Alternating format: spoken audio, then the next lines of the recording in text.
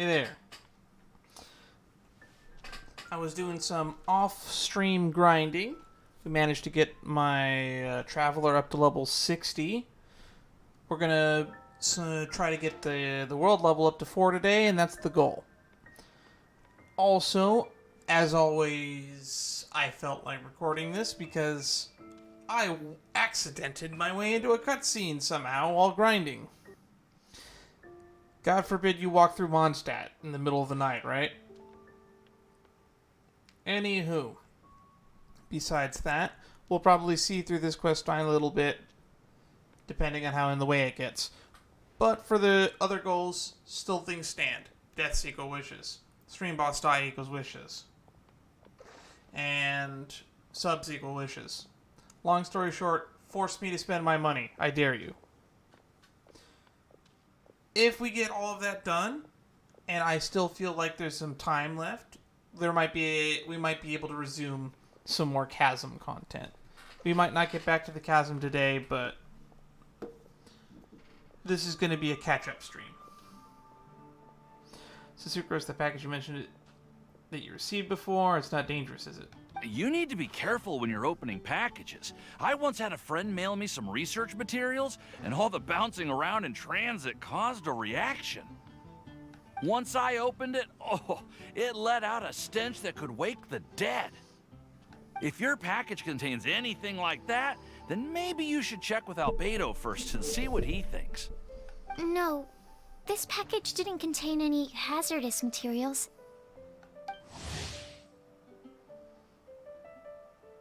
Sucrose, harmless sweetie. Sucrose is an alchemist from Mondstadt with an insatiable curiosity towards the natural world, leading her to focus on bioalchemy in her research. Why am I getting this little tutorial on her? Whether it be special potion that increases nectar output or sweet flowers, or a special spray that keeps Sensidias fresh, Sucrose is always finding ways to use biochemical techniques to add a variety of color to this world. Perhaps it's because Sucrose channels most of her energy into experiments and research that she comes off as a bit shy in social situations. Timmie! Sucrose! What are you two chatting about? Oh, hey, you two. We're just talking about a strange package that Sucrose received recently. A strange package? Yes. I believe it's from a Sumeru scholar who came here to study in Mondstadt. It's most likely a thank you gift for collaborating on some research together. Wait, is this the TCG quest? Did I accidentally start the TCG quest? Huh? A package from an academia scholar? Oh, then there could be anything inside. I think I remember seeing this in the quest log. There wasn't anything dangerous inside, just a bunch of strange cards. Yes, this is the card game. Fuck it. Filler stream, we're playing cards. We're playing cards. We're renaming the stream. Screw everything I just said. We're playing cards, mother effers. None of this forced wish nonsense. I found a loophole. We don't have to play the game. We can play cards. Okay.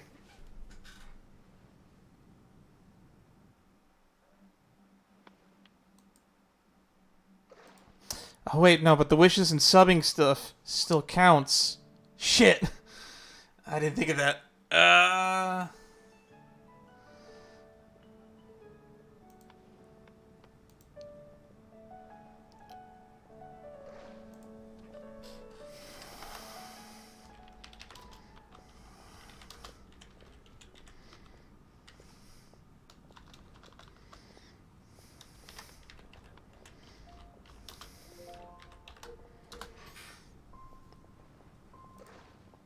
Okay, let's just rename the stream real quick.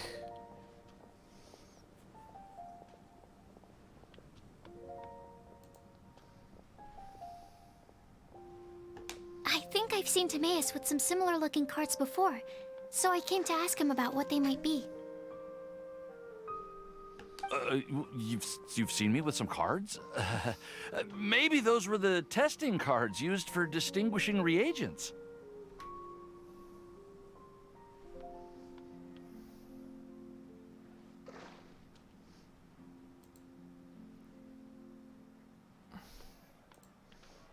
go to the creator dashboard.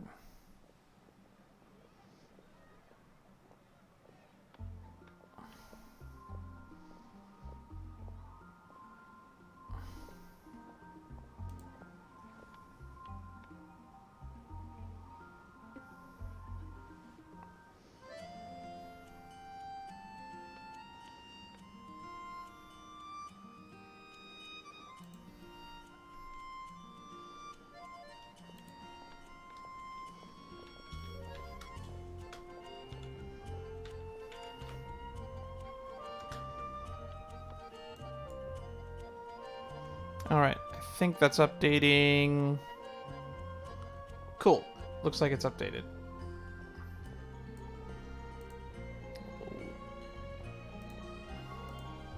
No, they didn't look like test cards. Here, have a look.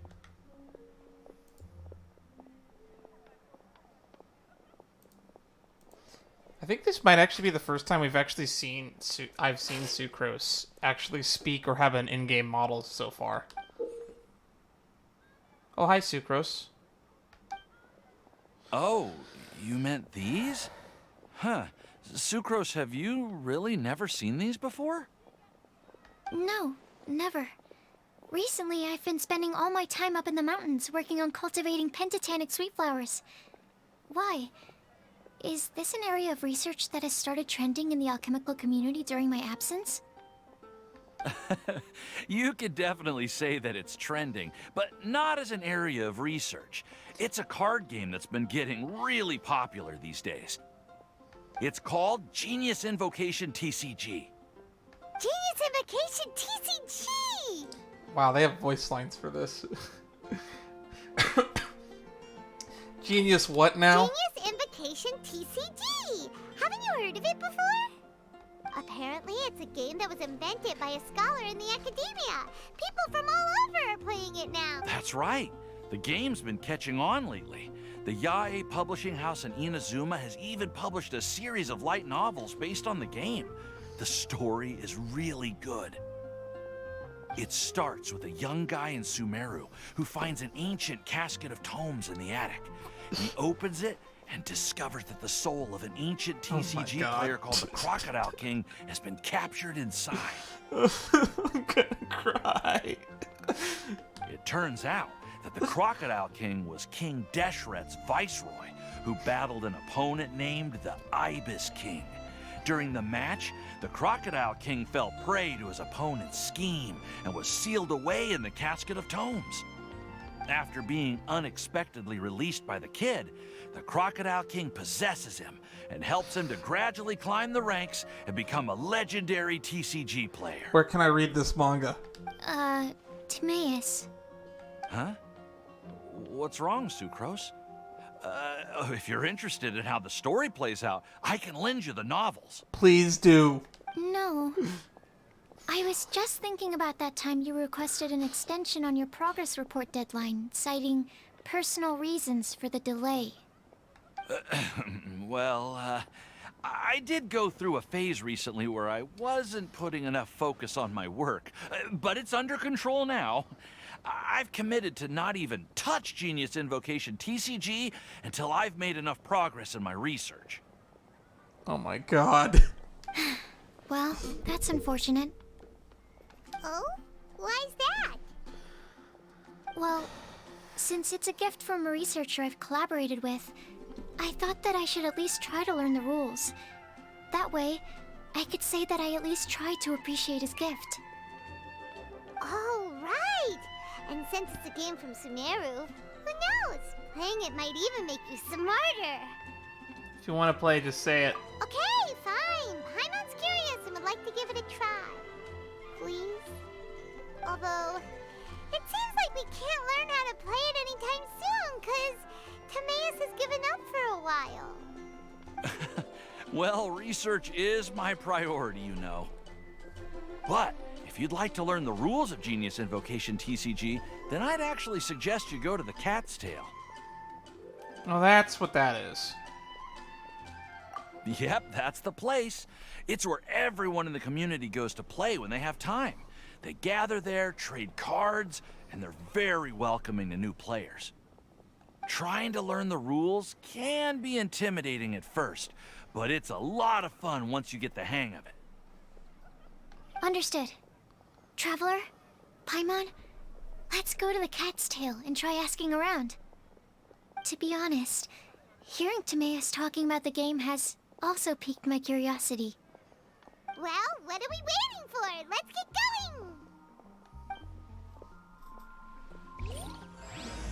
Battlefield of dice, cats, and cards! I actually came here to craft something, believe it or not.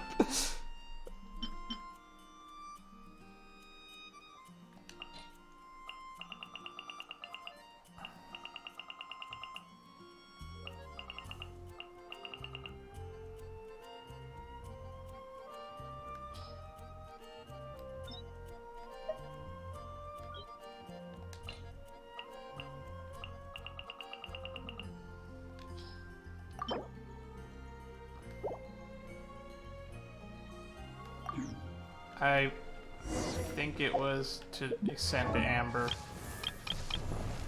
Which ones do I need? A Dignus Agate. I need 6 of these.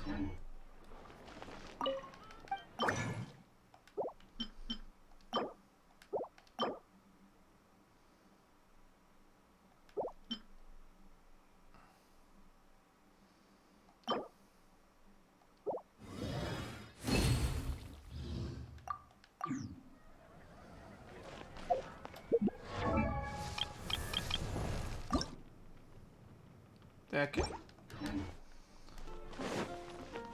The cat's tail is where?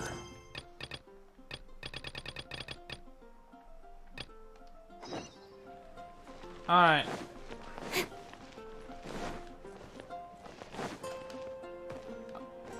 This is a fucking hole in the wall, Jesus.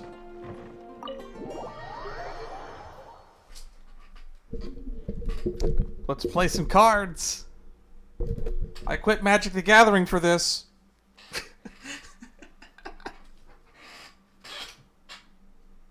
I'm excited. I can barely hold my containment in my seat.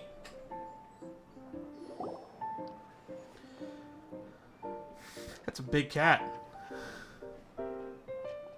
Welcome to the Cat's Tail. Ah, it's the Traveler and Paimon. What a nice surprise.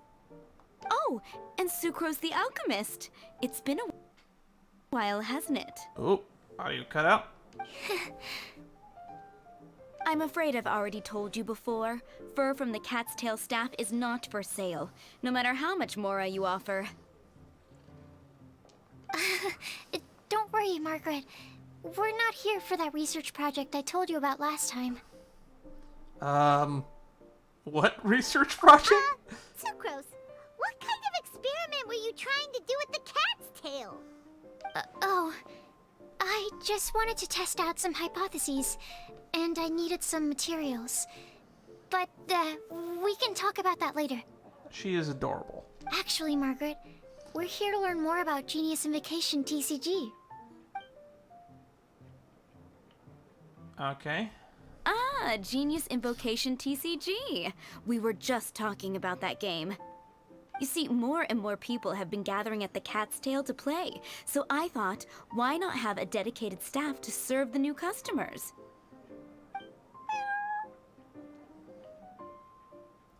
Prince, Duel Saint of Cats. Wait, the cat can play? Allow me to interpret.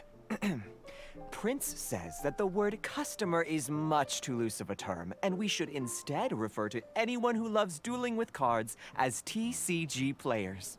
Yes, that makes sense to me, Cat. My mistake.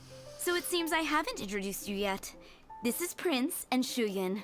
They will be in charge of taking care of our TCG players. I'm afraid I must correct you there, ma'am. Only Prince, the strongest and most formidable TCG player of all, is capable of providing valuable guidance to our new players. The cat is the best player? The average player is incapable of grasping the subtlety and sheer genius behind Prince's every play, and he has no choice but to rely on me to communicate with everyone. I am merely Prince's lowly assistant, that's all. I feel sorry for this guy. Wow! Another guy who can understand animals! How can you use such a crude word as animal to describe the one and only Prince? He is special and the only one of his kind. Such a remark is an insult to Prince. Oh? What's that? Shu Yan. In the eyes of the common folk, I look no different than any other ordinary cat. It's a natural mistake to make, and you shouldn't overreact. Ah, understood. I do apologize. Well, at least the cat is polite. It seems he really is capable of communicating with the cat. Could this be the result of some modification to the language center of his brain? Seriously, how can he get all of that from a simple meow? Amazing. Yes, it was the sacred duels of Genius Invocation TCG that formed and cemented our bonds of mutual understanding. It's my firm belief that by simply playing the game, players can develop a deeper level of understanding between one another. And why is Sucrose the one that we have to be around for all this? So, playing Genius Invocation TCG fosters some sort of a telepathic link between players? Really? Somehow Paimon doubts that. Uh-huh.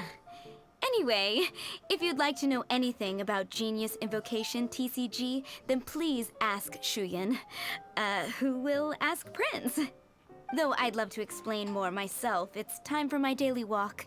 I'll let Prince play a game with you and walk you through all the rules.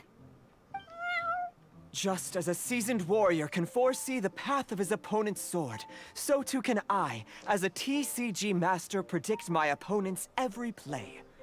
It would be improper to pit a newcomer to the art of the card against one such as myself, and I must therefore politely decline. That's what Prince said. Oh, Prince doesn't want to play with us, huh? Fine, then Prince doesn't have to. We'll play you instead. I'm sorry, but from the day I met the mighty cardmaster Prince, I swore an oath that my hands would live solely to hold the cards and not to play them. I will never play another match of my own again. I am weirded out beyond compare. Right, Princess Paws probably can't hold the cards. If Prince is unwilling to play, then I guess we should look for an alternative. How about this? Diona! Yeah, blah, blah, blah. What is it? I'm pretty busy over here, you know. Alright, this is my first introduction to Diona, besides playing with Matthew, I guess. Diona, the bartender at Cat's Tail, hates all alcoholic beverages, but has a rare talent for bartending. No matter the drink, as long as the mixing is in her hands, it will be unimaginably delicious. Her excellent bartending skills and her cat's ears and tail run in her family. Are popular among hunters, making the cat's tail extremely popular. However, please take care not to touch Diona's ears or tail when ordering at the bar. If you cross her, the consequences will be dire. Huh. Why is it that every player that sets foot in here to play Genius Invocation TCG has to have a drink? Ugh! Don't they have any clue that the key to playing a game is the ability to think straight? Seriously, games and drinks don't mix. Don't they get that? Ugh! Kind of forgot this was a bar. What can I say? As the tavern owner, I can't help but feel happy to hear this. Anyway, I see you've been working hard, so I thought you could use a break. So why not come over here and teach these customers the rules of Genius Invocation? Ha! Ha! Yeah, what kind of break is that? I'd rather not. Oh, why are we letting all these loafers come in here to play Genius Invocation TCG anyway? All it does is encourage more people to come to the bar for a drink. You know, if drink sales keep going up like this, Pretty soon, Mondstadt's alcohol industry is gonna reach new heights.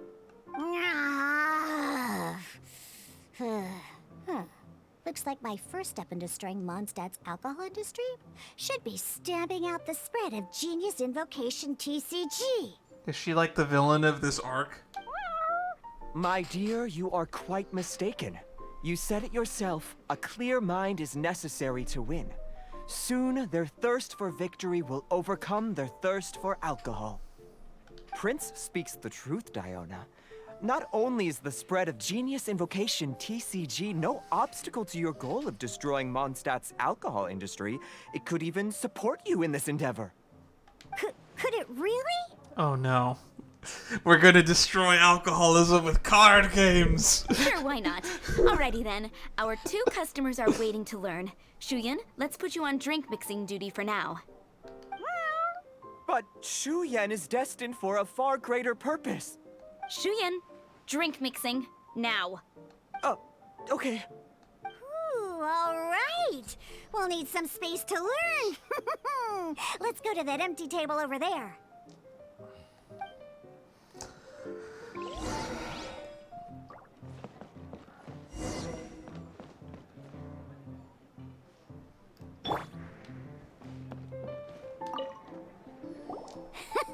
Okay, let's go through the rules. First things first. You'll be needing your deck, so place that on the table. Deck? Oh god. Yes? You should have built a deck. You know, a set of cards that meets the bare minimum requirement to play the game. We came here to learn the rules, which means we don't know the rules for deck building yet. What's with the blank stares? Come on. Don't tell me you came to learn Genius Invocation TCG without bringing any cards. Actually, we do have some cards. That's right. We have some cards that I received from a friend. Yeah. You're gonna need a few more cards than that. I wonder how big the deck size is. Okay, let me think. To learn the game, you'll need at least 2 character cards to switch between. Oh, that reminds me. A few days ago, when I was closing up for the night, I noticed a customer had left a couple of character cards on the bar counter. Maybe you could use those for now. Are you sure that's okay? It's already been a few days and he still hasn't come back to claim them. Who knows? Maybe he left them here on purpose. Oh, okay, yeah, I got them here with me. You know, just in case the customer came looking for them. Yeah, not because I like to play the game or anything. Please. Alright, so now we have 2 character cards. That's everything we need, right? No, it's a deck, Paimon. Clearly it requires more. Yep. So, are you ready to start? All right, I guess. then let's begin. That's a big dice.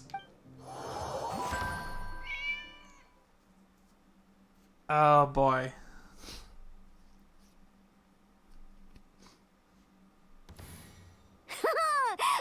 Welcome to the world of Genius Invocation TCG.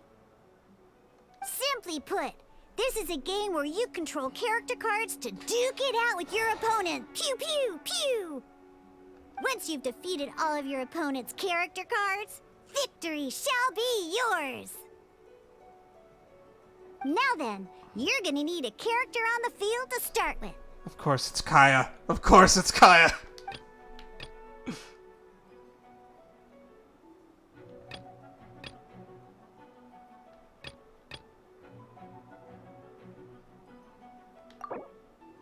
It makes me... It's like, no, you have to choose Diluc. Let's finish this, swiftly. First, we roll 8 elemental dice at the start of every round. Alright. These dice correspond to elemental energy. We'll be spending these dice to perform actions.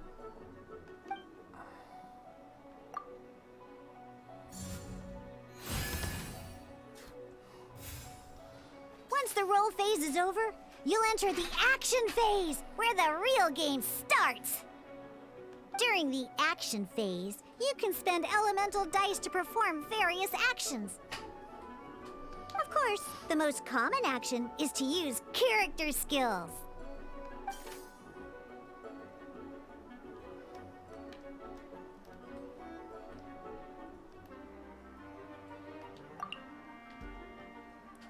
Searing Onslaught 3 elemental skill deals 3 pyro damage for the third use of this skill. Each round it deals +2.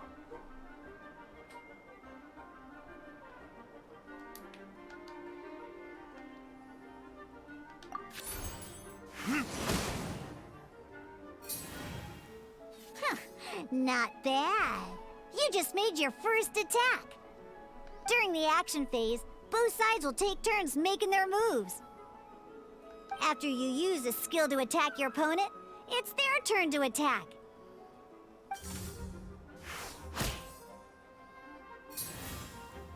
And as you can see, once the enemy finishes their move, it's our turn again.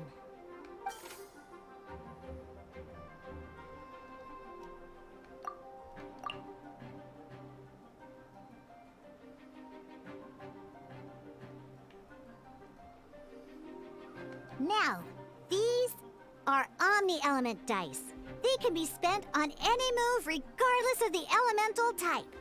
So, we're gonna use them to pay for the pyro dice needed for this skill. Go on, give it a try. Alright. That was pretty good. That's one opponent down for the count. Bam! But the game has only just begun. Remember? You have to defeat all opponents to win.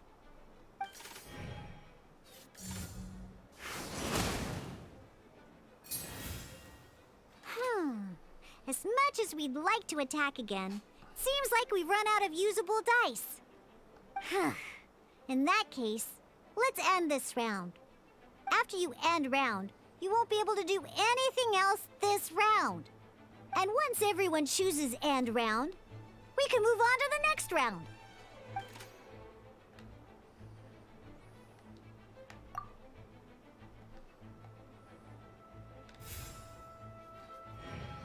Alright.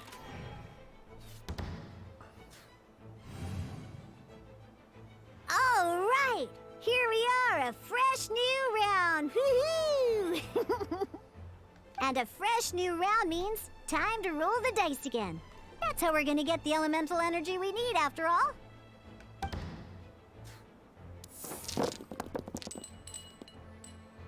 Ooh, that's some terrible luck.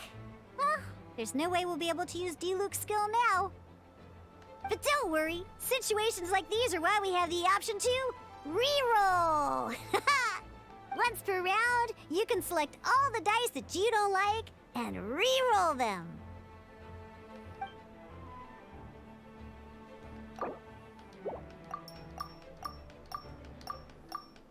We have a 1 in 8 chance that any one of these is a pyro dice. This deck is terrible. So I guess we can get Omni dice, so it's technically 2 in 8. When the action phase begins, the player who first chose end round in the previous round takes their turn first. This means that since you finished first the last round, you'll be the first to start this round. Alrighty then, let's learn a little bit about energy and elemental bursts. Each time you use a skill, your character will gain 1 energy.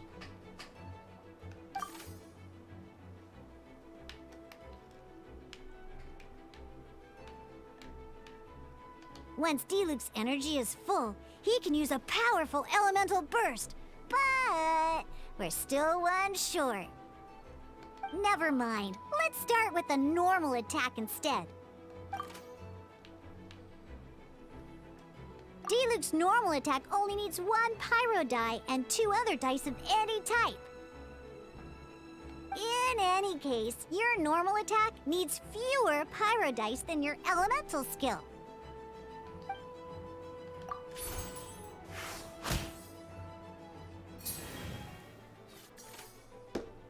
And now we can burst.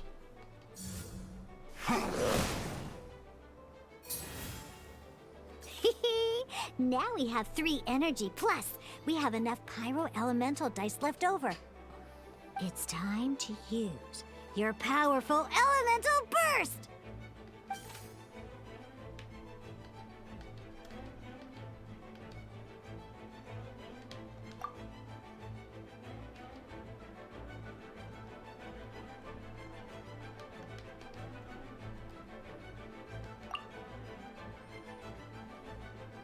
Dawn.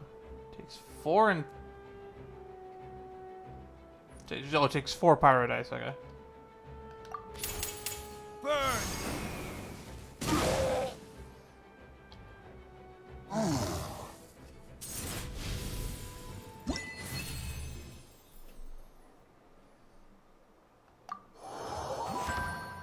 Switching characters and elemental reactions.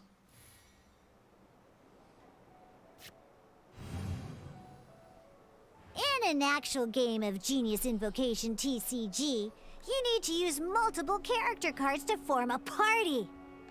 Next up, it's time for your second character card, Kaya, to take the stage.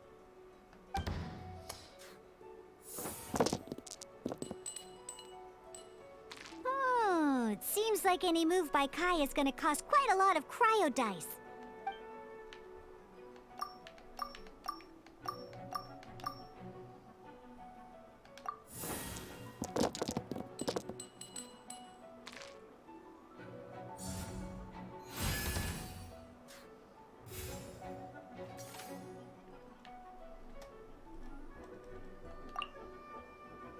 Frost, no. When you deal cryo damage, you'll cause your target to be affected by cryo. Dodge this! The control scheme seems awkward as hell. This is very much meant to be a mouse now game. Our opponent is affected by cryo.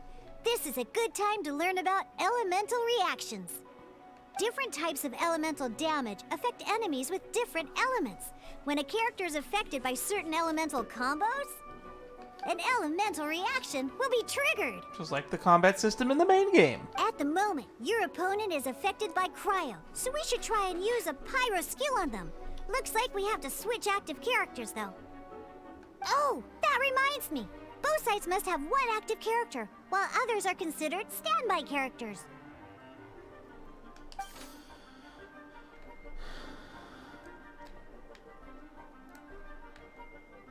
Active characters will be in more forward position compared to ones that stand by. Normally, we can only use the active character skills. Now, if we want to use the skills of our standby character, we'll have to switch them to the active character. In this case, we'll have to switch to D-Luke in order to use his skills.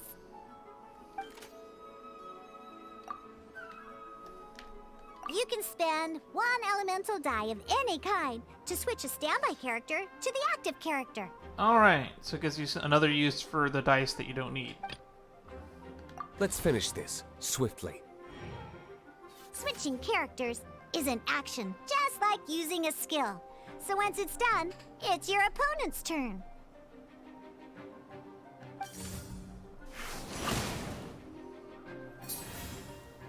Most skills can only target the active character. As you can see, your opponent just attacked D-Luke. Alright then, now that D-Luke is our active character, it's time to use his skill.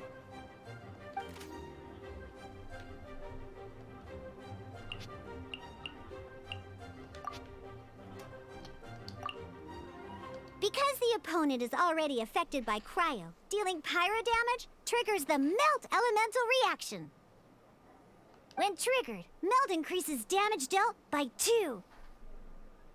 This will allow you to deal loads of damage in one go! Genius Invocation's elemental reaction system is pretty cool, huh?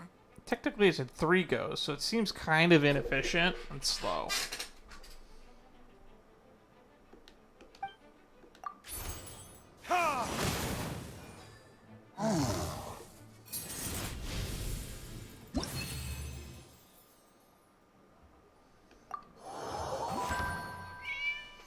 Action cards and support effects. All right! Next up, let's learn how to use card types other than character cards. Hey, is that a Paimon card? Cute. These cards are all known as action cards. Each time a match starts, you have to draw 5 action cards to form your starting hand. You attack first. Uh-oh. Looks like we don't have any elemental dice we can spend to make an attack.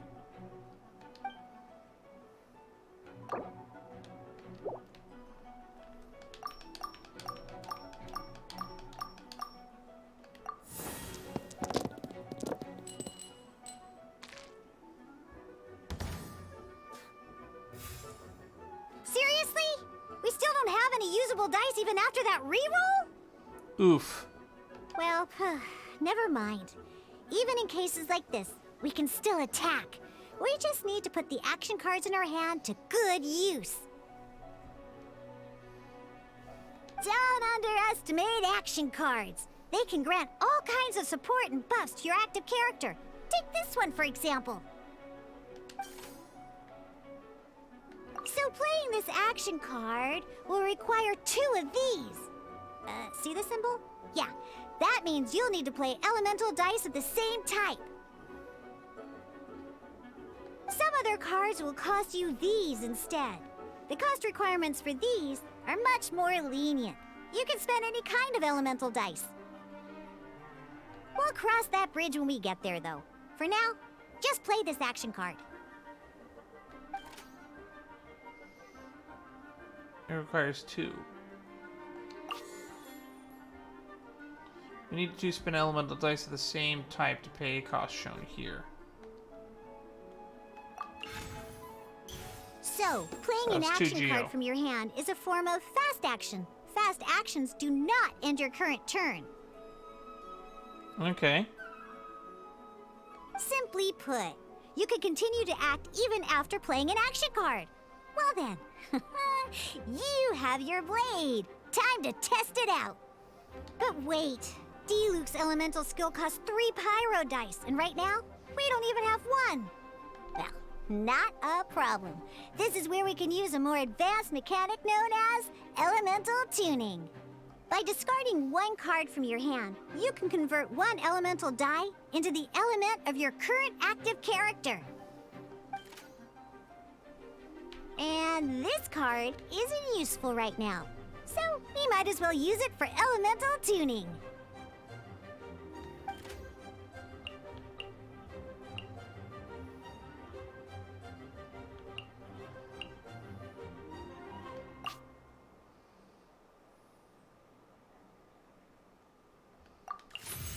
Sometimes you won't be able to perform any actions you want to because you didn't roll the elemental dice you wanted. Oh well. Moving on. Ingenious Invocation TCG. Keeping up a constant flow of combat is much more important than the number of cards you have. In this case, well, let's just take all these useless cards and use them for elemental tuning. Just like playing cards from your hand, elemental tuning is a fast action. Come on, hurry up! Use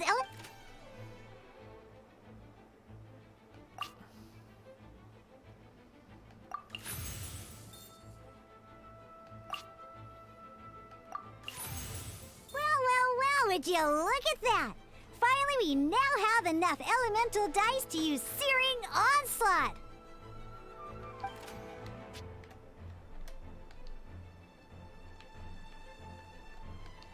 Because you have the White Iron Greatsword equipped, Searing Onslaught will deal 1 extra damage! What?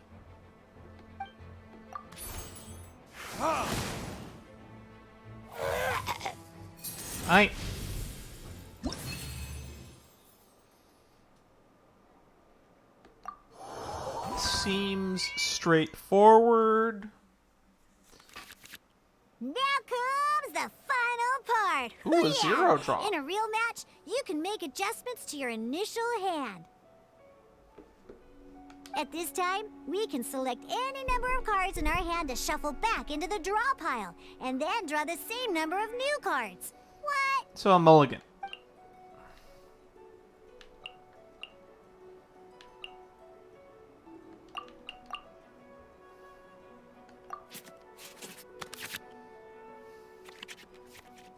have confirmed any adjustments you wish to make to your starting hand, both players have to select their starting active character at the same time.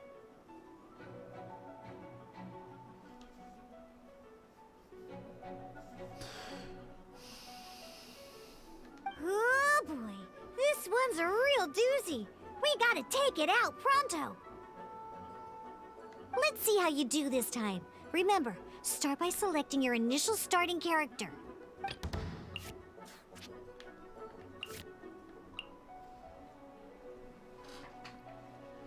When a character uses a skill, equips a talent, spend one less cryo dice once per round. The bestest travel companion. Convert the elemental dice spent to Omni Element times 2.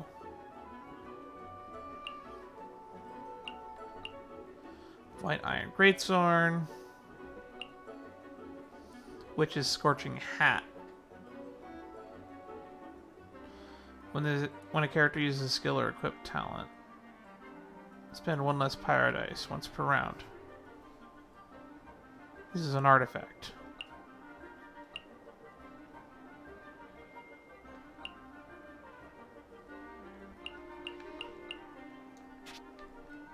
Let's go.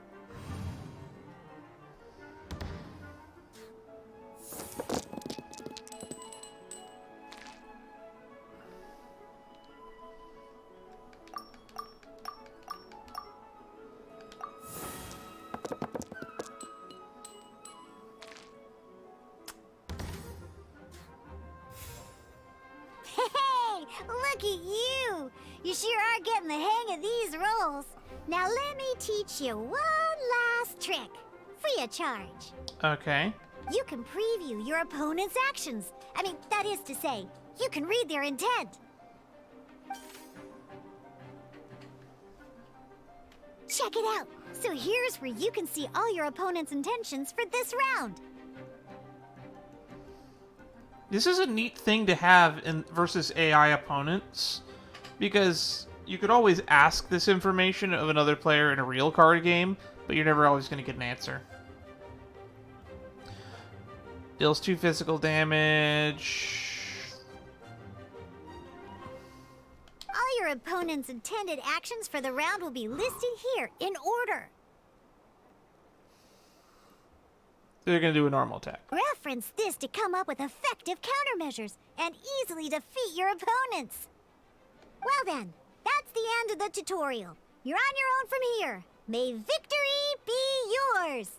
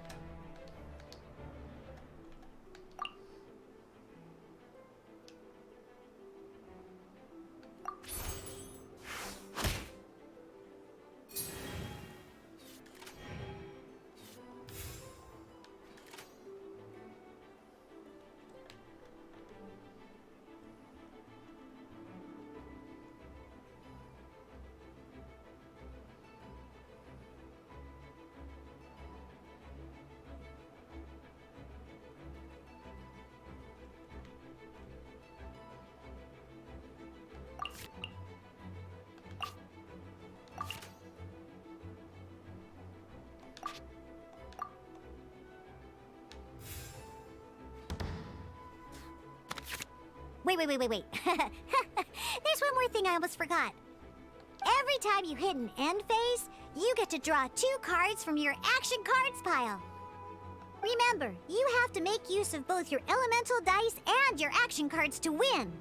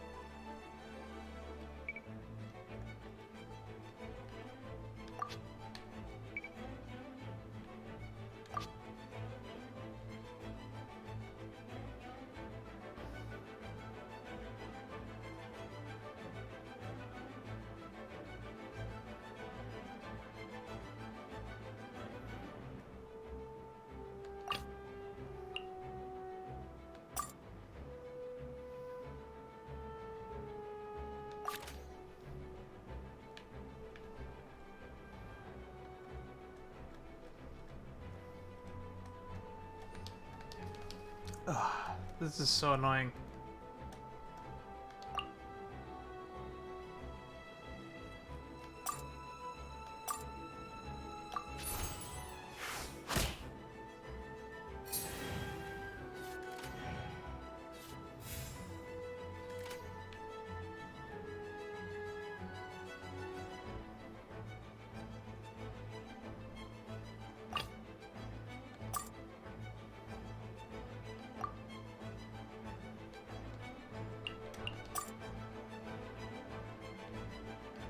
This will be interesting.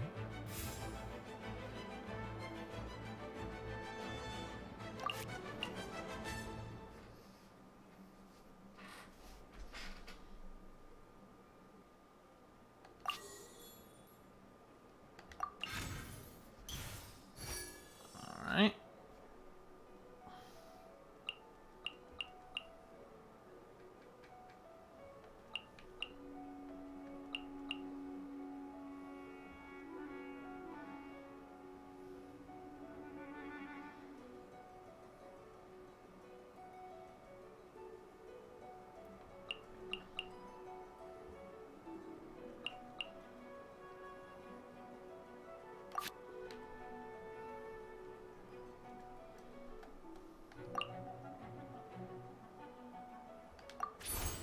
Dodge this! Melt.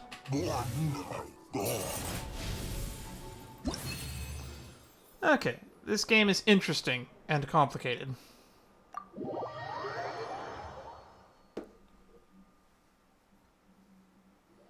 Definitely play this one with mouse and keyboard.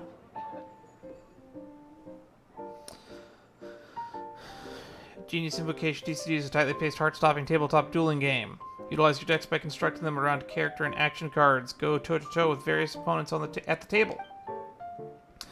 You will roll 8 elemental dice at the start of each round. After throwing these dice, you have one chance to choose any number of elemental dice and re-roll them.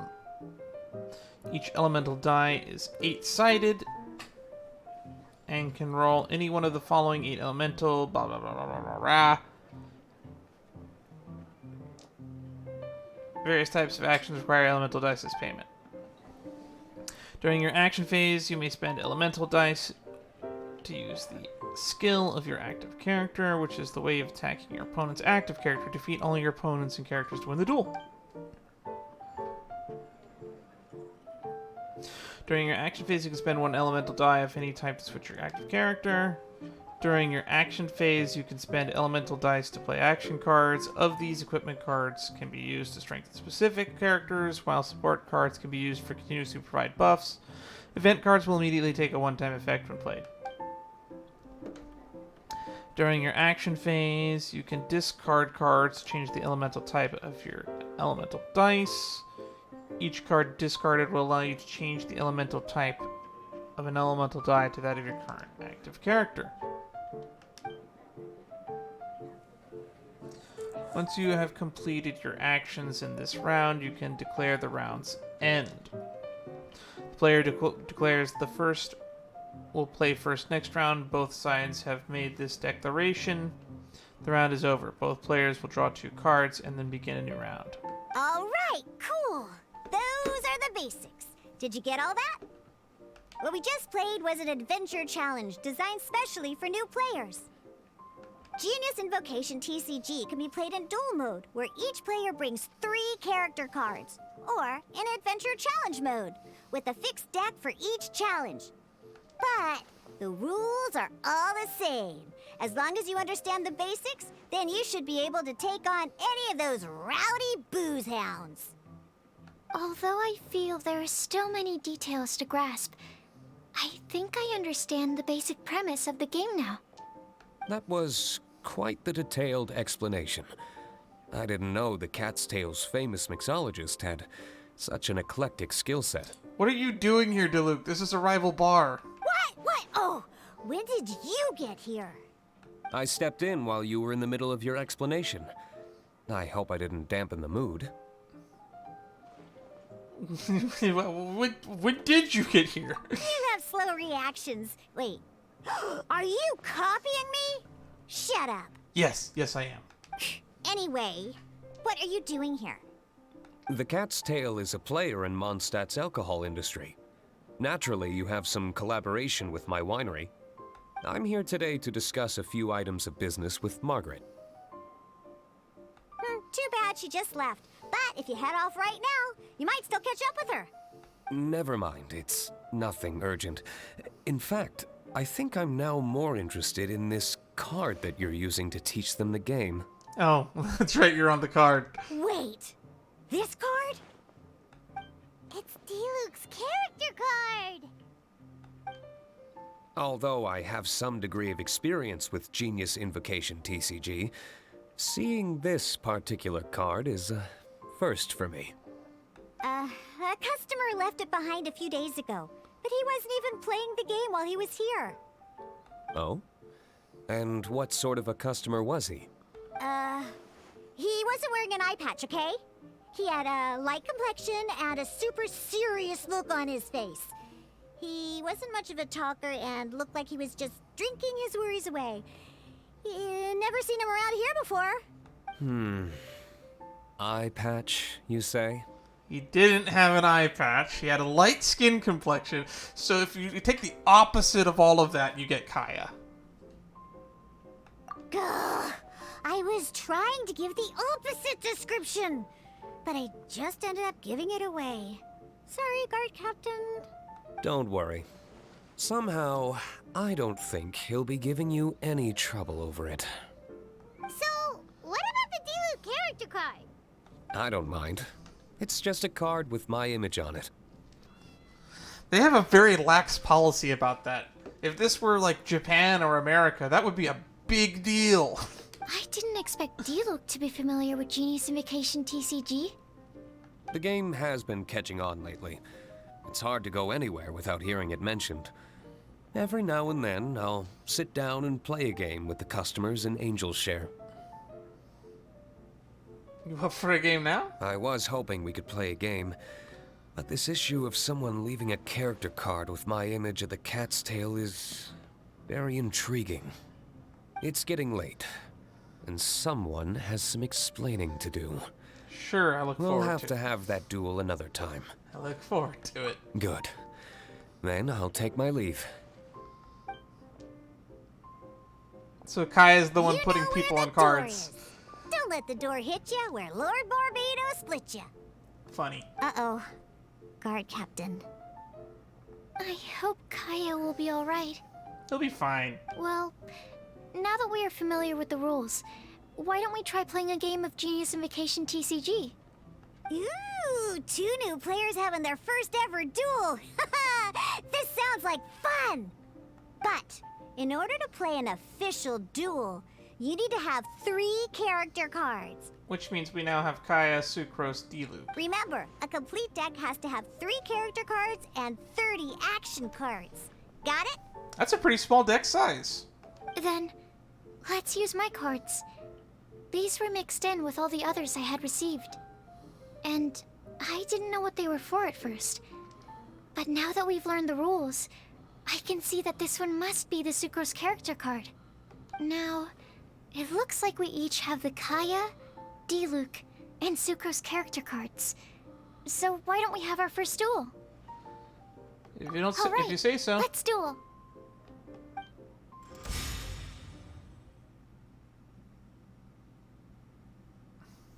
Well, this is interesting.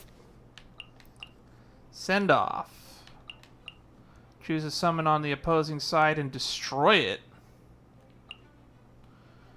Bestest travel companion, white stained tricorn. When a character uses a skill equipped talent, spend one less hydro die. No. Thunder Summoner's Crown. No. White Tassel. No. We don't need those.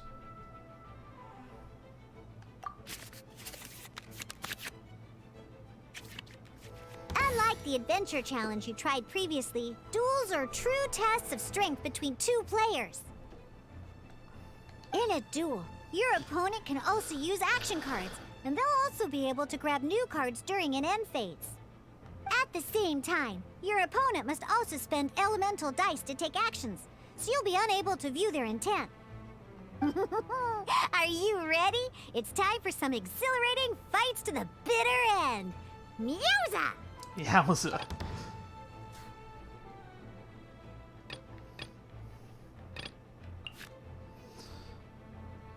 Event card. Your current active character gains 1 energy. Choose one summon to destroy it. Switch.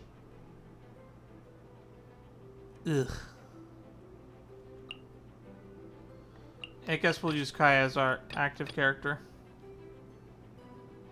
Let's finish this swiftly. Come on, big money!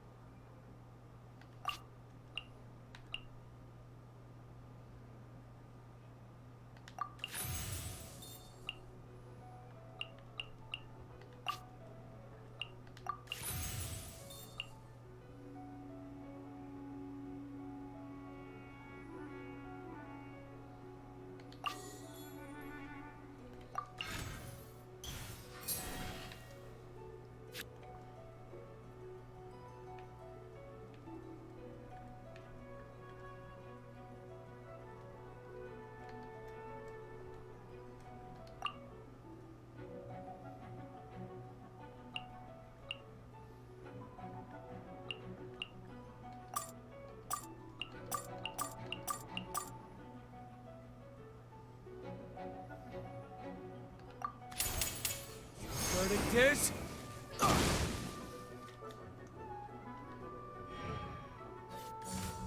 Cool it!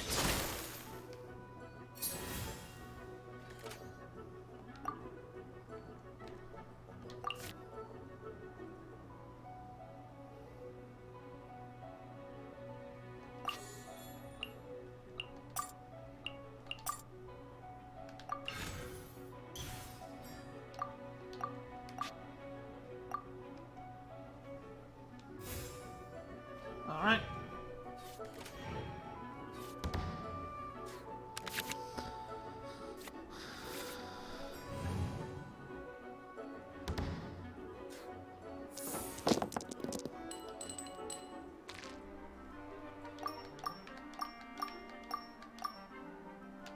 Let's see. We got a reroll here. Darn, we got some bad luck here.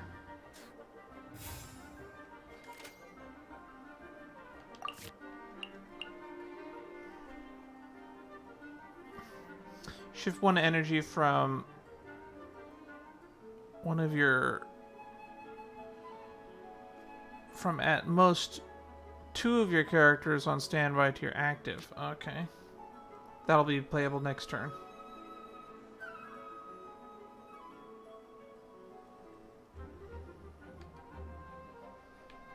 I think we just attack.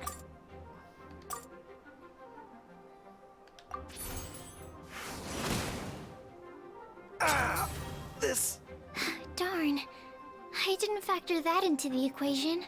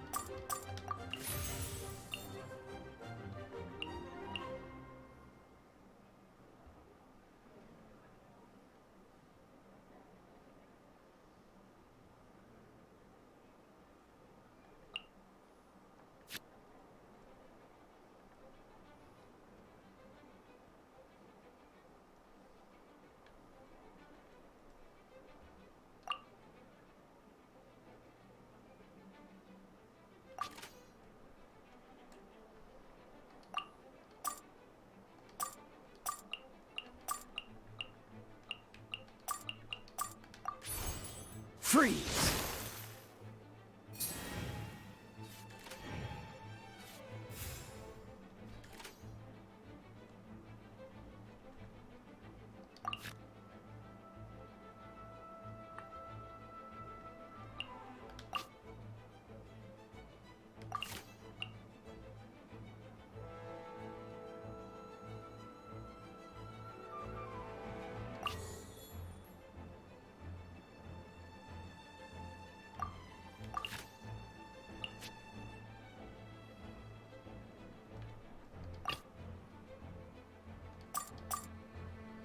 I want to help.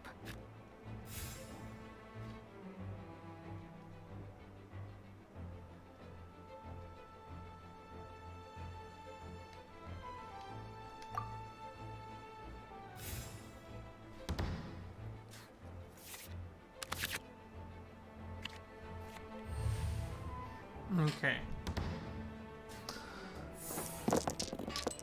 We want Animo.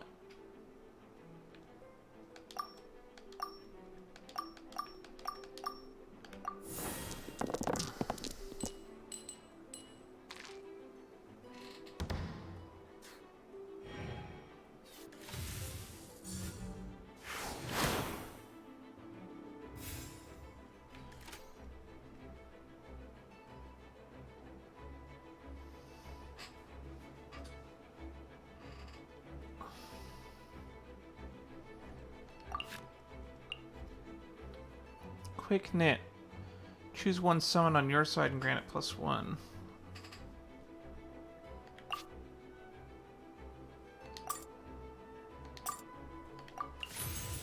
That's elemental tuning.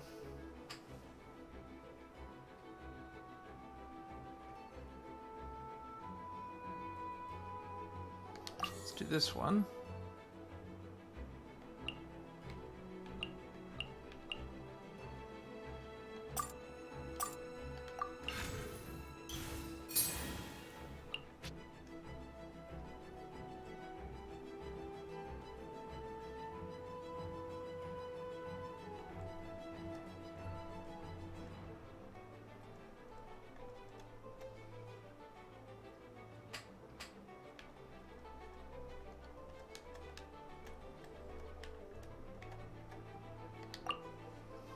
Deals 1 animo damage.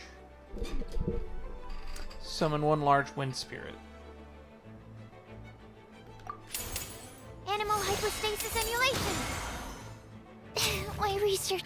Oh, I wasn't expecting that.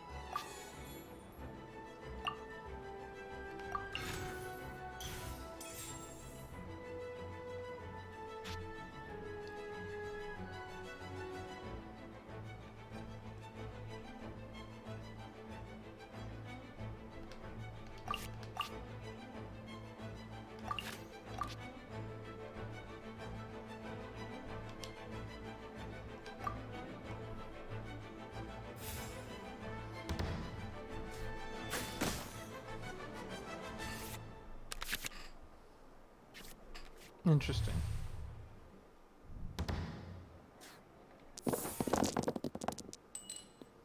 It's 2 animo.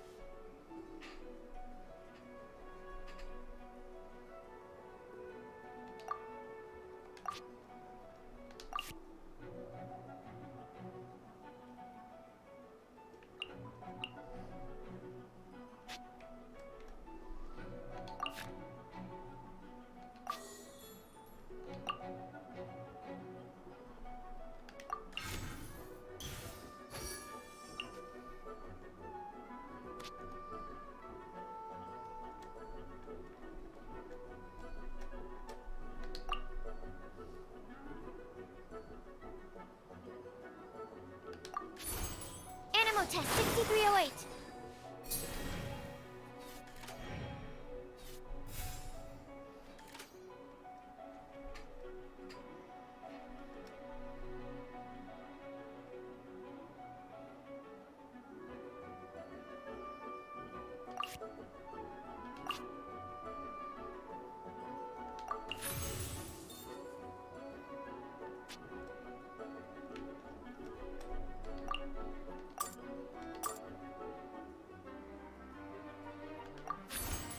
Absorption test.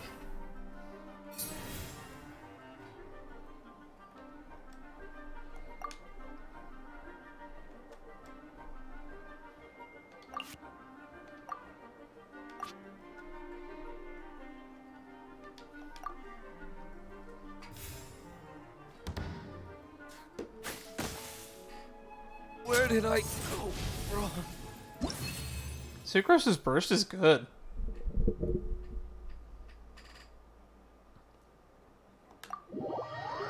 Provided we had that. If she had that Hutao card where she could just destroy the summon instantly, that would be really annoying. I can't believe I though. lost when we had the exact same character cards. The rules must be more complicated than I first thought. Every decision is a difficult trade-off in this game. If there was only a way to transplant the arms of the 2 standby characters, onto the active character's body. That's not how the rules work, Sucrose. Don't be a sore loser. That kind of thing is looked down on in TCG circles. Oh, I am sorry. I was beaten fair and square. I know that. I just can't stand losing. But it was a fun match.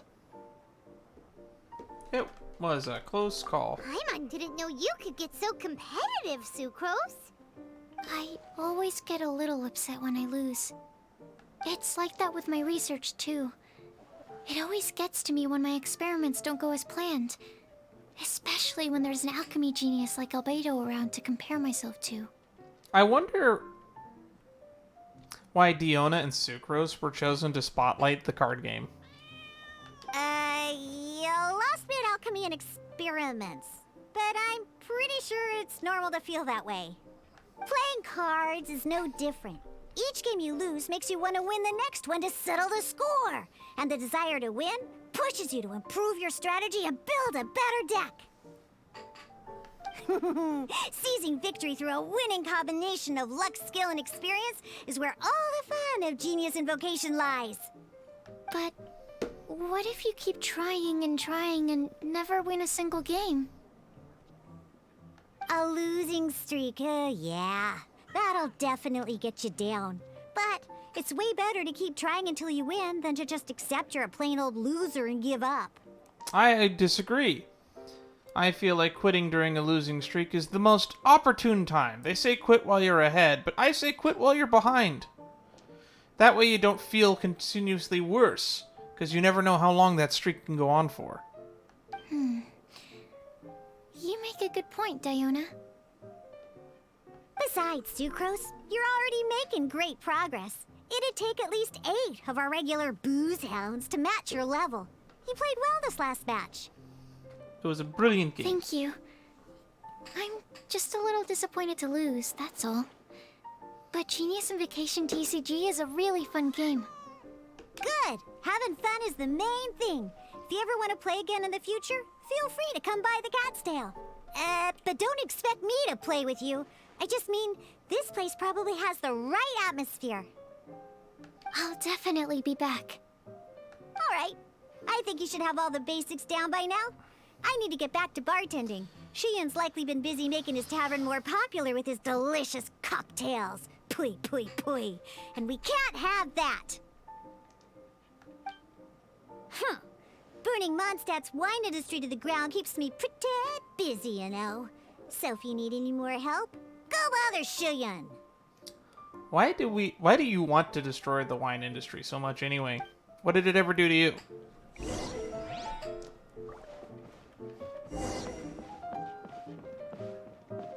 This guy again.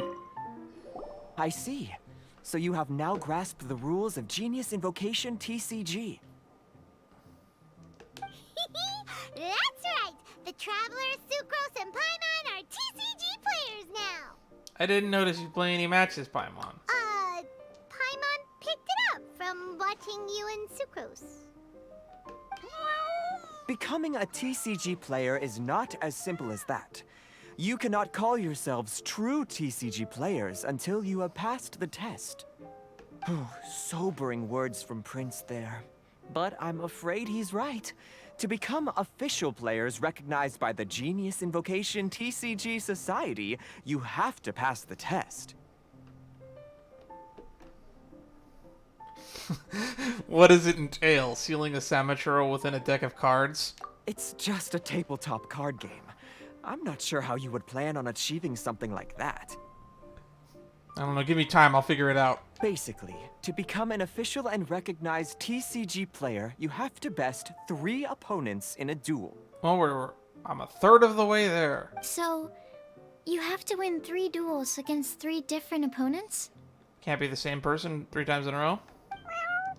The duel you just played can count towards this tally. I agree. Although I didn't get to observe the match myself, I did listen along, and from what I could hear, you both performed at a rather high level. Same way you can hear what Prince says? A well-trained ear is a basic skill expected of anyone hoping to become a TCG master. But back to the matter at hand. The Traveler only needs to beat 2 more opponents to become an official TCG player. Sucrose, you may have lost the last duel, but don't be disheartened. I can assure you that winning 3 games is well within your ability. But first things first, Shuyen. Before that, our TCG newcomers should receive their free gift. Ah, yes, my goodness. Completely slipped my mind. I'm lucky to have Prince here to remind me. Everyone who wants to start playing Genius Invocation TCG is entitled to claim a free Casket of Tomes. Where have I heard that before? Oh, Timmie's mentioned it, didn't he? It was from the light novels he's been reading.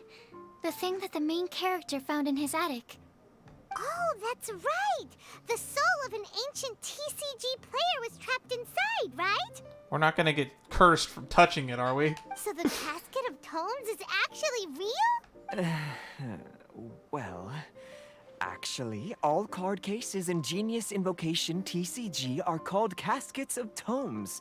Not only do they provide a reliable and sturdy container to store your decks, they can also sense when other people in the area are also carrying a Casket of Tomes with them.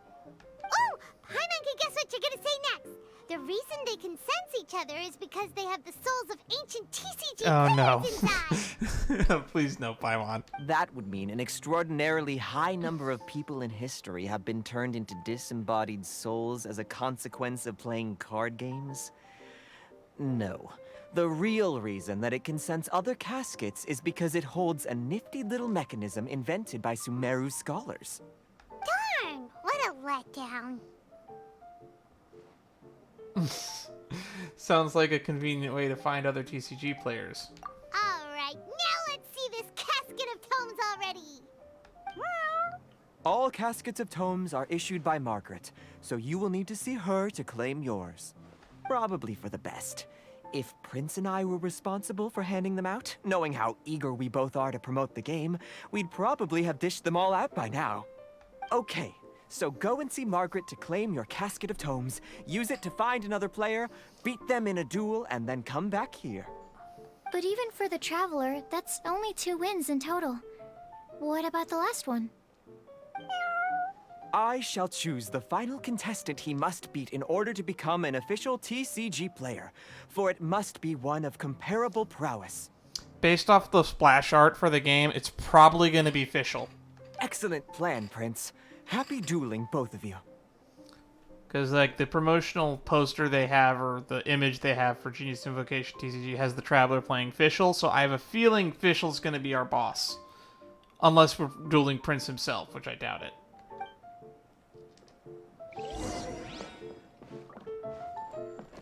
Okay, Margaret hangs out, like, by the Good Hunter, if I remember correctly. Playing card games.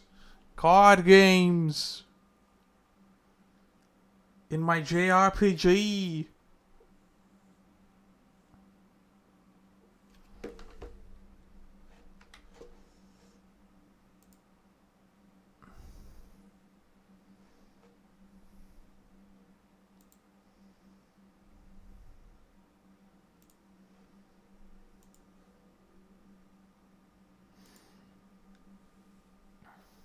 I think the game crashed.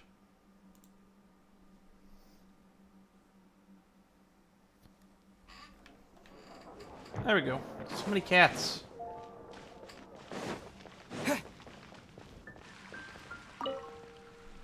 Hello, you 3. Has little Diona finished teaching you the rules of Genius Invocation?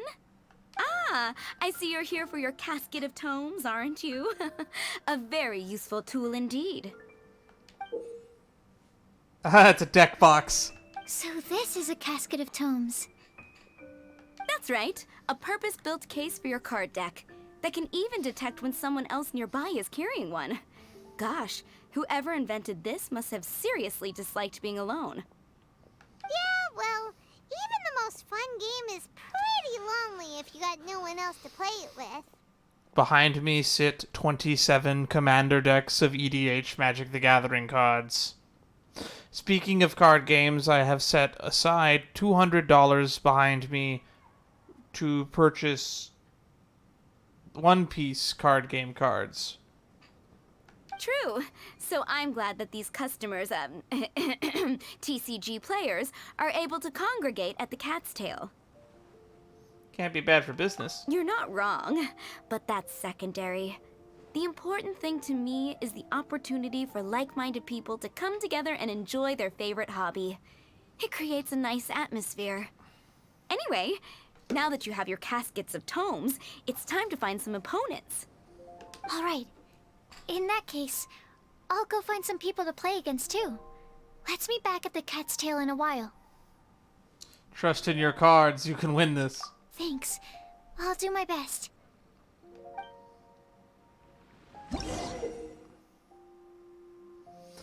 Casket of Tomes. It's in my inventory. You can edit your decks using the Casket of Tomes. Also search for characters nearby who possess a Casket of Tome, thereby identifying your opponents for a challenge. Simply open the deck menu using a Casket of Tomes before selecting a deck to edit it. After searching and locating a challenger, the map will appear, allowing you to mark rival players who possess a Casket of Tomes. You can use this method to tell who you can challenge to a game of cards with ease. When you use your Casket of Tomes to activate the ability to search for players closest to you whom have to defeat will be prioritized.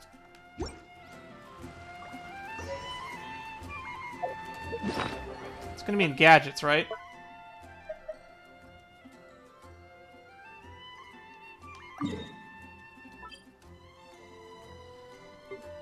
Swan? Swan plays the game?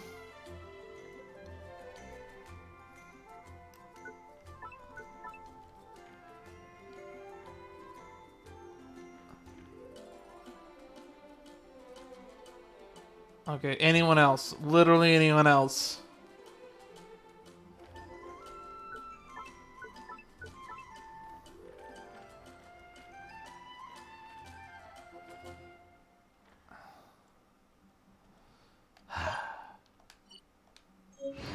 Sigh. Casket of Tomes.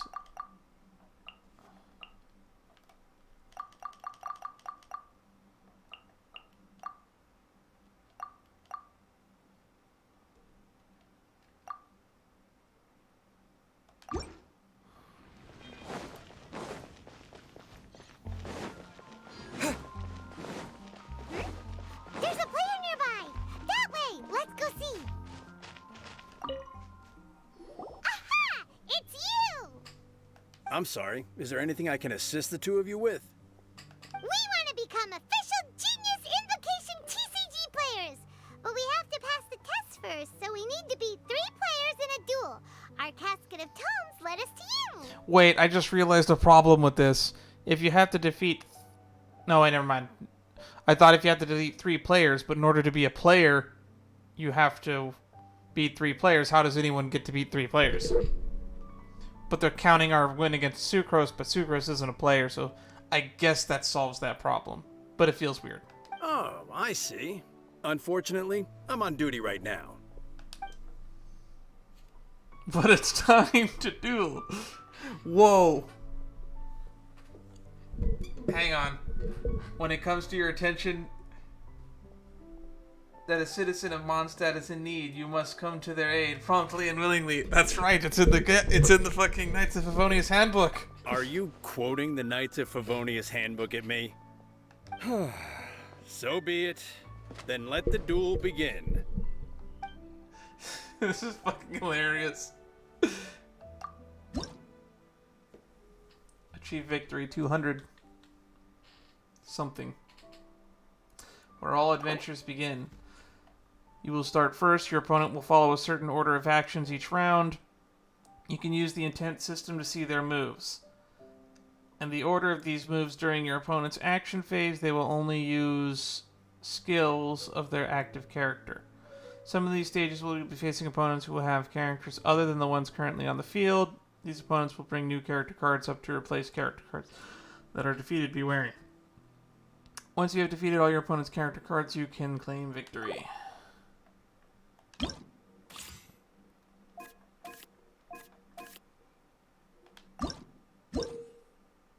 Editing decks. You need a set of appropriate characters and action cards to perform an effective deck. At the press of a button, you can switch over to edit your character and action cards, as well as allowing you to build a deck of your own design. Deck needs to have 3 valid character cards and 30 valid action cards to be set as an active deck. Should any of the cards within the deck fail to meet the criteria for usability, the Casket of Tomes will hint as such to you. Please take note. After choosing a card, press the select or remove buttons to add or remove the card from the deck. You can select the card to review its key details, which allow you to understand not only its effects, but also change its appearance and see how you can obtain it. You can also add or remove cards while in the details section.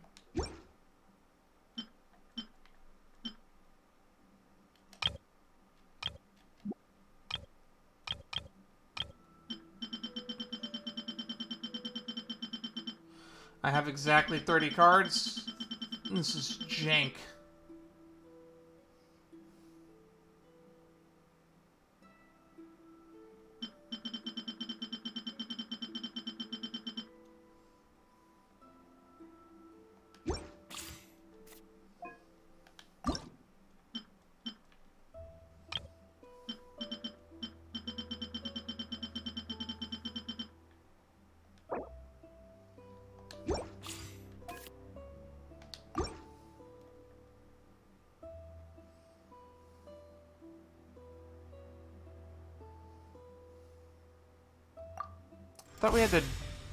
I thought we had to duel him.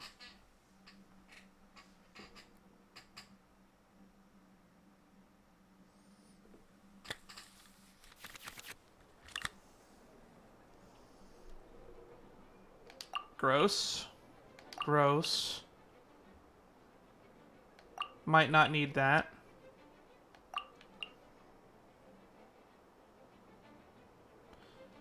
That's fine.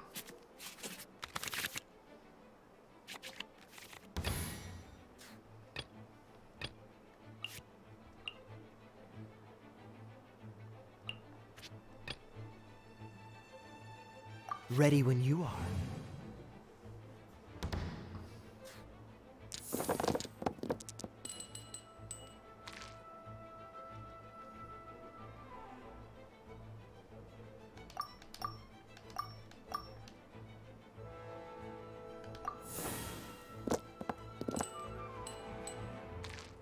That's a lot of Omni dice.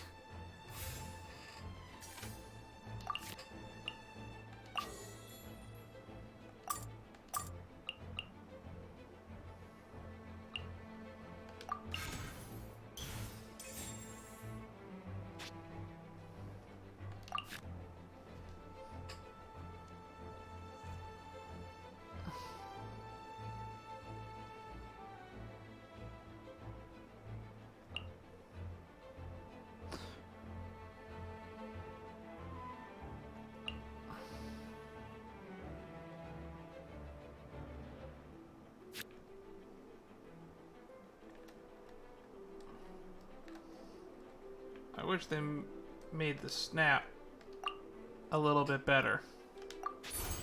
Freeze!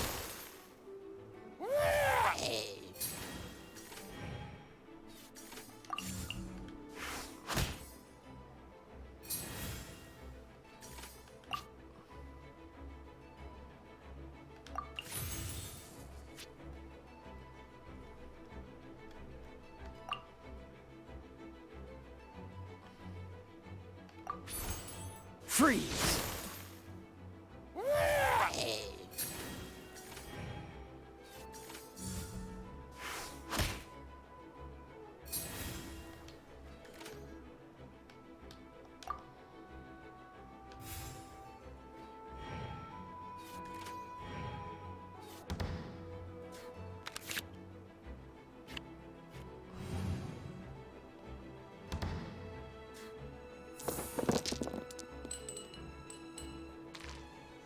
I need ice.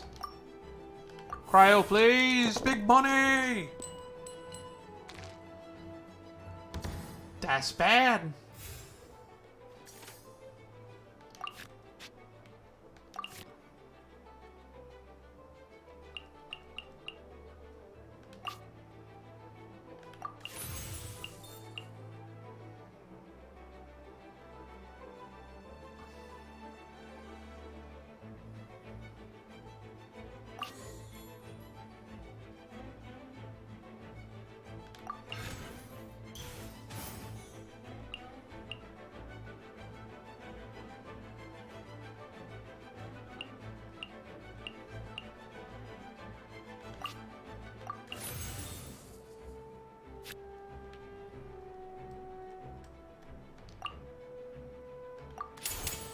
Oh, so sorry.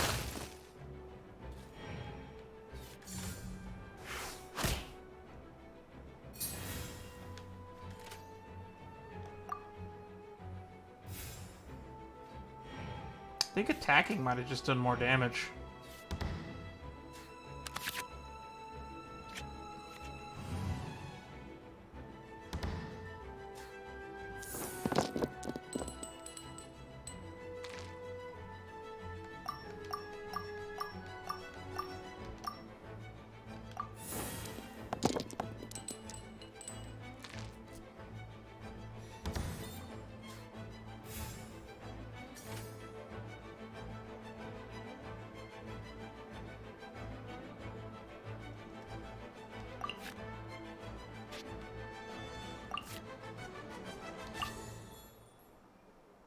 That seems broken. 1 mana, draw 2 cards. That's almost an ancestral recall right there.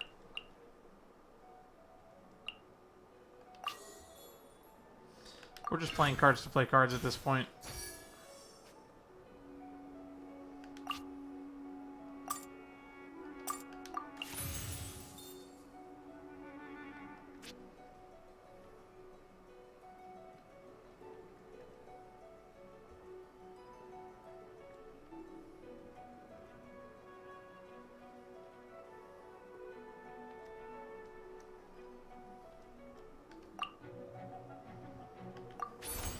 Dodge this!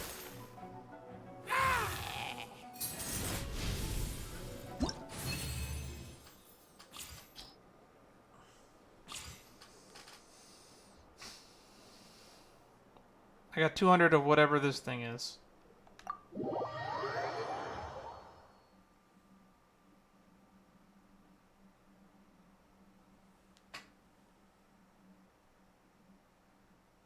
Gosh, I lost. You're remarkably good at this, considering how new to the game you are. Let's play again when you have some time. But ideally, not when I'm on duty. We did it! Now we have 2 victories under our belt. Let's get back to the cat's tail. Paimon wonders who Prince is gonna pick as our final contestant.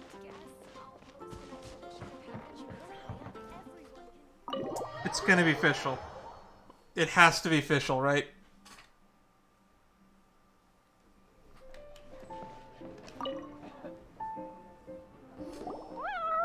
I sensed that he had what it took to become an official TCG player, but he has returned to the tavern more quickly than I had expected. The real twist would be Sucrose is already back here. Defeat the opponent I have arranged for you, and you shall become an official TCG player. I look forward to watching this game immensely. Not just Prince. I can't wait either. Come, your opponent is waiting for you in one of the private rooms. This is He won't Fischl. lose to them, whoever it is. Right, Trevor? It's gonna be Fischl, right? What ho, fellow voyager Yes! of the stellar void. Yes, even I was briefly discountenanced when I heard the tidings of your sworn oath to become the thrice victorious. But so be it. You who are enslaved by dueling desire, be released from your shackles into the glorious arena of gladiatorial combat. God, I love this character. Step forth, O brave challenger. Your princessin grants you an audience. Hearken well. The wretched clock chimes yet again, as the declining light of the day grows dimmer still. Pardon my directness, but we have not been waiting that long. Mein Fräulein could afford to be a little less impatient. Huh? Paimon knows those voices. Your opponent sounds anxious to begin. Do not delay. That's what Prince said. Please enter and enjoy your Genius Invocation TCG Duel.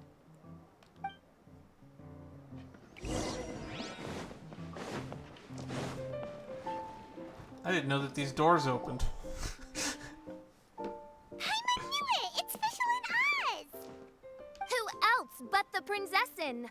For, as the name of this hallowed rite suggests, only when the wisest of heroes is summoned can the Master of Cards hope to be crowned the champion. We're not trying to go that far. We're just trying to be claimed the title of player at this point. This path is a treacherous one. It must be tread with great caution, for eternal doom and damnation are but one wrong step away at any given moment. That is why none is more suited to appear in this audience chamber than the Prinzessin, whose Aug de Verurtelung des großen Kaleido-Phantasmus has witnessed 10,000 battles across 3,000 worlds. Oh, is that right? Indeed. Mein Fräulein has watched many games of Genius Invocation TCG, and has gained a solid grasp of the rules. Even in a duel between beginners, it is best that both participants are well versed in them. Oh, that's true. A duel between beginners, you say? Ah, this makes sense now. Prince did say that he was gonna pair us with someone of a similar skill level.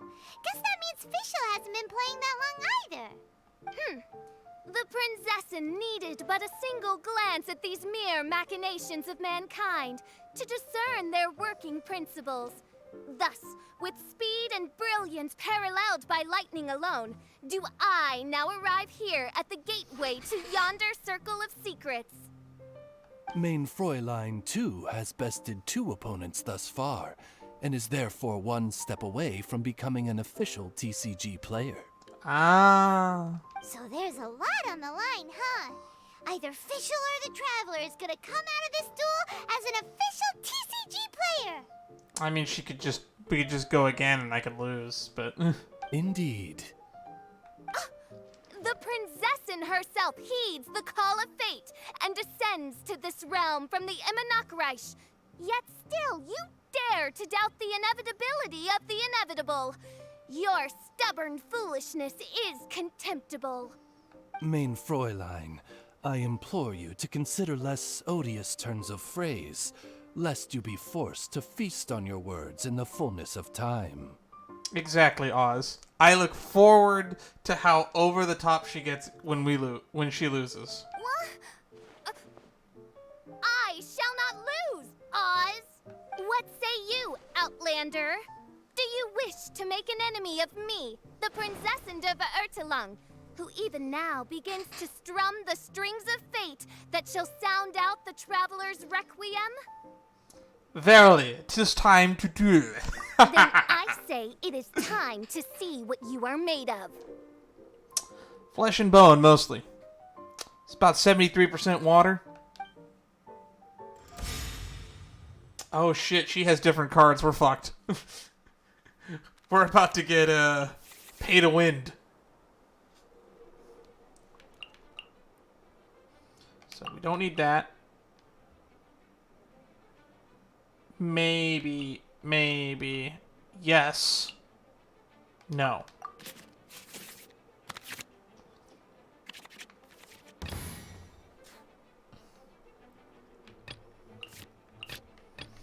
Let's go.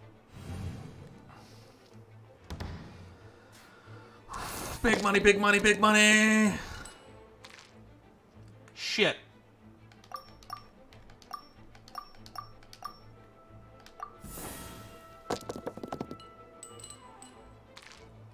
That's good.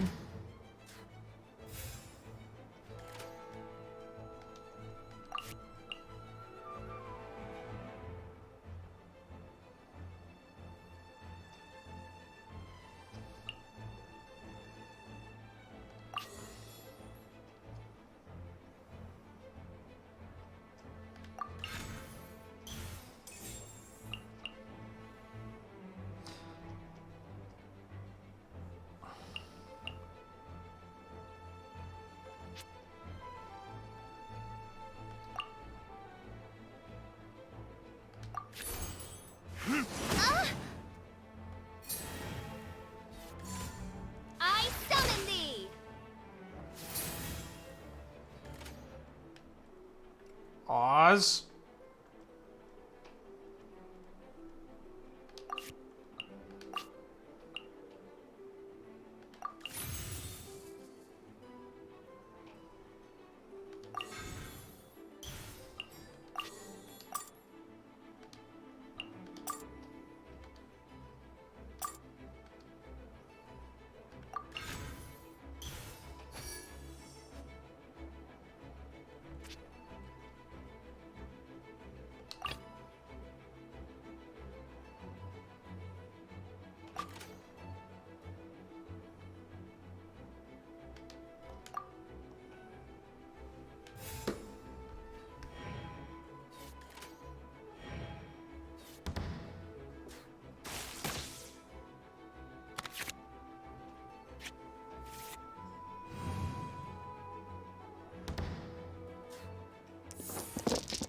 Big Ooh.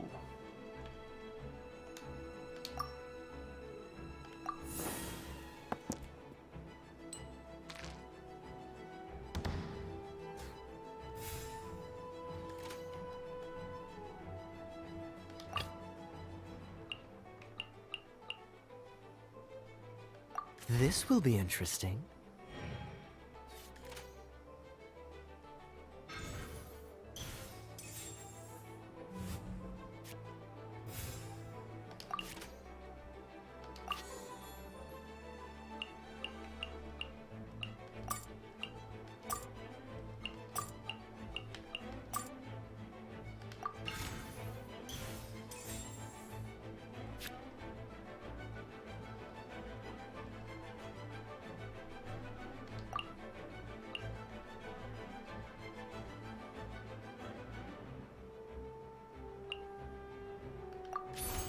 Dodge this! Out of the way!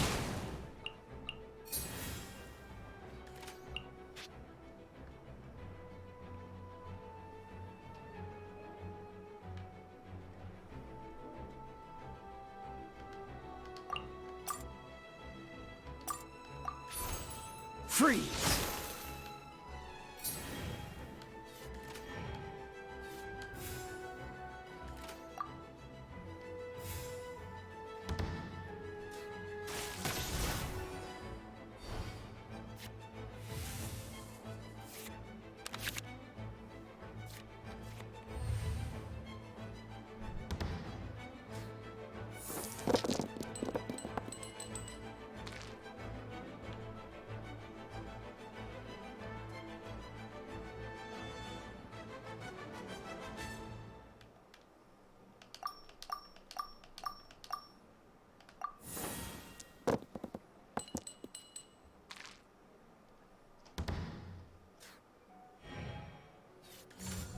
Out of the way!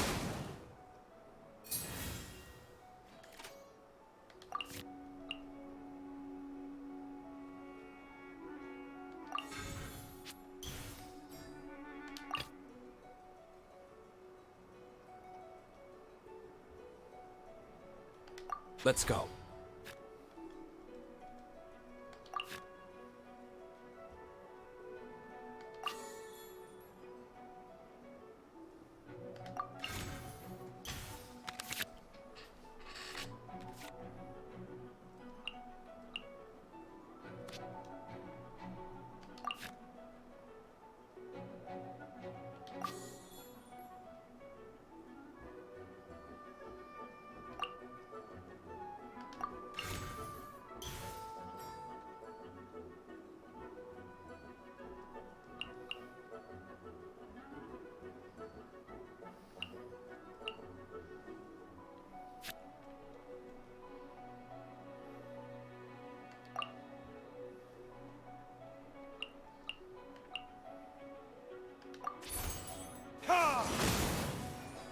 This is but a small sacrifice necessary to achieve ultimate victory. Anything you say, Fischl.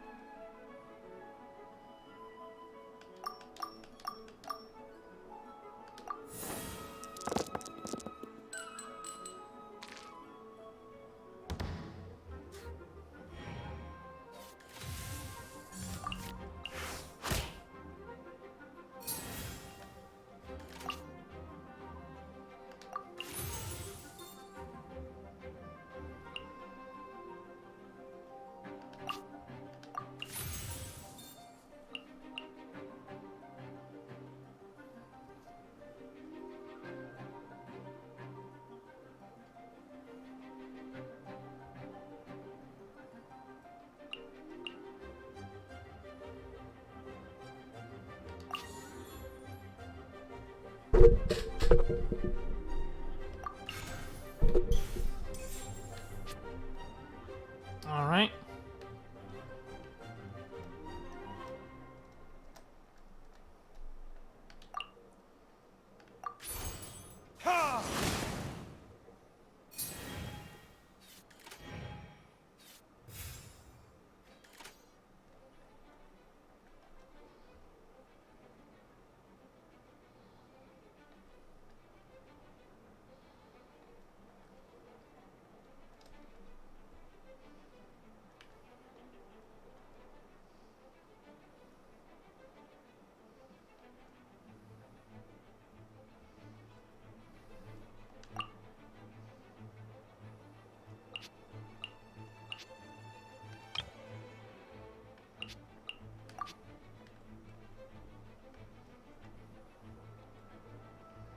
I think that's our best move.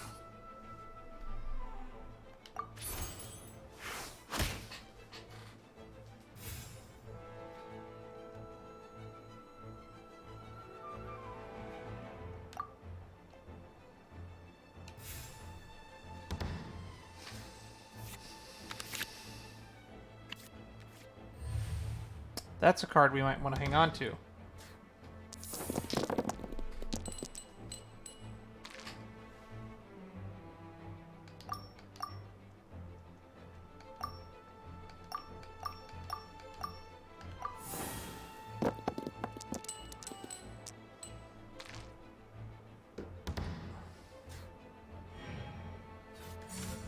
Freeze!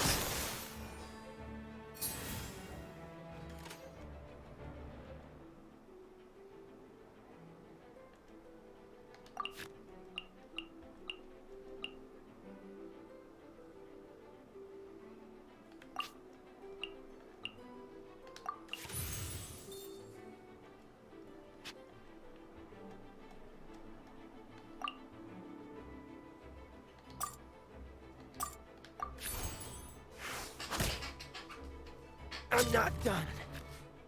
What happened? Oz, with lightning twixt upper and lower mandible, strike thy pointy beak into this obstacle and remove it from my path! Mein Fräulein, I cannot simply attack the traveler. Oh, they're out of actions. Which means it's time for me to do my ultimate attack. Convert everything to pyro.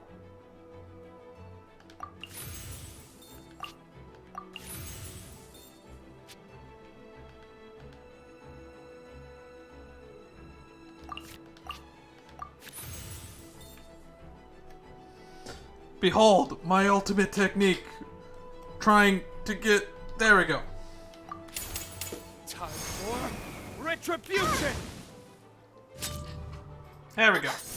One shall descend once again. Alright, let's see how hysterical she gets.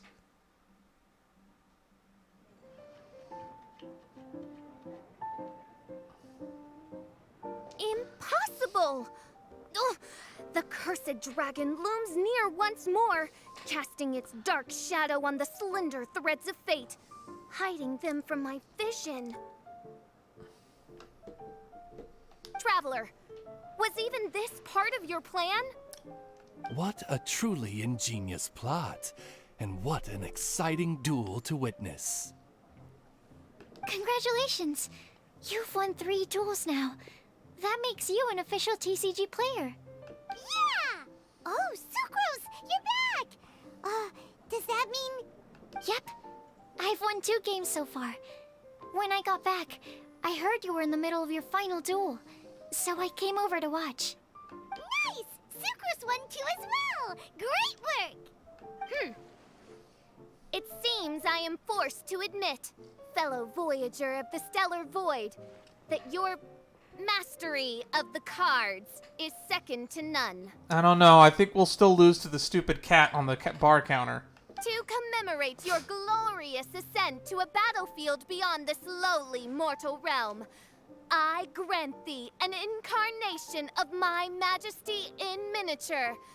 As you embark on this ingenious vocation, may you wield it in battle against all your fated foes, that not a single one of them may be left standing. Main Fräulein wishes to give you a Main Fräulein character card. Is it called my Main Fräulein character card, or is it called official character card? Wow, it's Fischl's character card! I dare not take advantage of the princess's generosity.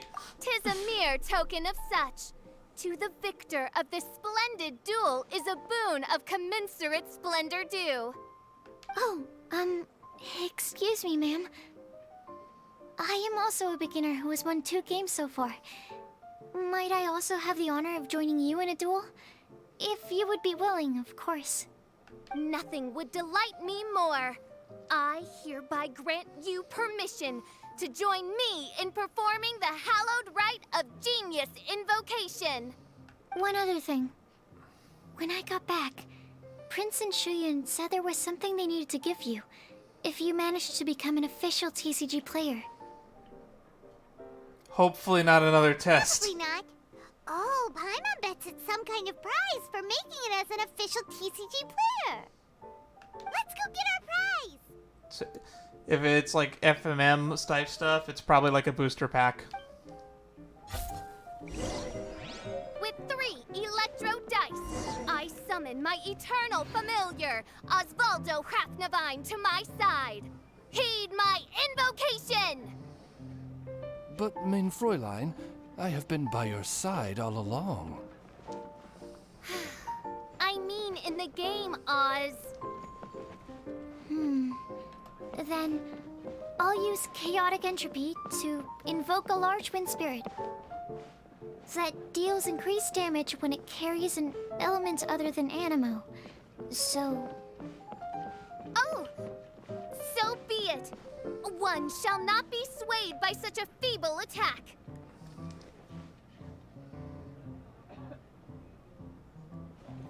Okay, so they're not going to keep playing.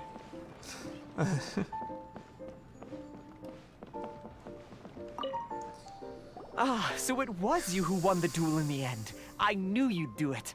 Congratulations! You are now officially recognized members of the Genius Invocation TCG community. I'd like to thank the Academy, people who stopped by and chat in the streams, people who didn't make me have to forcibly wish during the middle of all this nonsense. Thank you, all of you. Very well done. Now, I will explain to you what becoming an official TCG player entails. The first thing all new official TCG players receive is their TCG Player's Handbook. Why is it... You're supposed to give me the handbook before I learn how to play the game. This handbook tells you exactly what you need to do to become a top-tier TCG player. Make sure you read it. This is a magazine, not a handbook. Secondly, a range of Genius Invocation merchandise is now available for you to purchase here at the Cat's Tail. So you see, becoming an official TCG player is really just the first step. And thirdly, whenever you wish to play a game with a friend, you can use the invitation board there. Whoever you wish to duel against, simply invite them to the tavern for a game. Invitation board? Yes, it's right by the bar counter. Once you get the hang of it, you can play with your friends whenever you want. I'm looking at you. That's it, really. If there's anything else you didn't quite understand, you can always come and ask me. Yes, indeed, I'm quite sure they will. Oh, sorry, I forgot to translate for you. Prince would like to say, hope you have fun playing Genius Invocation TCG.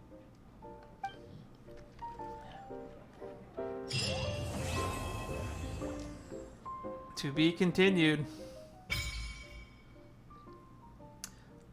Alright. Genius Invocation TCG System Tutorial. Find challengers in the open world and enter at the tavern after reaching player level 2 to play matches against weekly visiting challengers and earn player EXP, which will increase your player level. As your player level increases, you will unlock functions and matches. Upon reaching a certain player level, you can also challenge Prince in an Ascension challenges to further evaluate your maximum level capacity.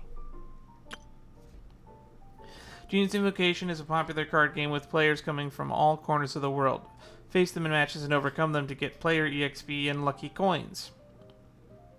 Should you be fortunate, some rivals might even gift you certain cards as a parting gift. After the culmination of your duel, as a player level increases, the number of challengers you can face and the matches you can partake will also increase. You can use the invitation board to send invitations to registered challengers and partake in matches. Should you prevail in these matches, you can also earn corresponding character and talent cards. You can use the invitation board to connect with your friends via co-op to engage in matchmaking. As your player level grows, you can also challenge faraway strangers to duels of skill. Spend the lucky coins you earn from Genius Invocation matches at the Cat's Tail. You can use lucky coins to purchase cards, card backs, and dynamic skins, amongst other items.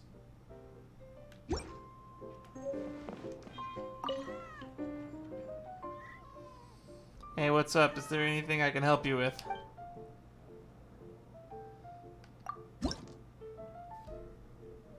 Player level 1.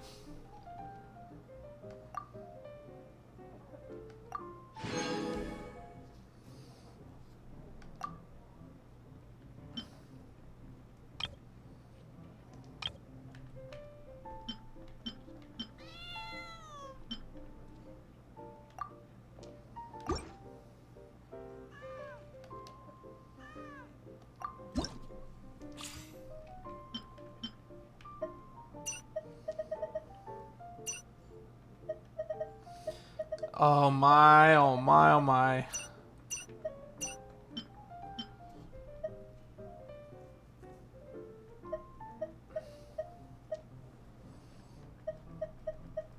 Oh, you can turn items into card backs. Achievement letter.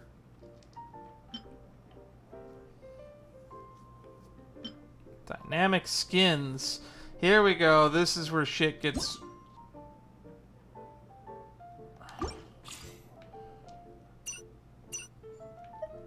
This is where shit gets expensive. Get the animated cards. Mirror Maiden. Rodea of the Lock. There's Sucrose. Noelle! There's Kaching. Equipment cards, support cards, event cards.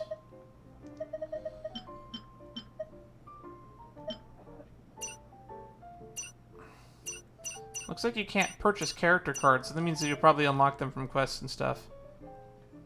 Oh, unless they're support cards. Catherine!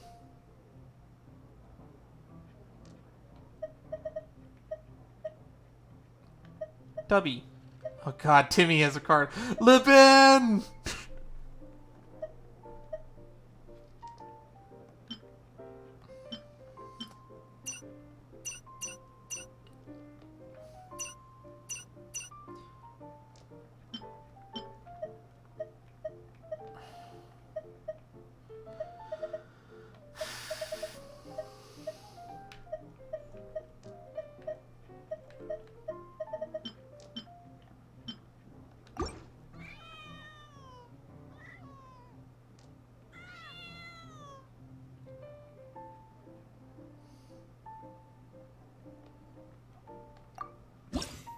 I should probably buy some cards.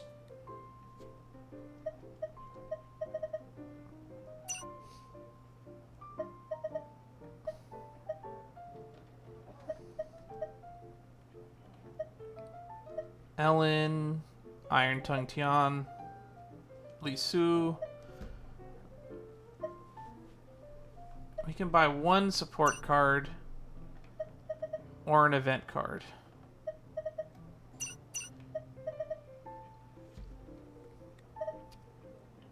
Crimson Witch of Flames artifact.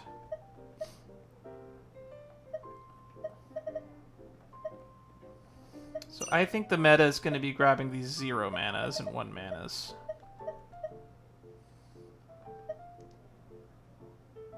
Chang the Ninth.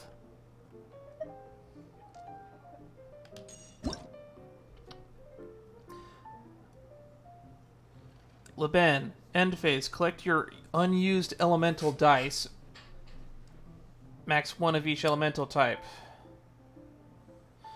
When action phase begins, if the card has collected 3 elemental dice, draw 2 cards. And create an Omni Element times 2. Discard this card.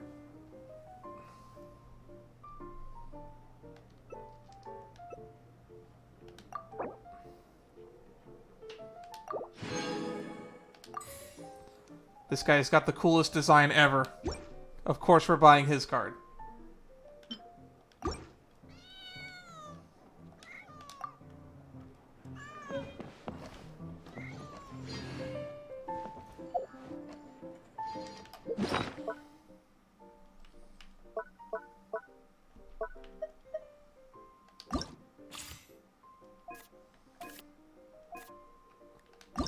Alright, we'll keep the default deck there. So I'm going to make a summoned deck.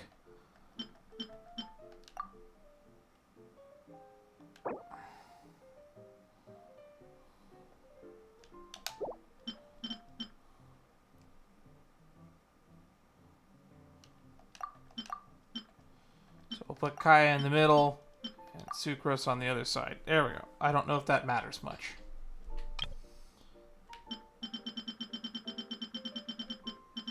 So we want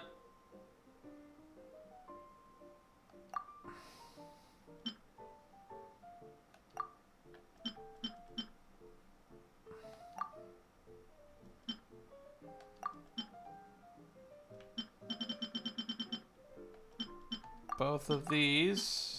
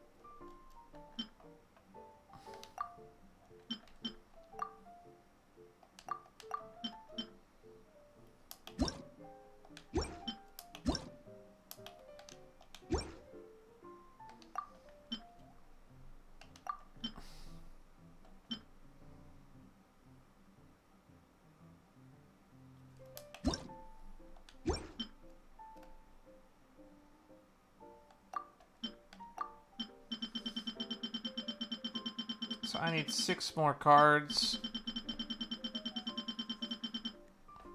Which means every other card we have from now on is just chaff.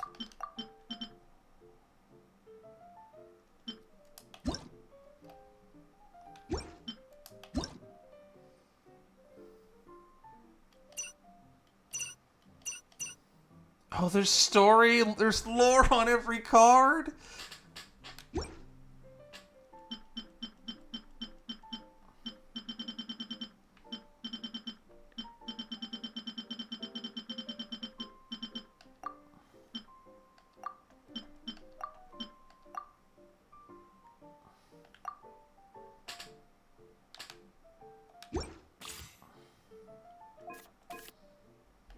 Can I rename the deck? I can.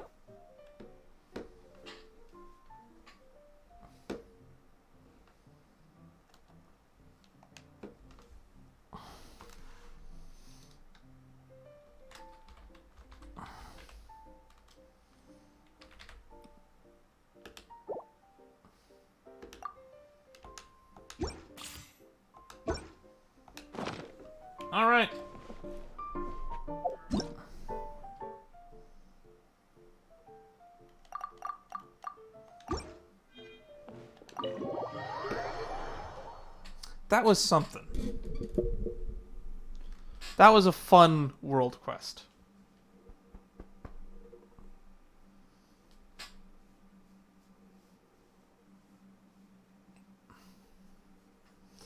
But it's time to stop with all the distractions.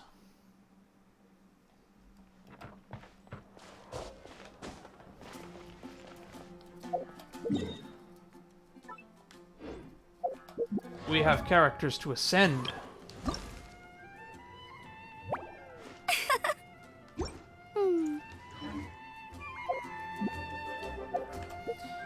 And because I am lazy and don't want to go farm hilichurls,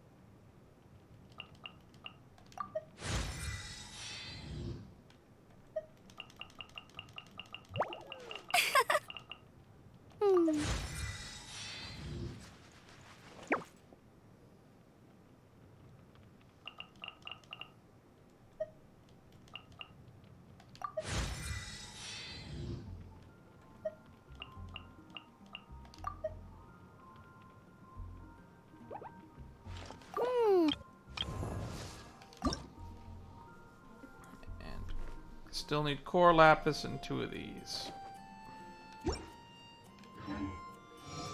But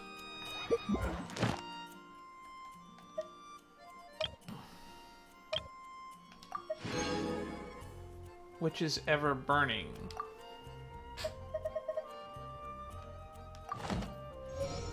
Means I have 2-piece Witch of Flames set now, right?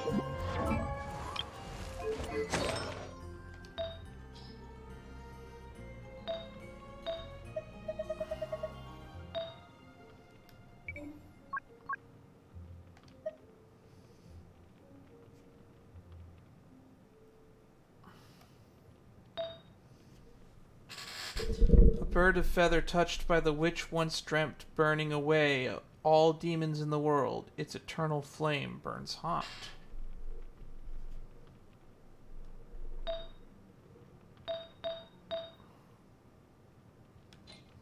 Today's recommendation, come take a look.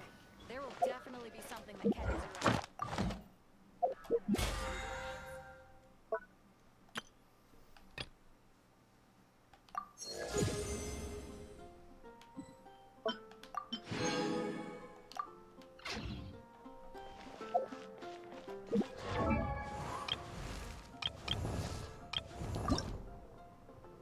I still need more of these, and this is the Prithiava Topaz fragment. Oh, we could play Margorie. Alright.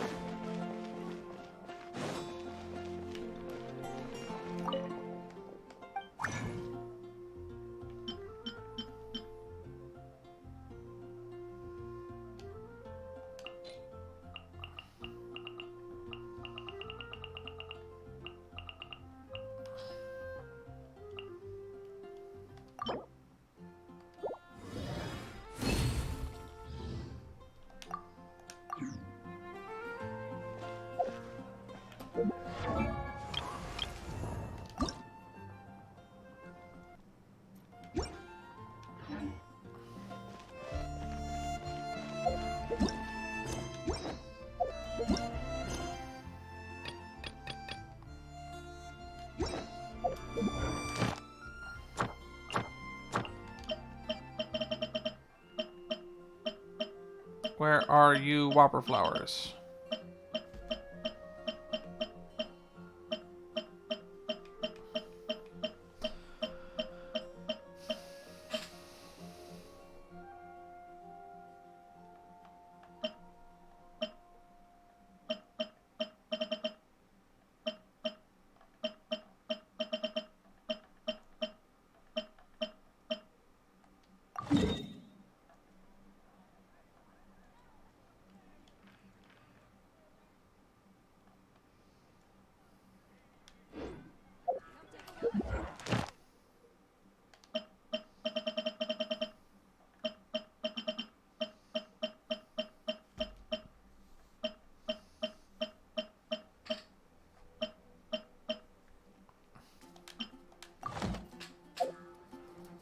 Actually, I know a place where 2 whopper flowers usually always spawn.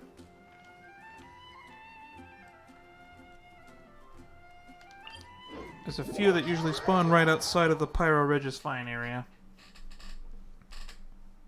And then after that, all we have to do is get some Core Lapis.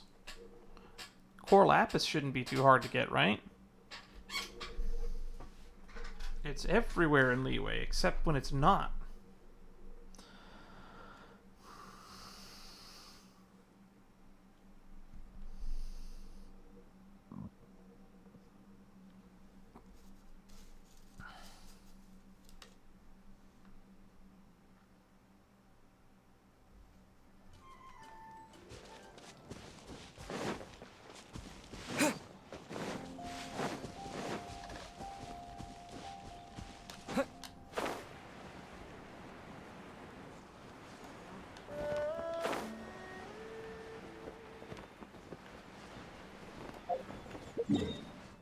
I guess not.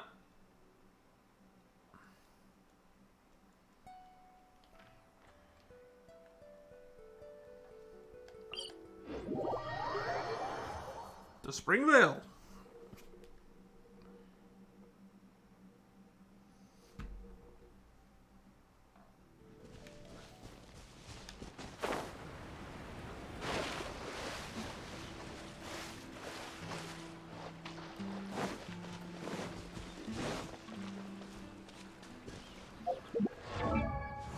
Actually,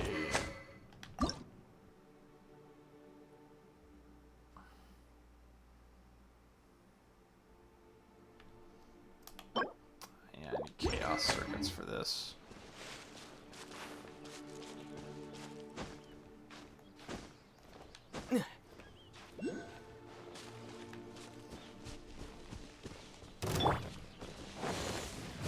Leave it all to me. Yeah.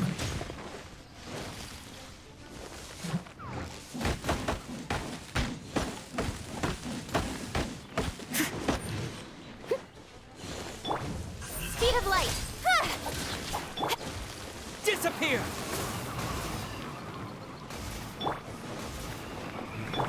No one escapes my sights. Cut to the chase.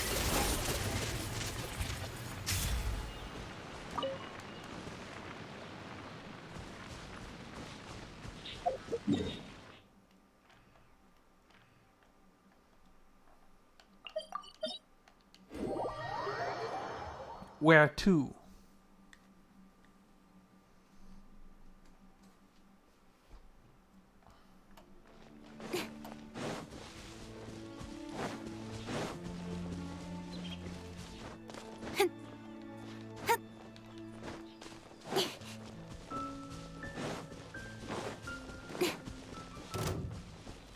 Don't blink. Hey!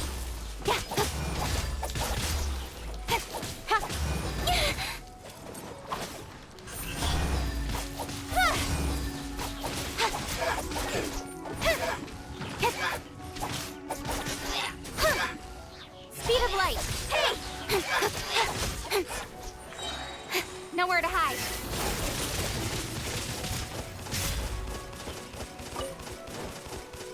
Incoming.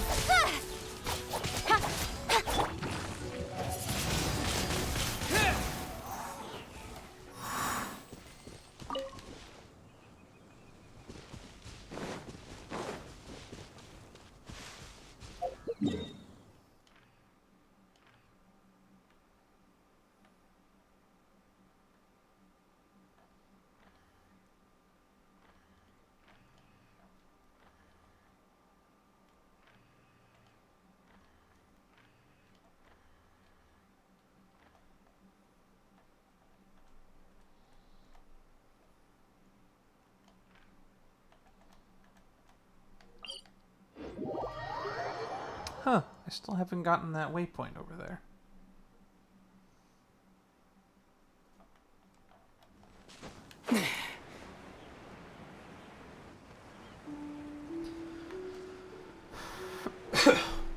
A Hilichurl camp over here that we could wipe out.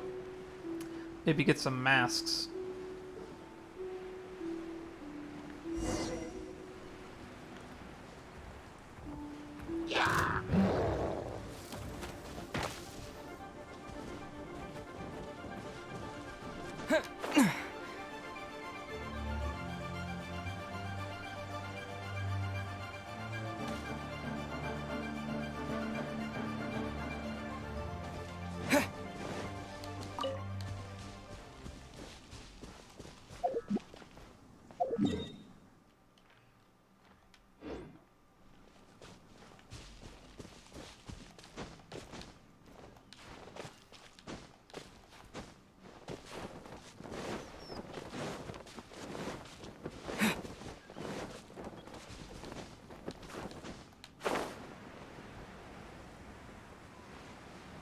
Good news.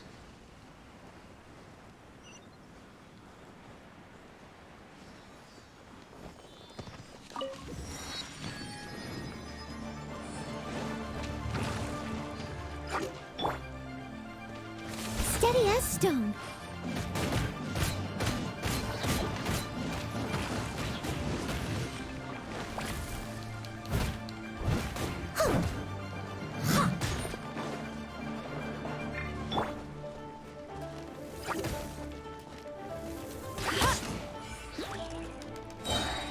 No escape!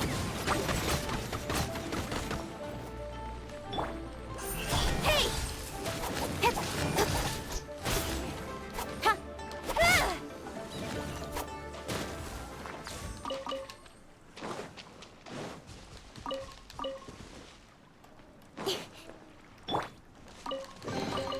Opening a chest is like unwrapping a gift. All right. Now they're back over there. That's in the boss fight. Let's see if there's any core lapis over here.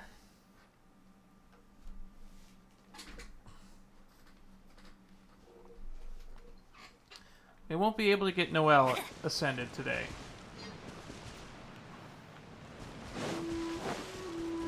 But if I can get at least my 2 main DPSs ascended.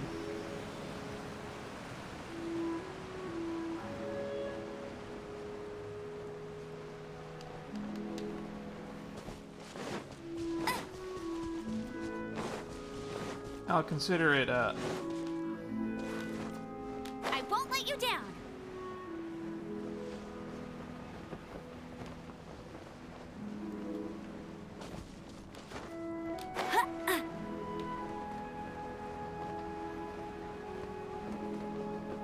Should I put Ninglong in the party just to find more core lapis on the map?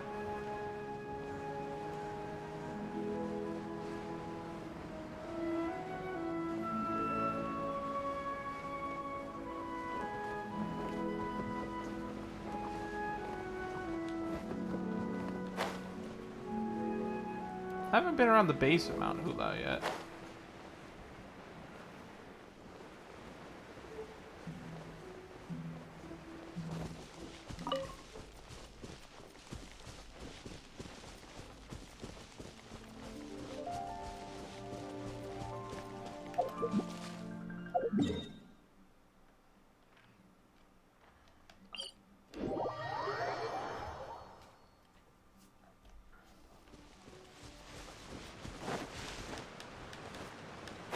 Get ready for the gliding champion of Mondstadt.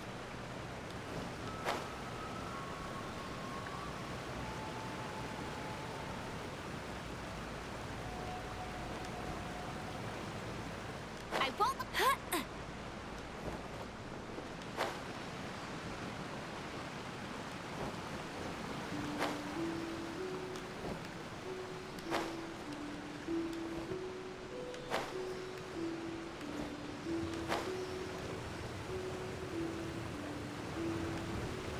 Get ready for the gliding champion of Mondstadt.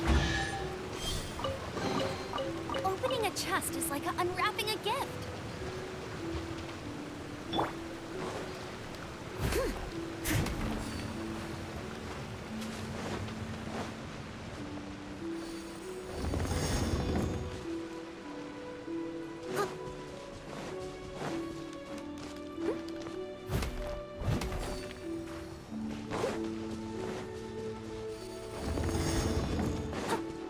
Someone needs assistance.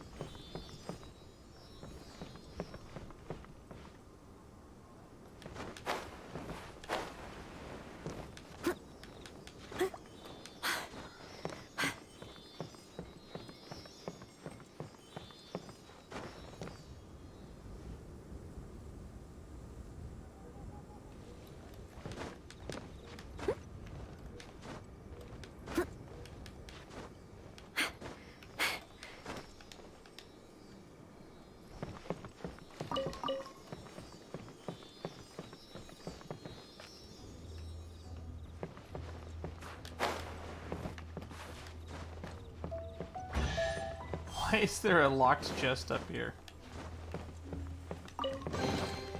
Ooh, wonderful.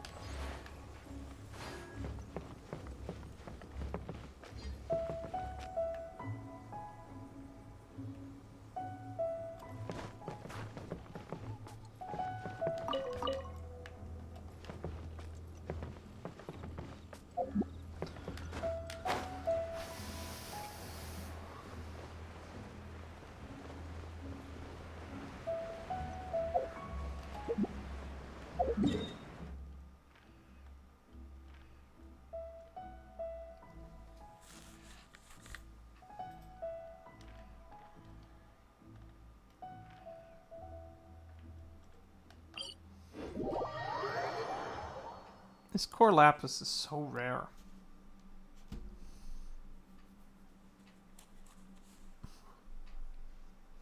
No wonder the Vatui were beating up Chang the Ninth in order to get some of this stuff.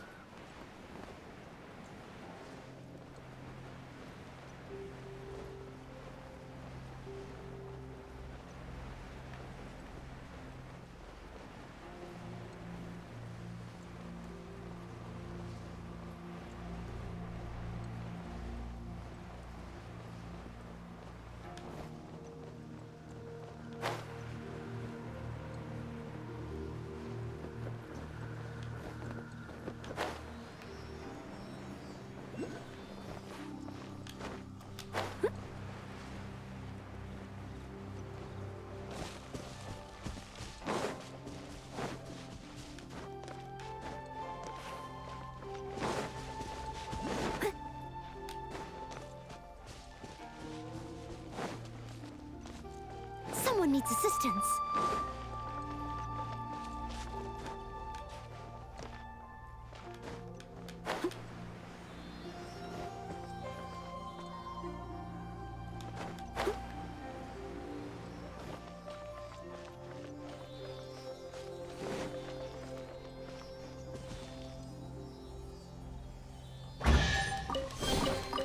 Ooh, wonderful.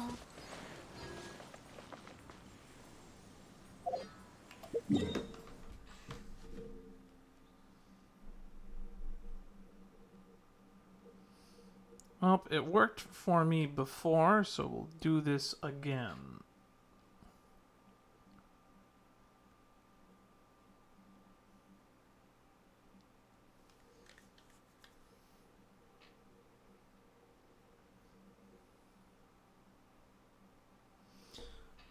Kujua Slope and Luha Pool.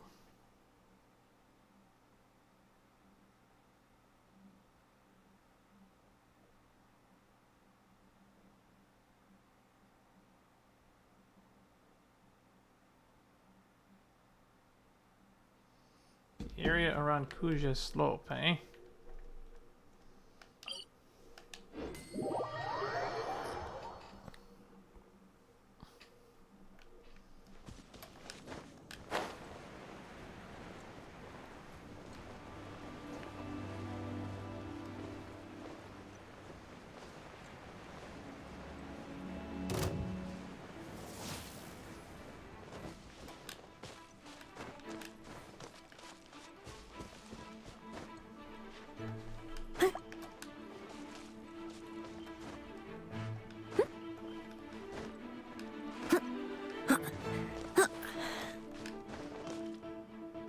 Please regen stamina. Ah, thank you.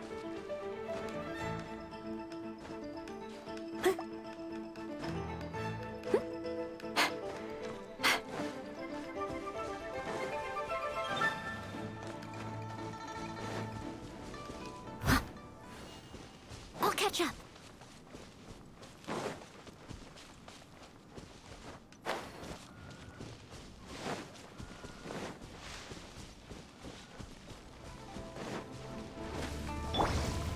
Speed of light.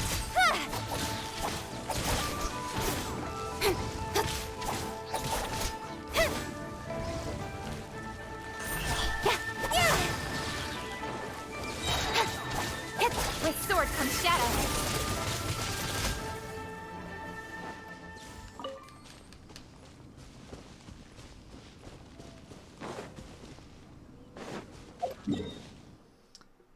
Between Kuje Slope and Luha Pool.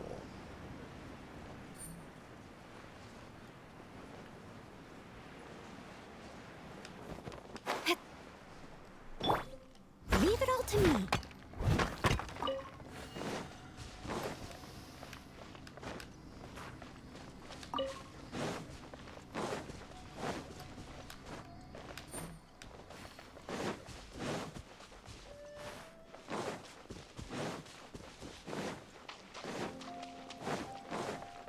Aha!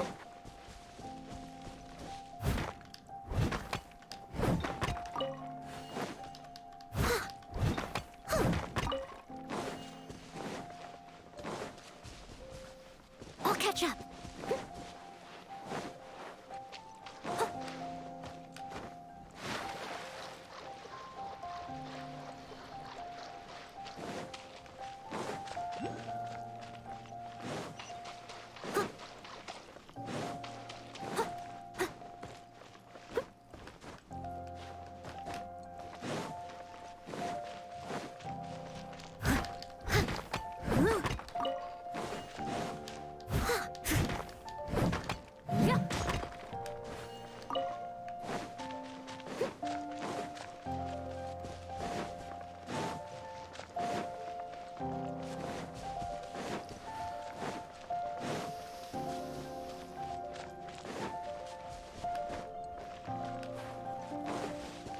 Someone needs assistance.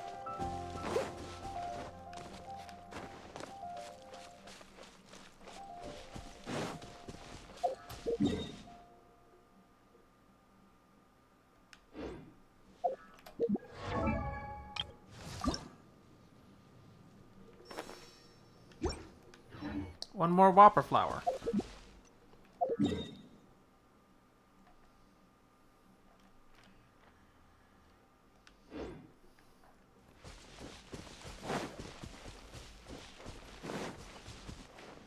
I'll catch up.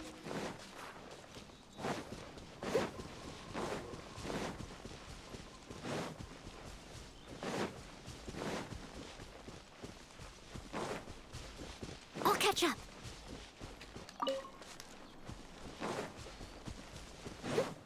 I'll catch up. Oh, someone needs assistance. Don't blink! I must leave no stone unturned, as a good knight should.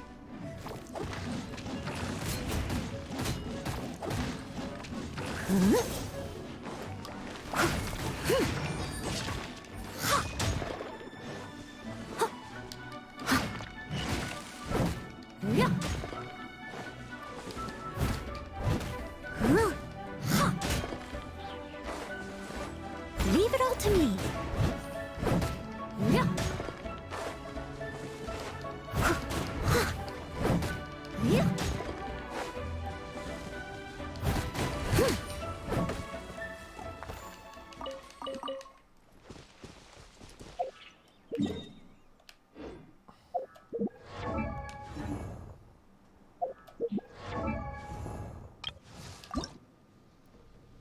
Boom!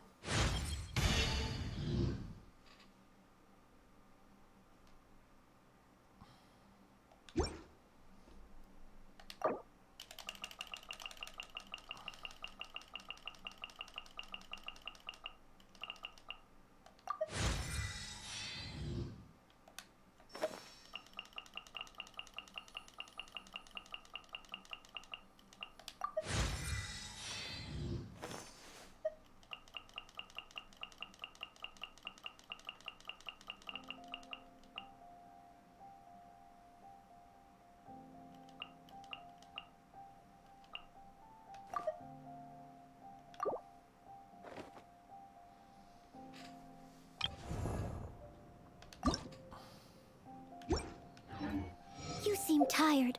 Would you like some tea? I'll brew you some. Do you take sugar? 1 cube. Alright. Adventure Rank Ascension 2.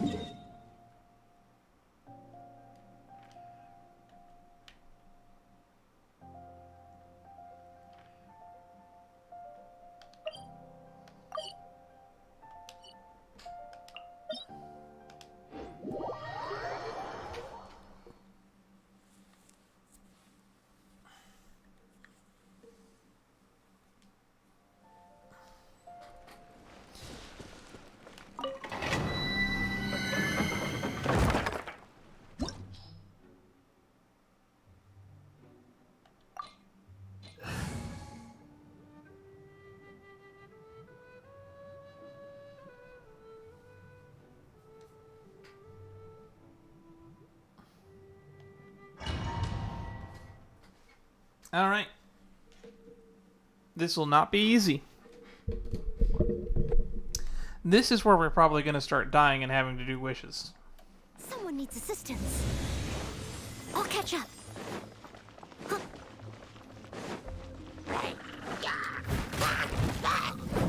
I must leave no stone unturned. Huh?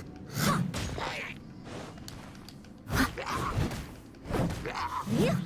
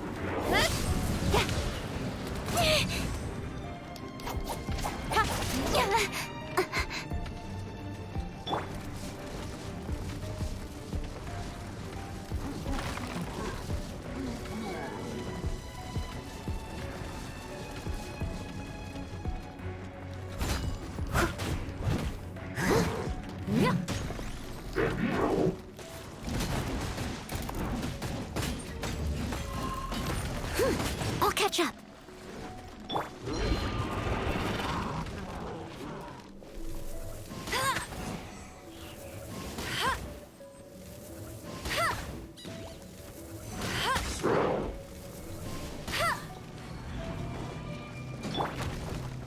Leave it all to me.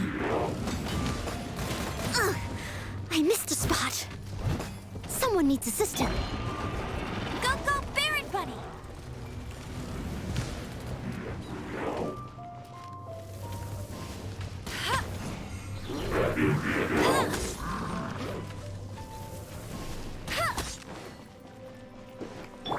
Incoming! Hey! Nowhere to hide. Time to clean up. I must leave no stone unturned.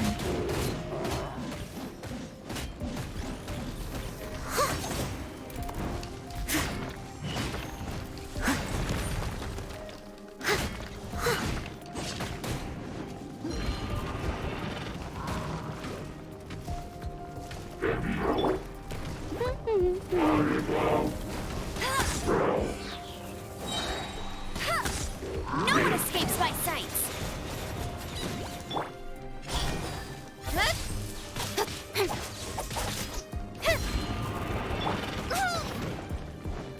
Steady as stone.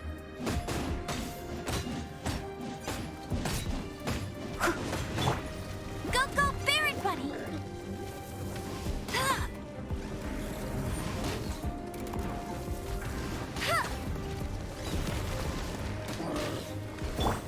Speed of light! Hey!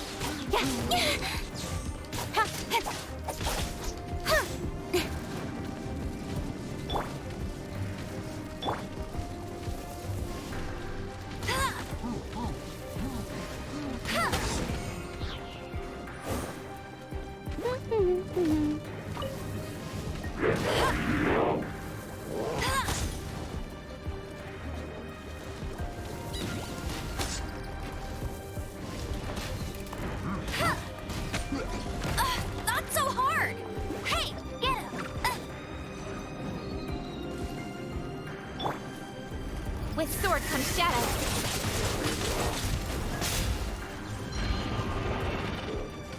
Let it rain.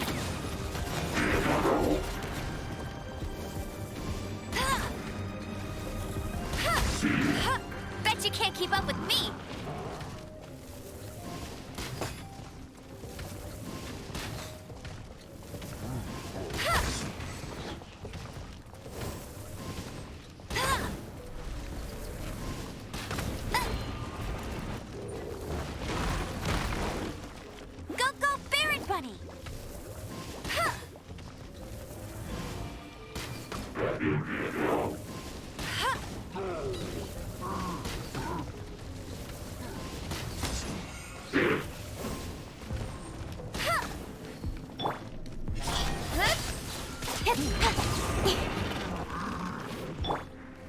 With the wind!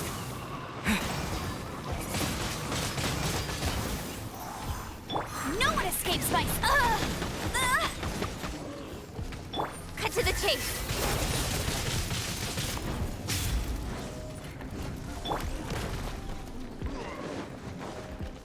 I must leave no stone unturned, as a good knight should.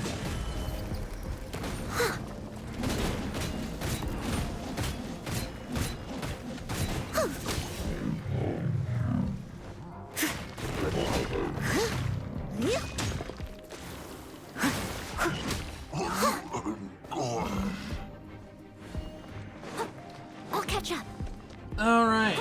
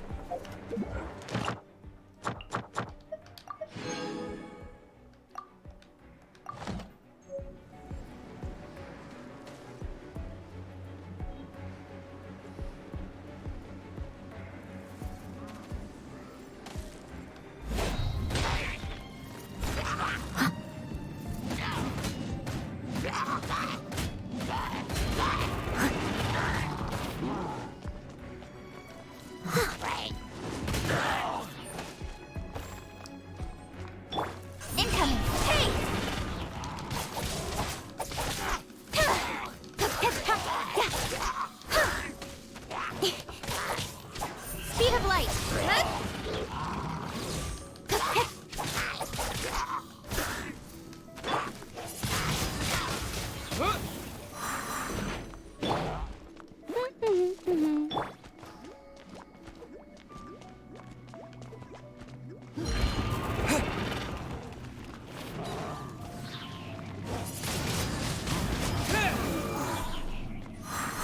No escape! Nowhere to hide. Don't blink. Hey!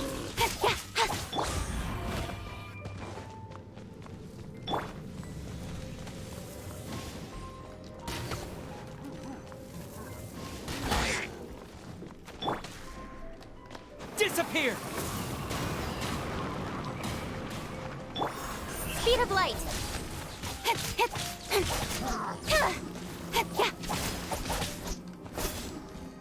Incoming.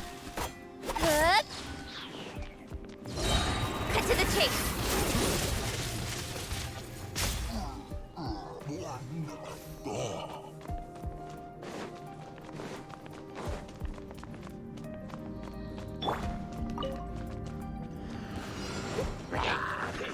Leave it all to me.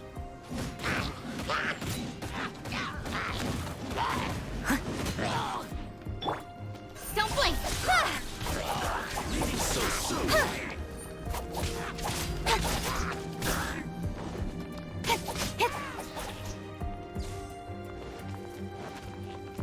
Incoming. Hey!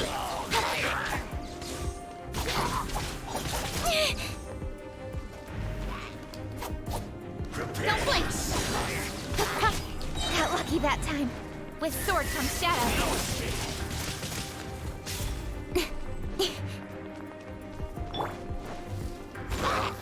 As a dutiful maid would. Leaving so soon.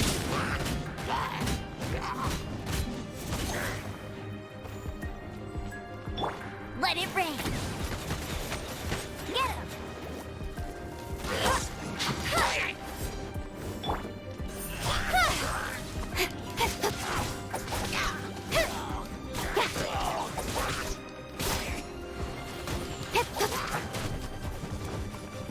Speed of light.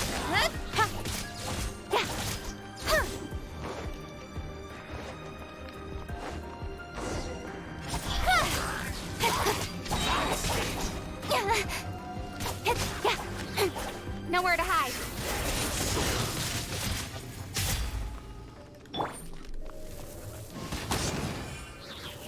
Leaving so soon? No one escapes my sights.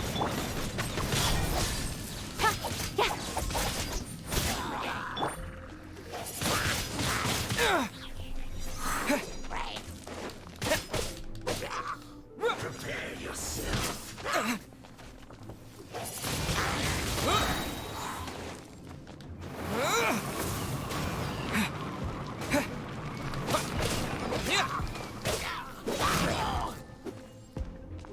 Windblade!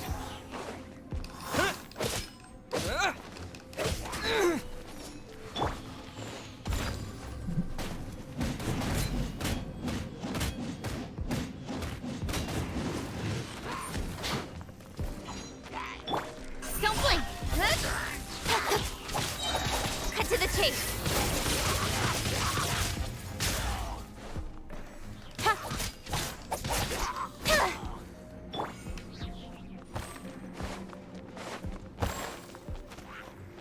Someone needs assistance.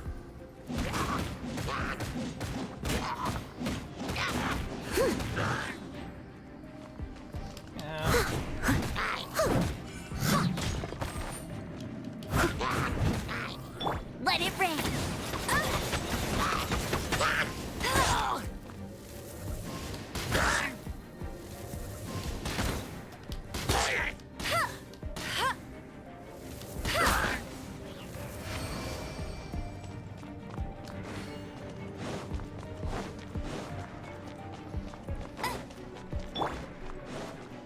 I'll catch up.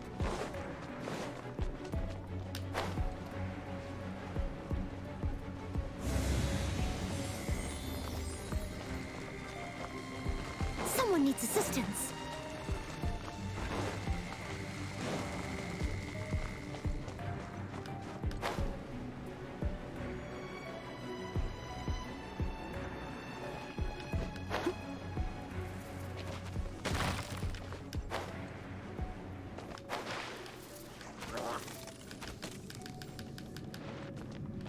I must leave no stone unturned. Time to clean up.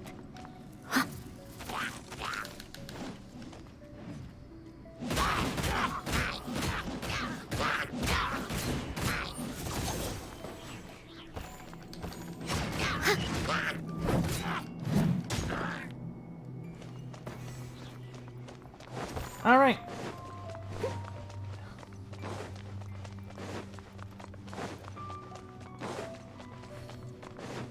I'll catch up.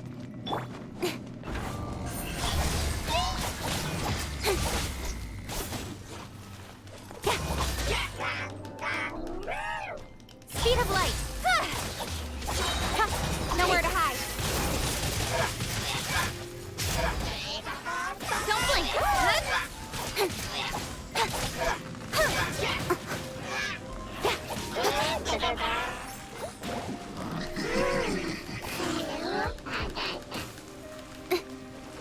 Speed of light. Hey! I will not. Quiet.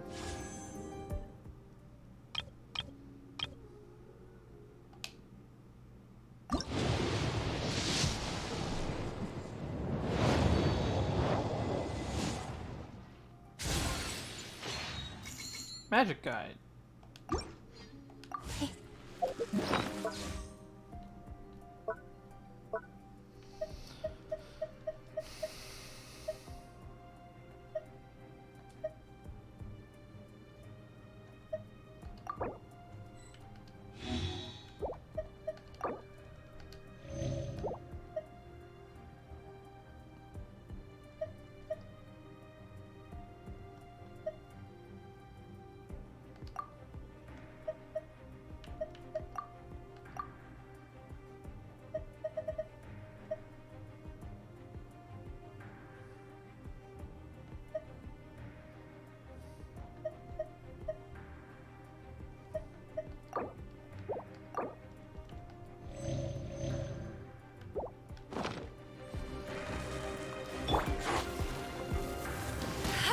can't keep up with me.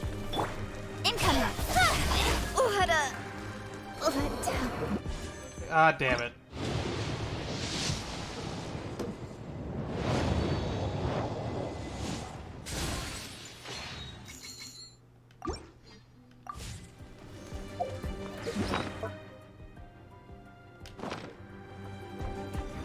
Leave it all to me. Yeah.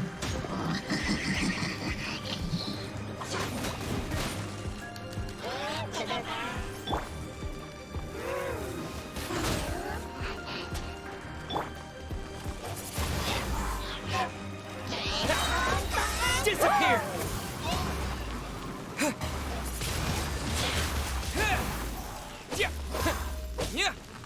No one escapes my sights.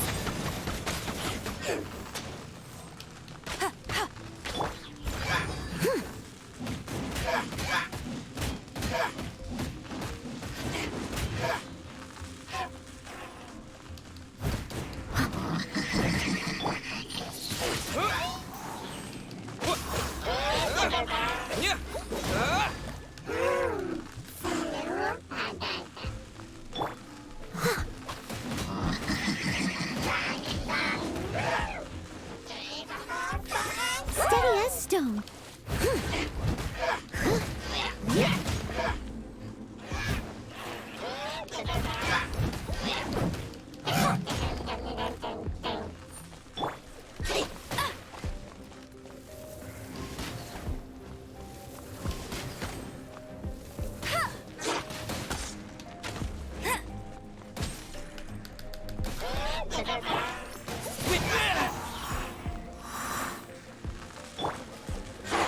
Out!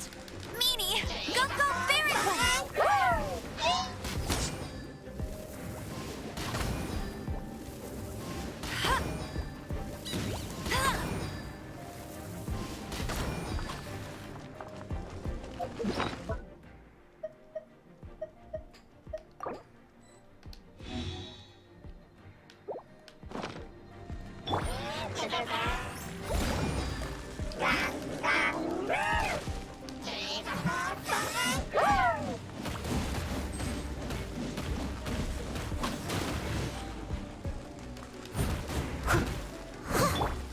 Speed of light. I will not. I hate these Abyss Order shields.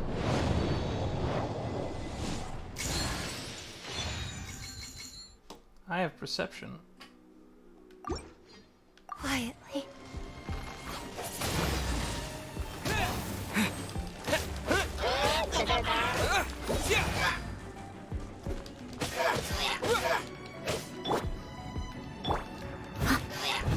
I must leave no stone unturned.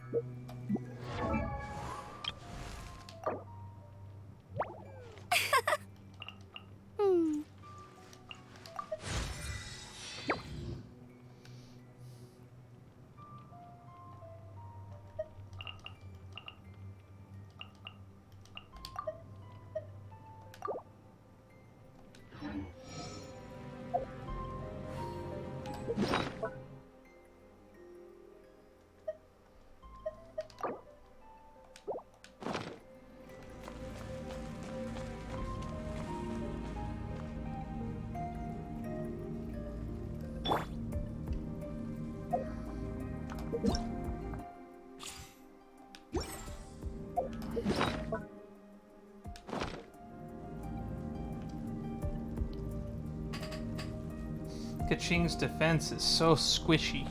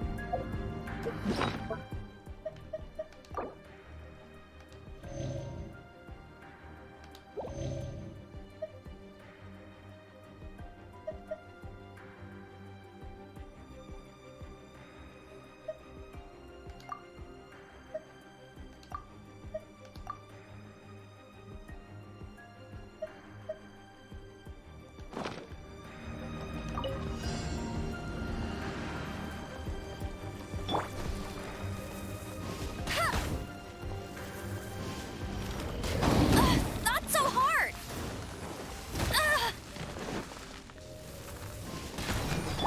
Incoming! Hey! Yeah!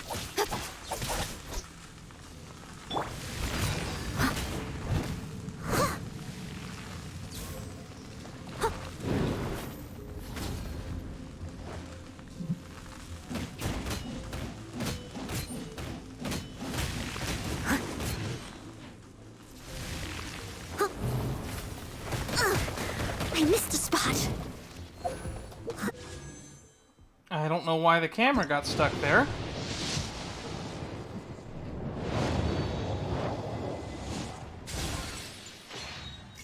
Hey, we want one of those. I am a disgrace.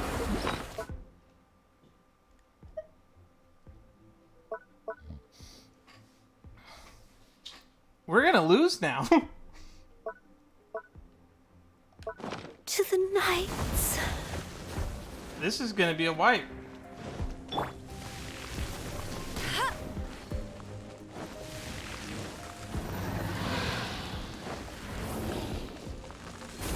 That's cheating!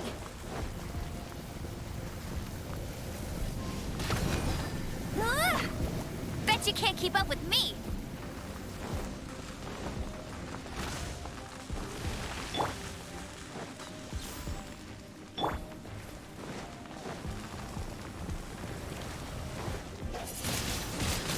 Windblade!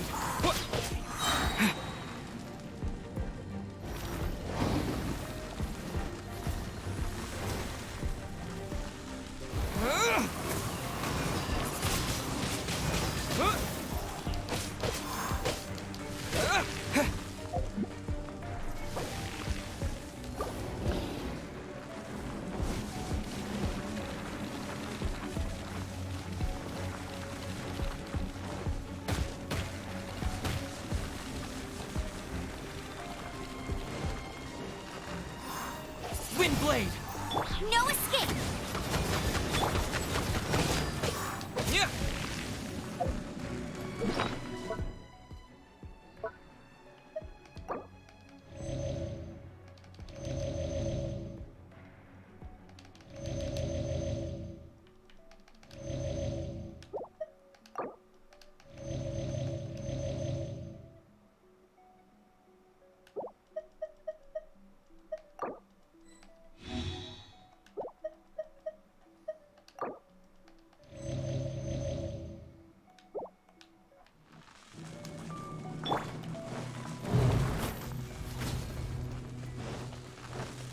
Steady as stone.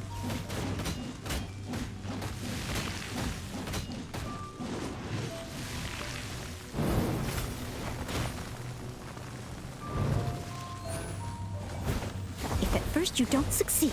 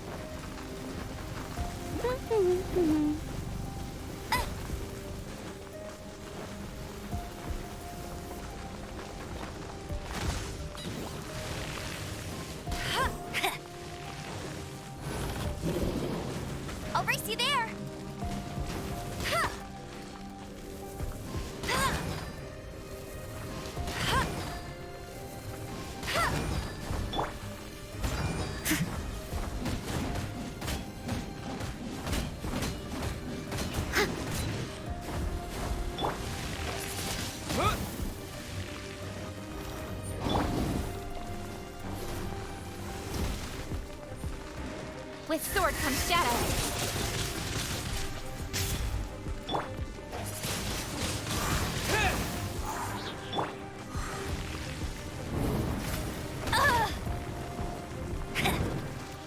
Let it rain.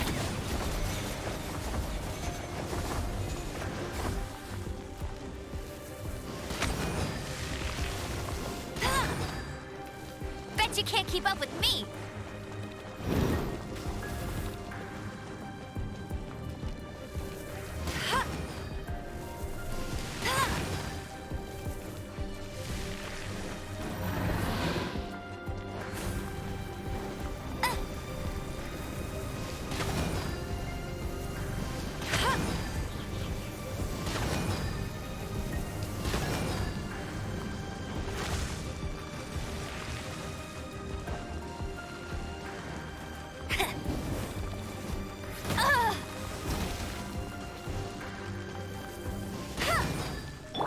Leave it all to me.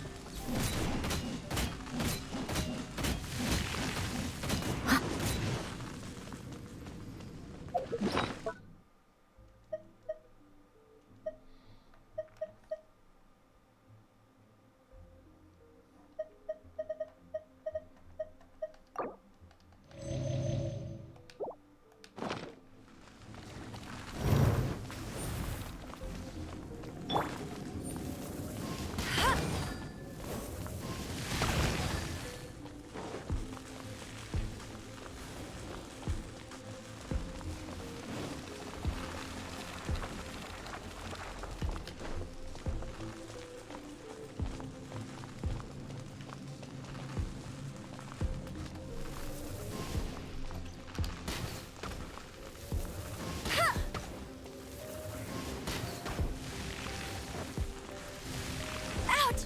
Meanie!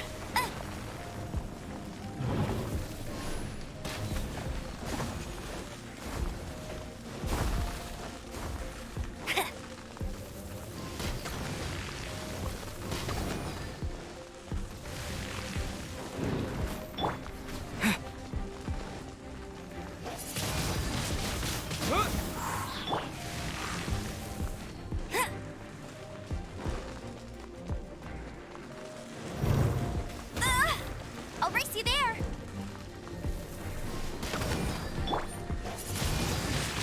Windblade!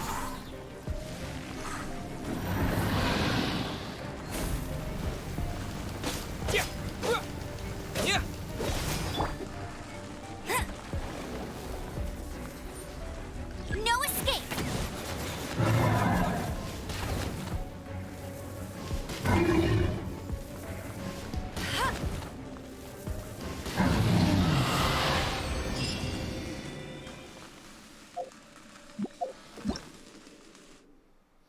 World level increase 2. This increases your gains more bountiful treasures, but the opponent's remaining world will also grow stronger.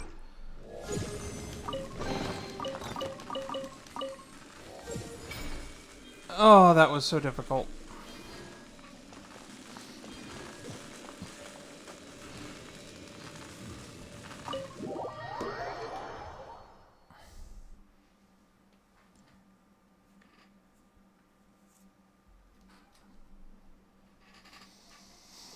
I think that means... Bet you can't keep up with me.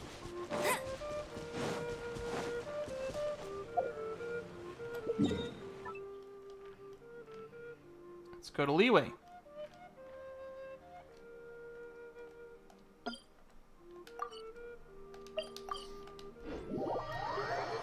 As I think we have enough to hit level 36 already in Adventure rank.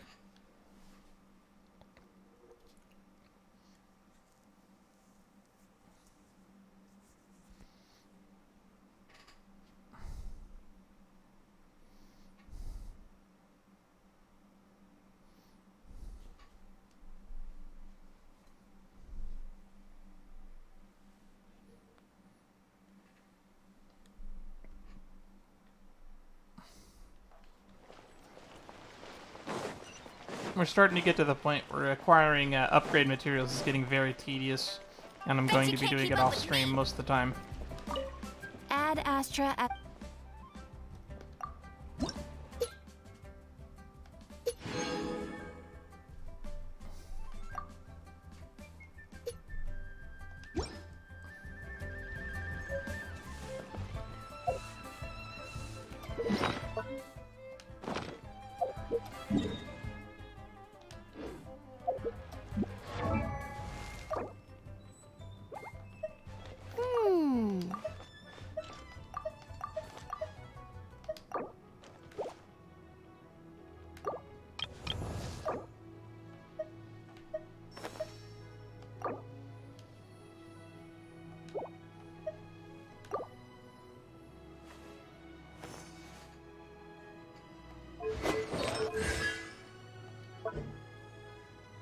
I probably should have leveled this up. Didn't have the materials. Try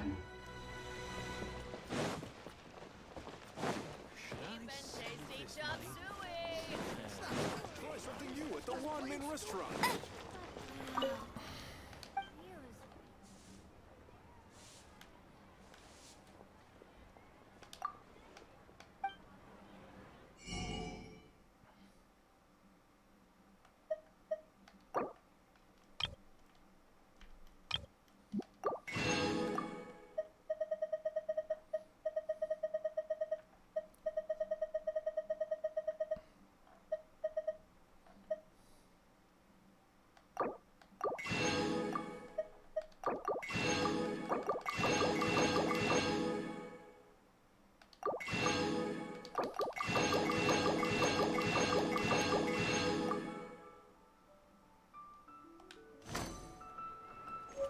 I need to start collecting recipes.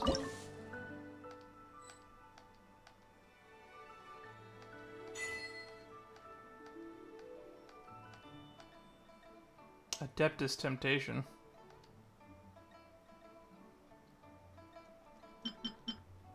Mint jelly.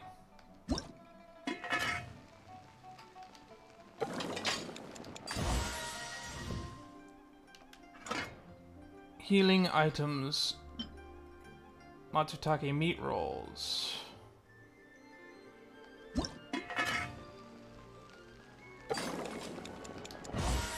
These seem to be like one of the premier items. I just got a new one. Was it?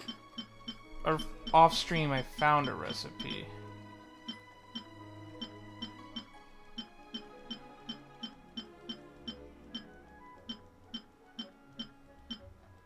Barbados Ratatouille. Decreases stamina depleted by gliding and sprinting for all party members.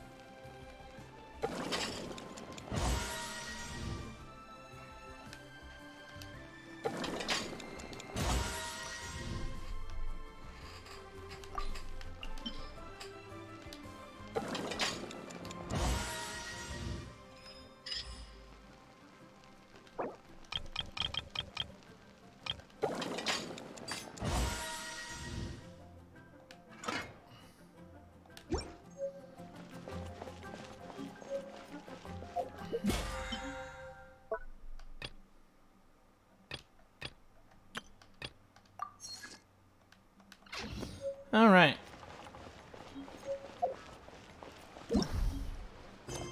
What else can we do in such a short amount of time?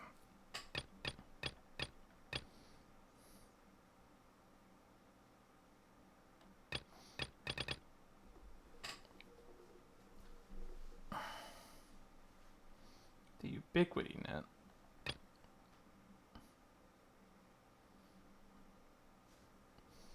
I mean, I started this one. I guess I could finish it.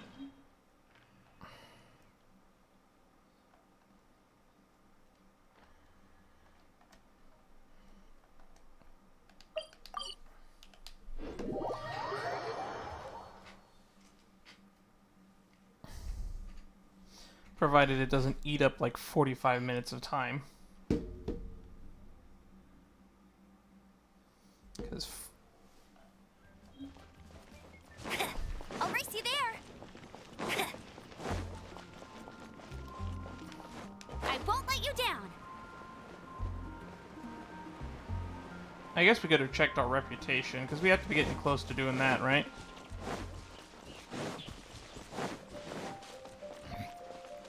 I'll race you there.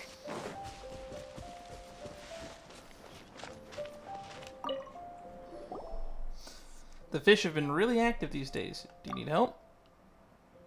Yes, and here comes help now, I suppose. Good day to you. My name's Nantuck, Senior Fisherman of the Mondstadt Fishing Association.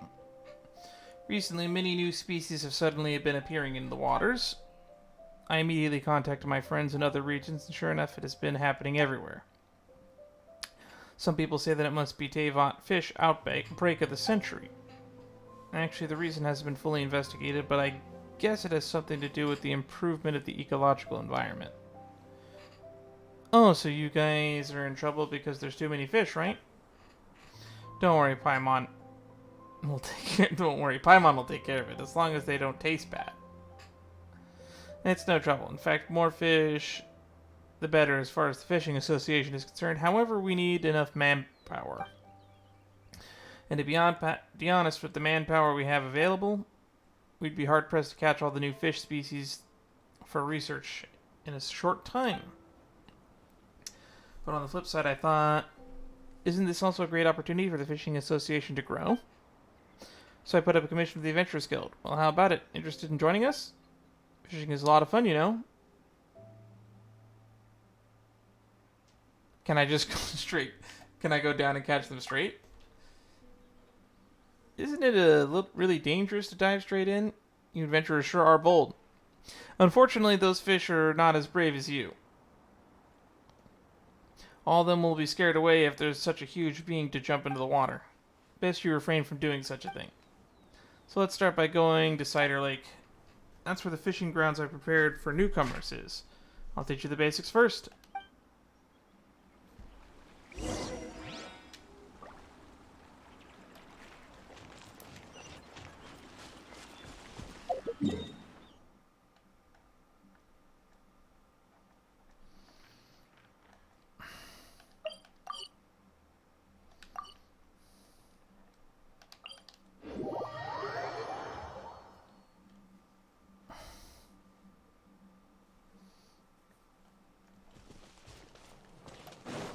Now that I've raised the level to 60, I think we're going to be dying more often and wishing more often.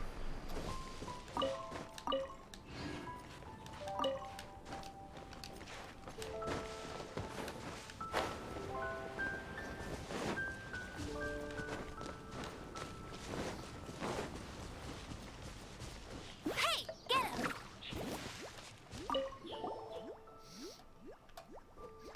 This place will do. See those little fish in the water? They're so beautiful. Take some of these tools. We have fishing rods, bait, formulas for making bait. First, place the bait on the hook, then aim for where the fish are gathering. Then cast your rod. Then dutifully wait for the fish to take the bait. I've heard that newcomers have something called beginner's luck. I caught a large bass that was more than half a meter long back then. Well, go on, then go. Here's to catching another Paimon. Hey, you shall have no other Paimon before this Paimon. Paimon. What a strange name. Is it a kind of fish? It's a sort of wondrous seafood that I managed to catch last time.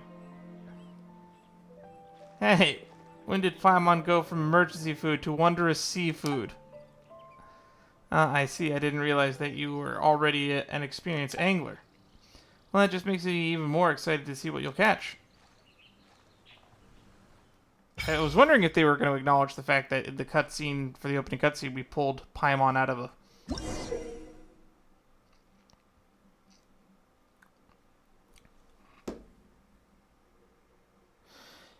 If you should see ripples in a nearby body of water, it means that this is a fishing point. Get close to the fishing point and interact with it to start fishing. Fish are quite sensitive to their surroundings. If you stand too close or perform combat actions, the fish will be frightened and will scatter. They will take a while to calm down and come closer to the body of water.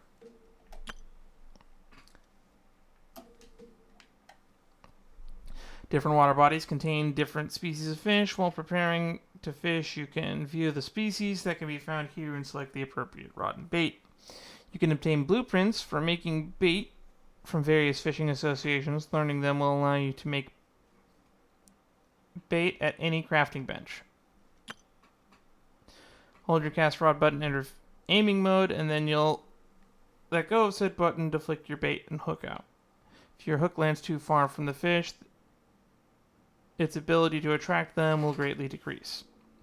If it lands too close by, the fish will be startled by it and flee the scene. When the fish are on the hook, press the raise hook button, or the fish might finish eating the bait and flee. Once you've successfully raised your hook, the fish will start to struggle. When the fish enters the struggling state, you can hold and release the fish button to adjust the fishing line tension to keep the line in yellow ideal tension zone.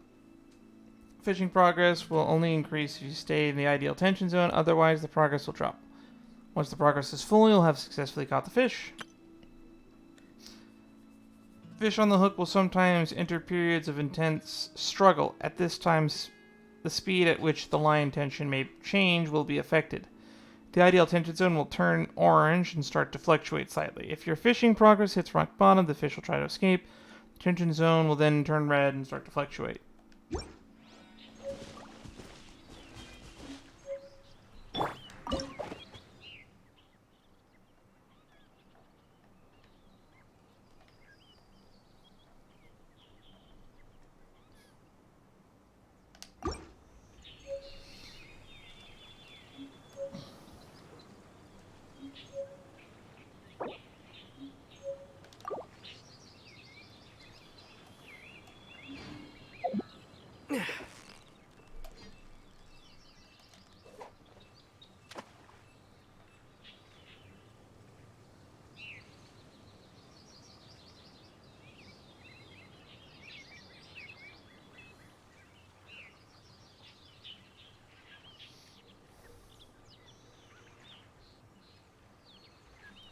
That's it.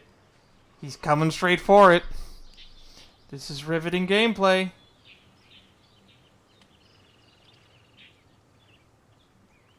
Oh, he turned away.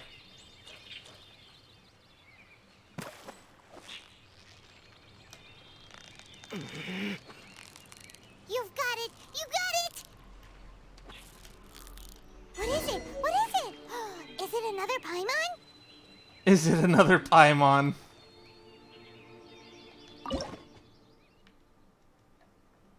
Nice.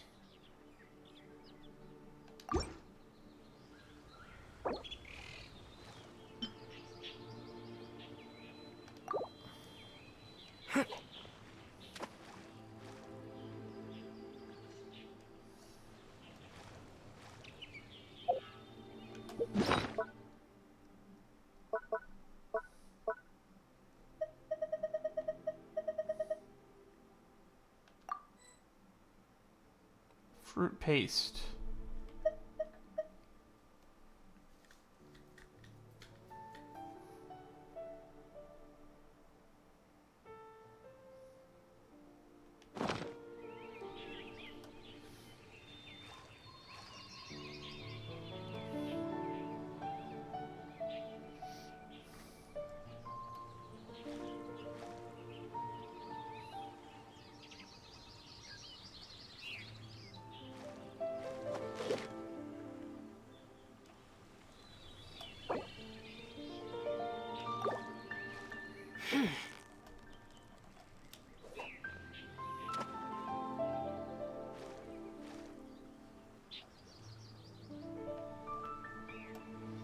Come on.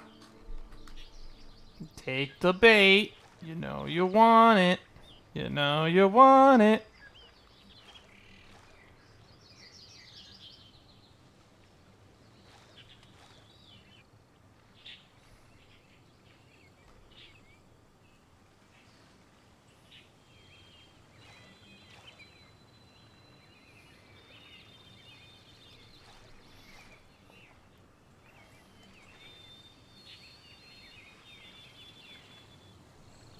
Take the bait, please.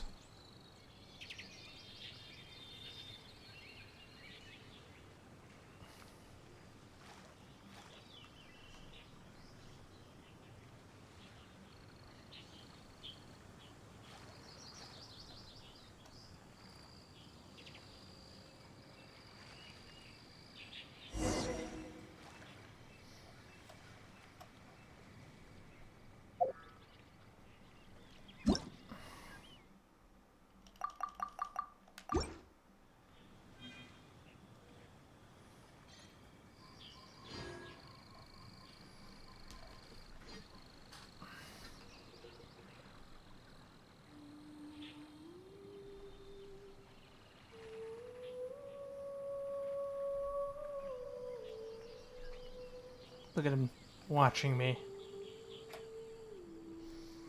I'm watching them. Look at them minding their own business, enjoying the water.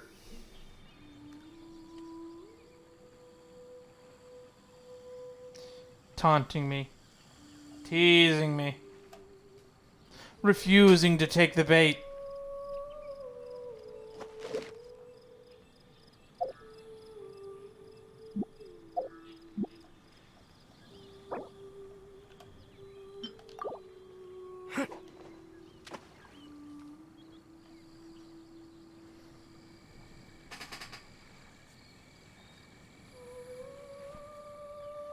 The main menu theme started playing again.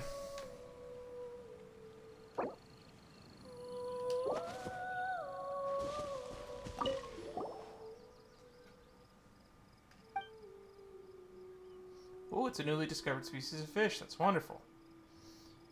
You're almost catching up with me back when I was in my glory days. Can you also catch a fish with your bare hands? It seems like these ordinary fish are a walk in the park for you. I should consider giving you something more challenging. You might not know this, but even fish from the same species can have huge differences between individuals because of differences in living environment and food. Even though they all look the same, individuals are particularly active and energetic.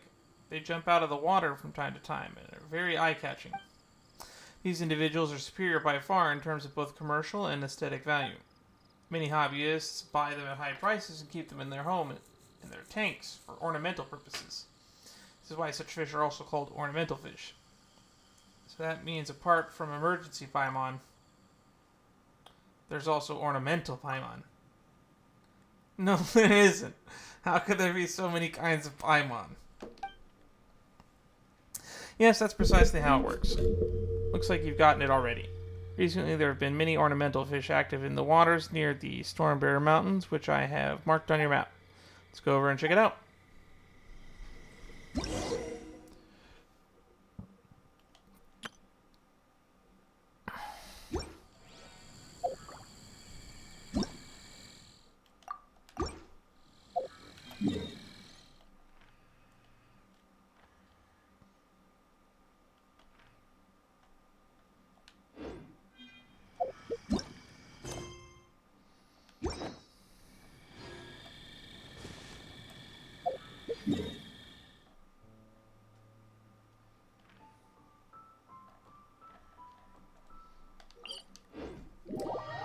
Ornamental fish in the Stormbearer Mountains.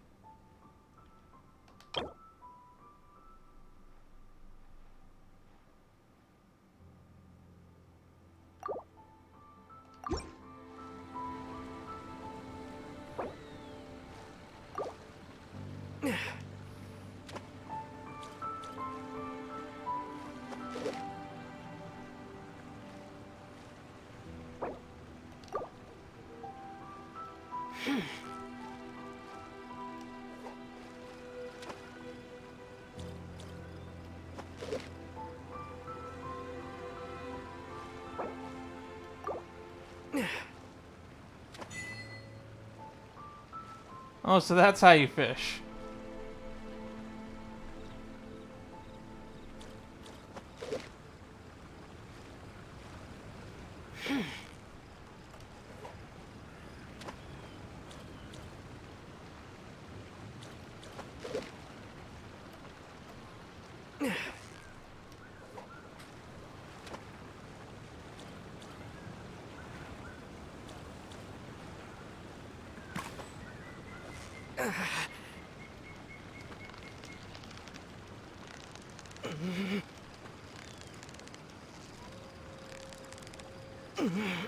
Reel it in. Victory is almost ours. Thank you, Paimon. Oh, that's a fighter. Paimon thinks you've earned yourself a new title, Favonius Fish Catching Extraordinaire.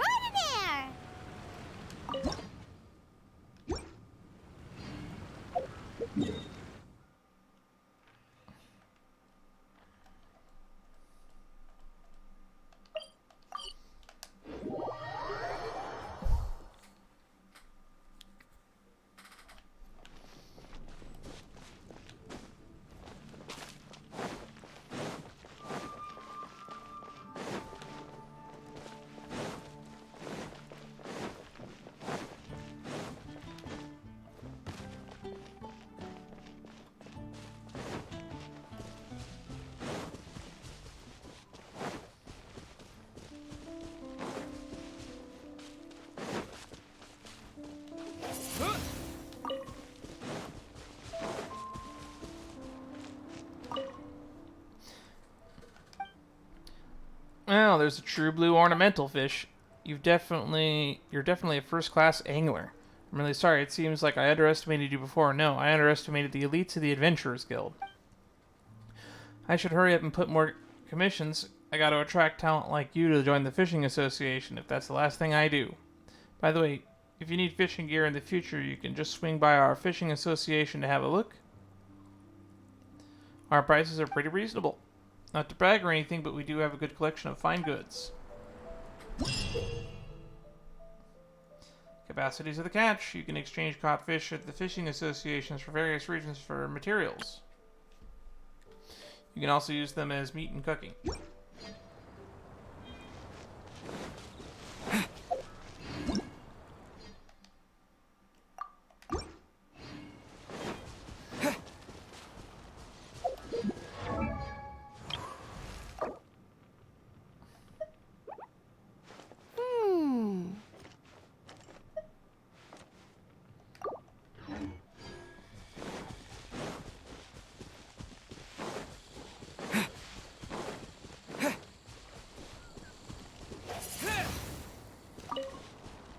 Well, we got 30 minutes to kill still.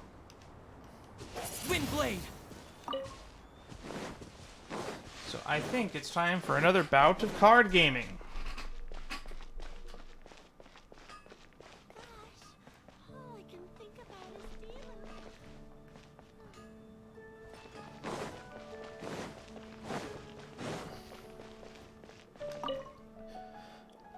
Every treasure here is unique, yada yada.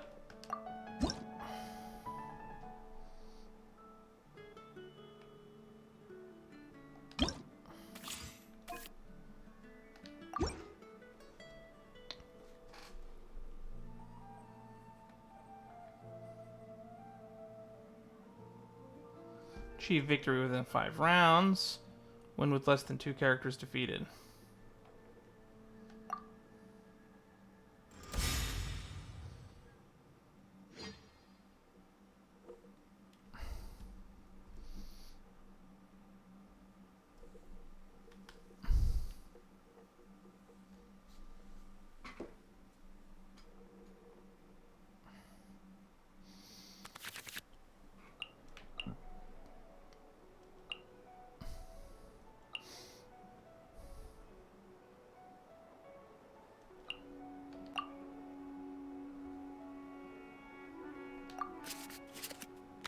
That's a good opening hand.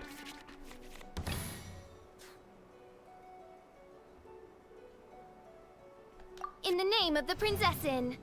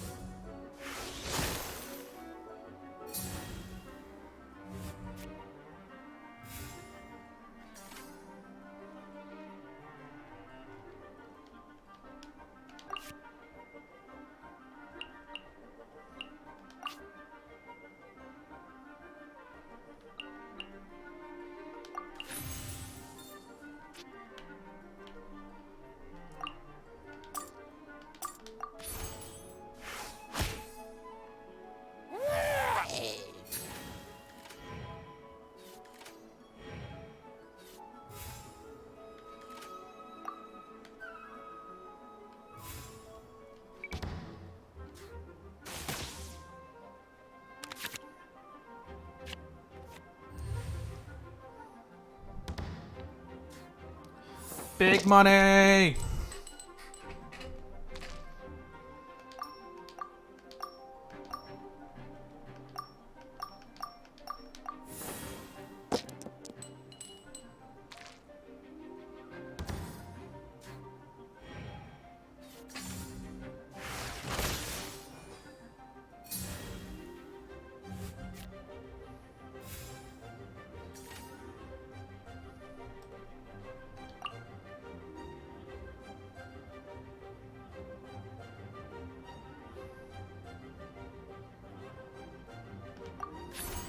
By royal decree.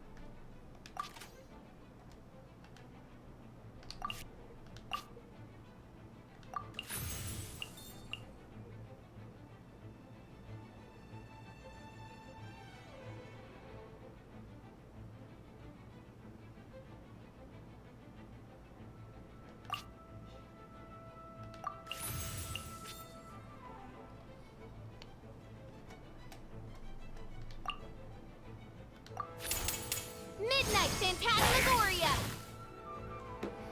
3 and 1.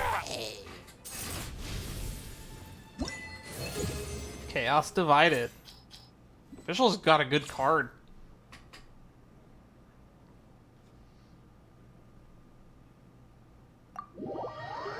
Got all 3 challenges in one go.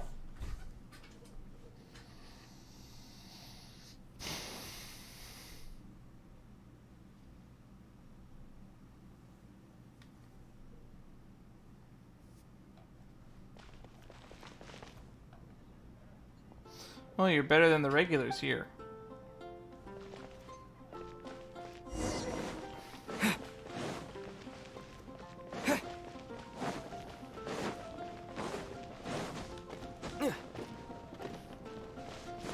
There is a card player somewhere behind the Favonius Knights.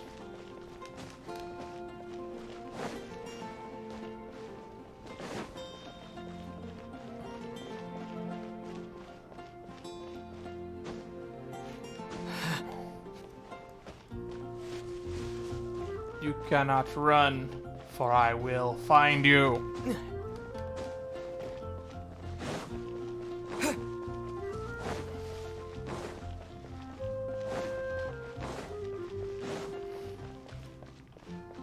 Ellin. Sorry, I'm all sweaty.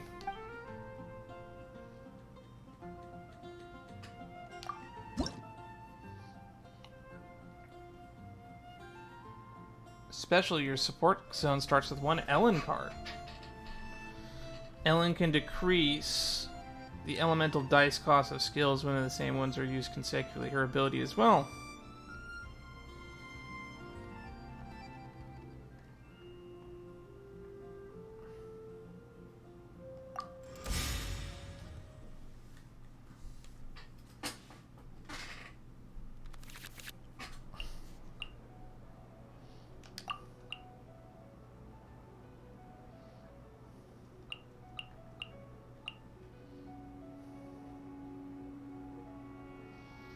I think that's a good opening hand to be fair. In the name of the Prinzessin.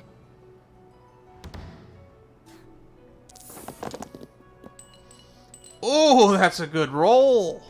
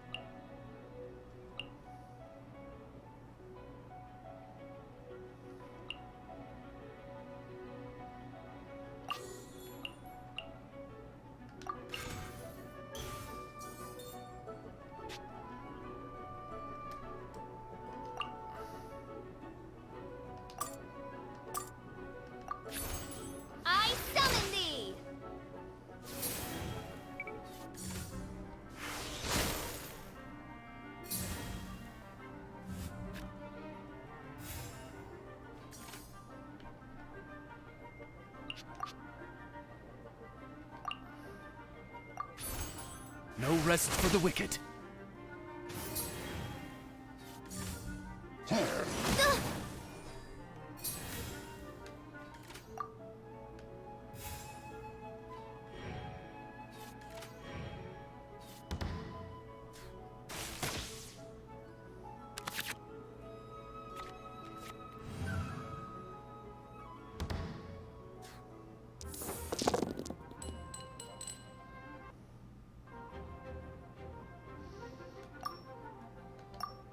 I think we want to switch off Fischl this round.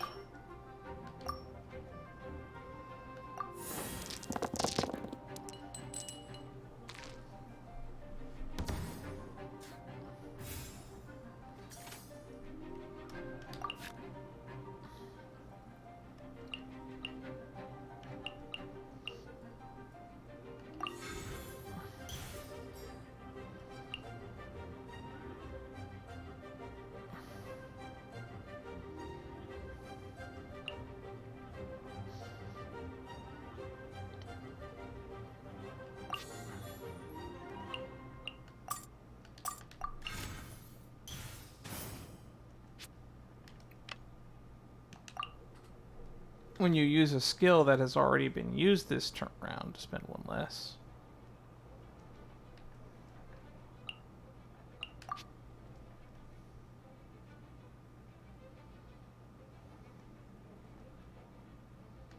Actually, let's go all in on Fischl's ability then.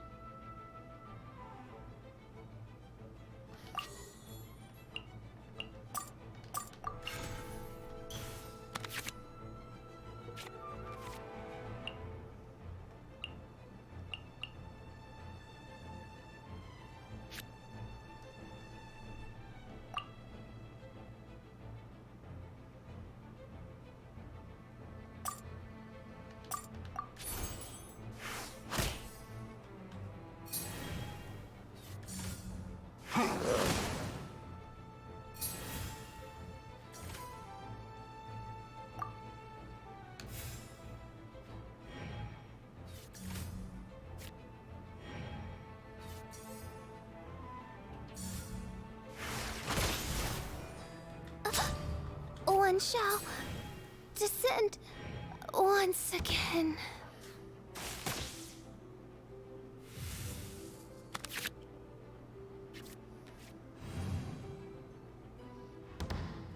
Okay, I miscalculated there.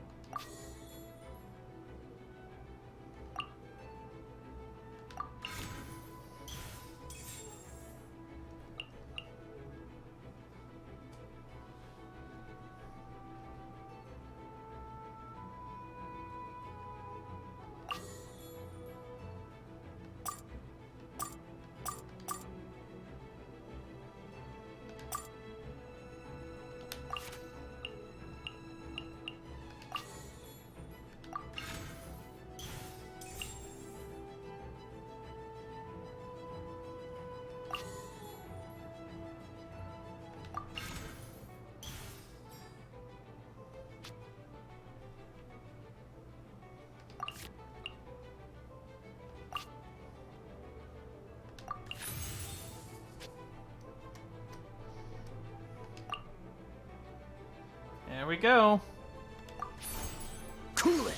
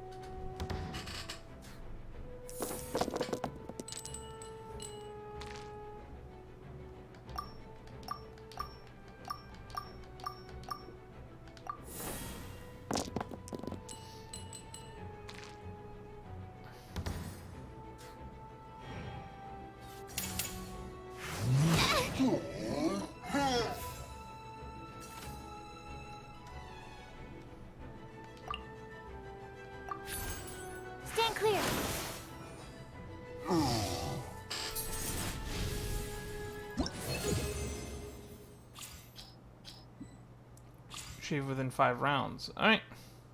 Nice, we got a new support card.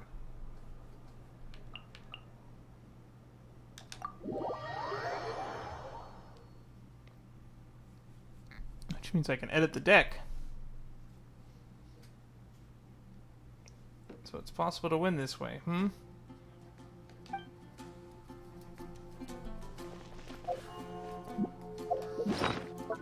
gonna keep editing my deck.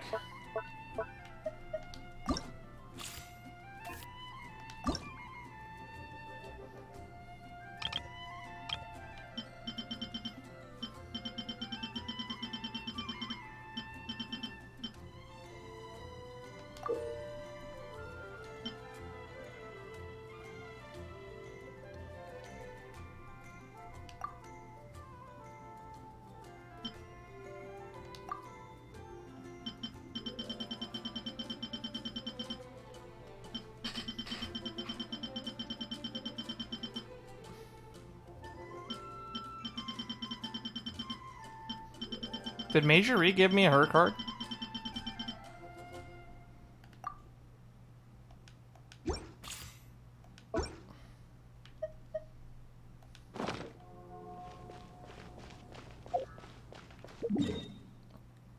Who left in Mondstadt will challenge me?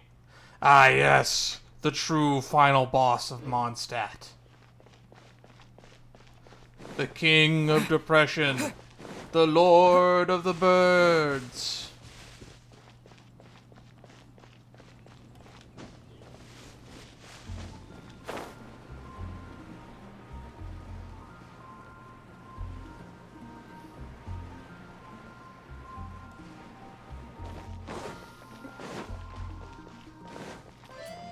The vision hunt. A radish veggie soup.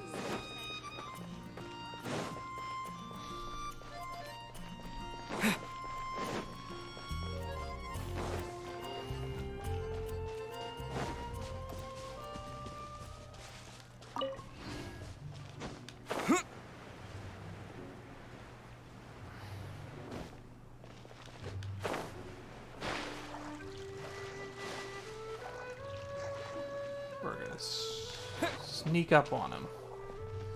He'll never see us coming.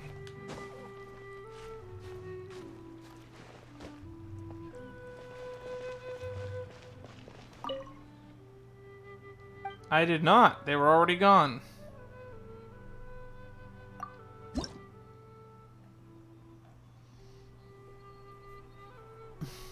He has an adventure challenge and a duel. He is the final boss of Mondstadt.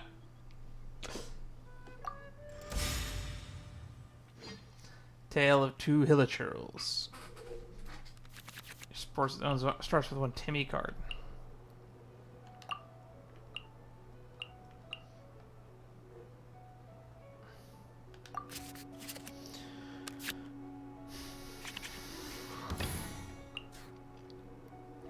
Triggers automatically once per round. This card gains 1 pigeon. When this card gains 3 pigeons, discard this card, then draw 1 card, draw an Omni Element.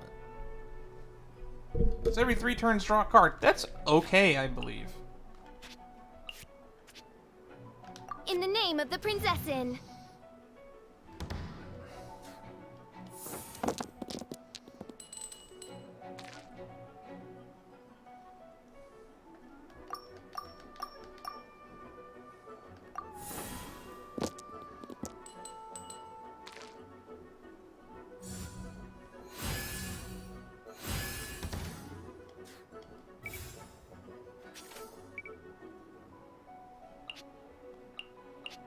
He's gonna deal 3 pyro damage.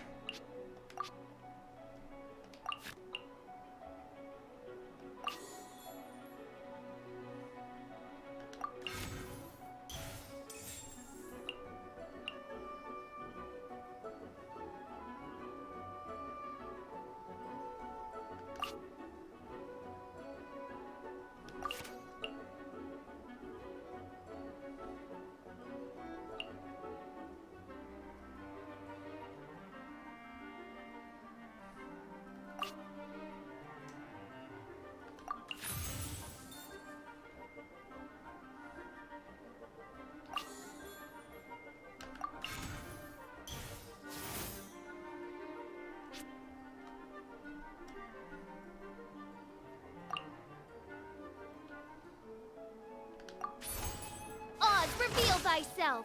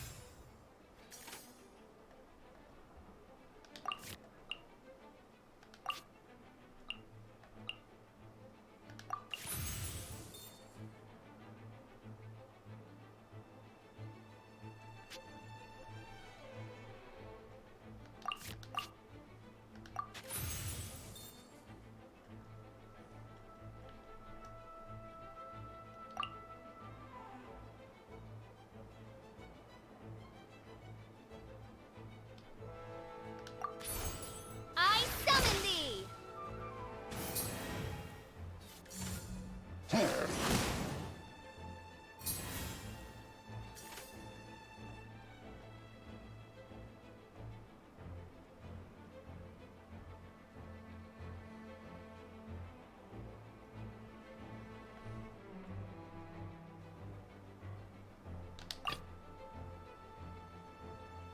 This will be interesting.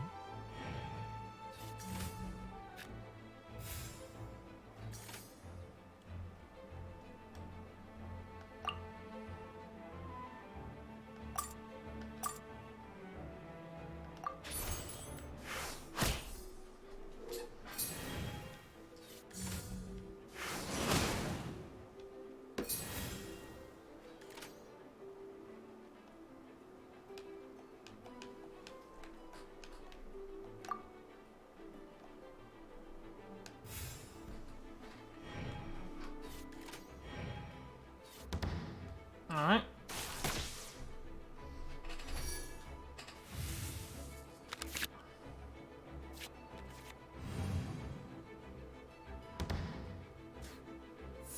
That is a really good draw, but my dice rolls are ass.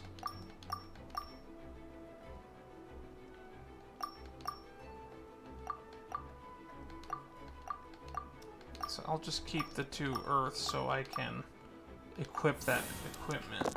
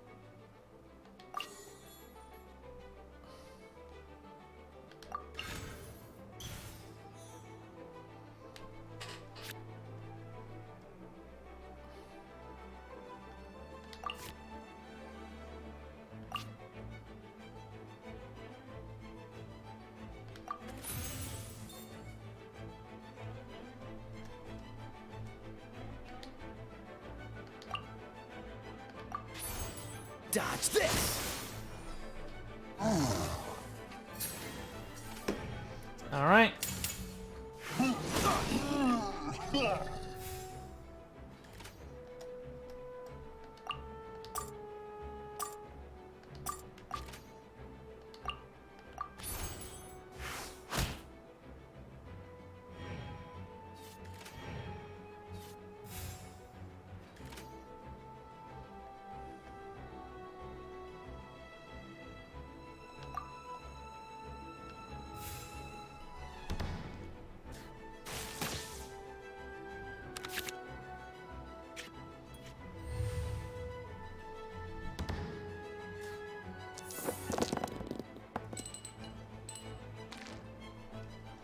That is a good hand.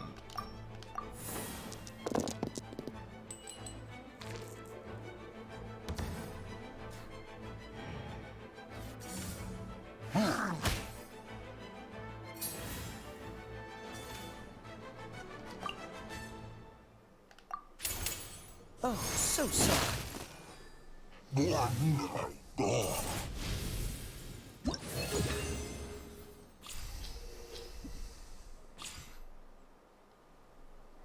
The Timmie card.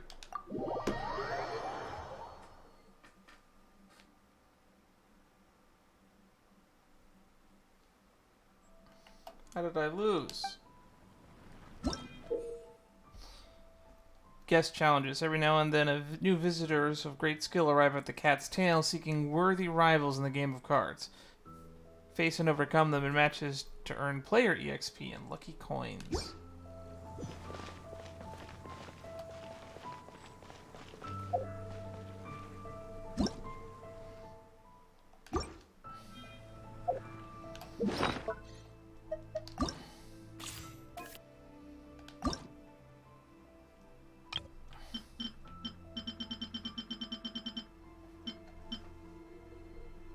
This is a 0, so we kind of want this.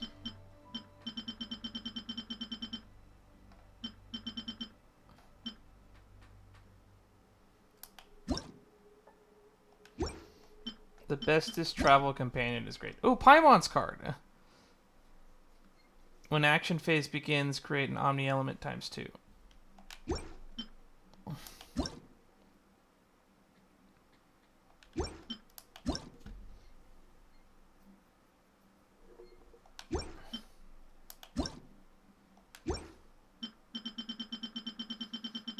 I think I'm more of a support deck user.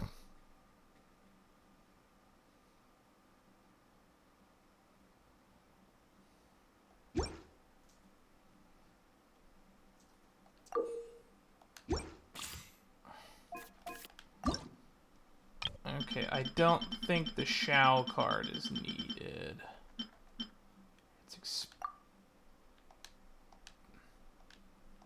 It's expensive and unnecessary.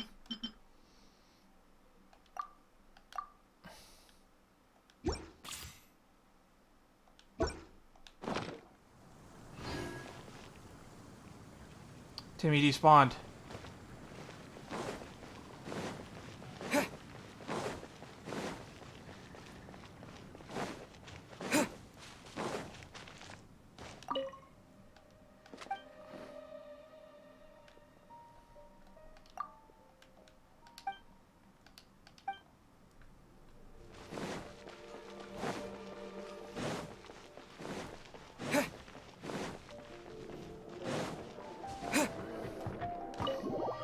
Let's see what's going on in here.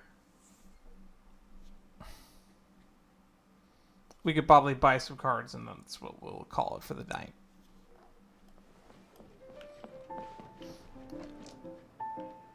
Margorie, you were just outside.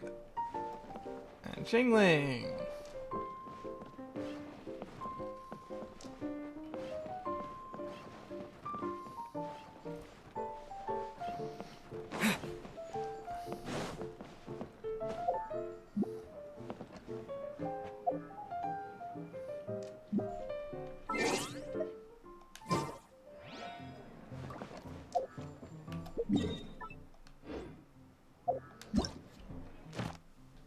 Oh wow, I have this now. Build 2 valid decks within your Casket of Tomes. Guest challenge.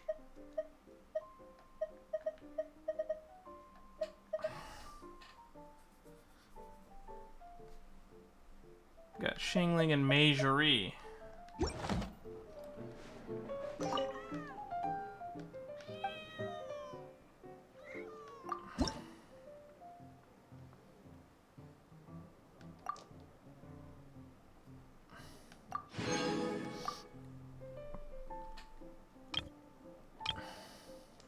Or player level 2.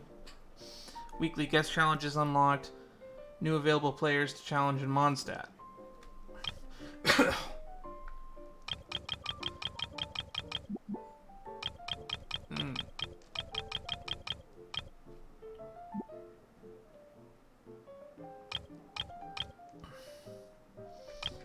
Become a legend player.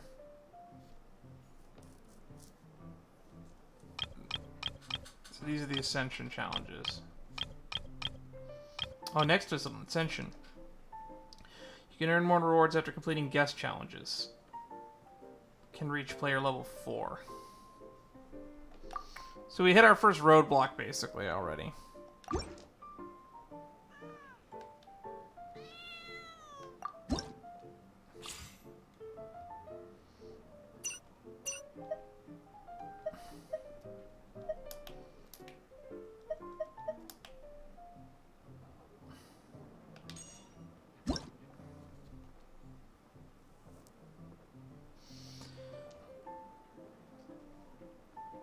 Sacrificial Bow. After the character uses an elemental skill, create one elemental die of the elemental type of this character.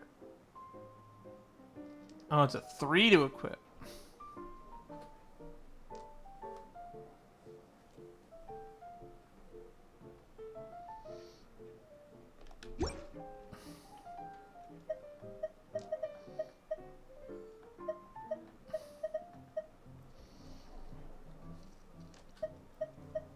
Instructor's Cap, Exile's Circlet.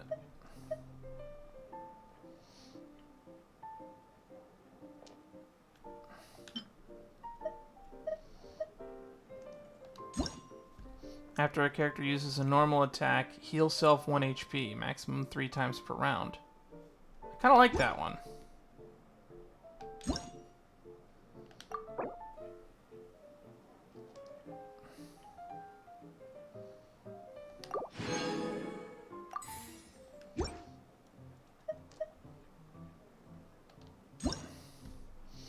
After a character uses an elemental burst, heal all your characters 1 HP for 1 HP.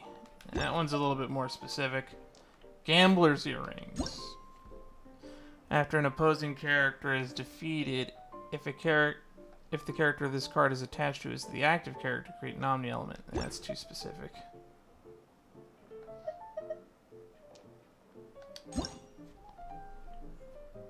After the character uses an elemental skill, heal self 2 HP once per round.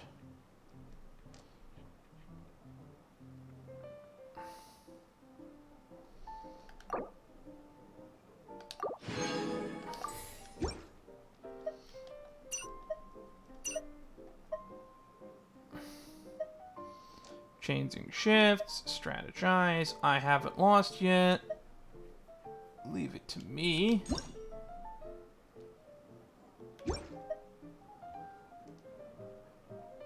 When the crane returned.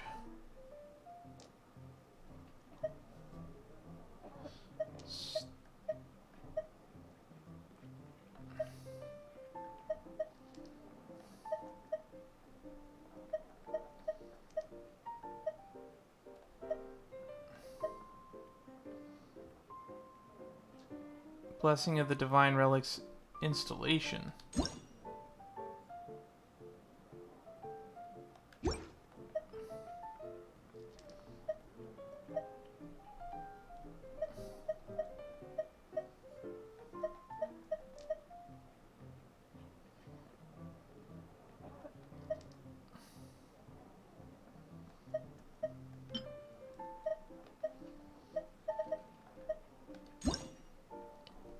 Create 1 Animo die. You must have at least 2 Animo characters in your deck to add this card.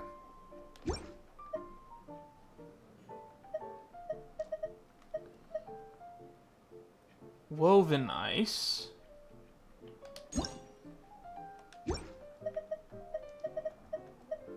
Shattering Ice.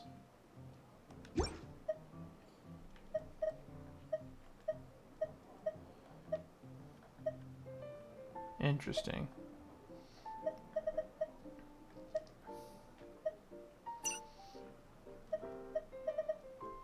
Catherine, what does your card do? When you perform switch character, the switch is considered a fast action instead of a combat action, once per round.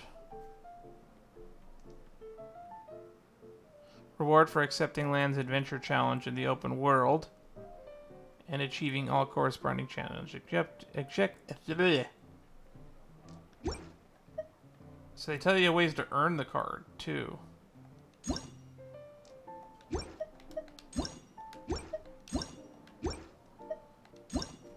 Chang the Ninth is a 0 cost. When either side uses a skill, if physical damage or piercing damage was dealt, or an elemental reaction was triggered, this card gains 1 inspiration. When this card gains 3 inspiration, discard this card, draw 2 cards.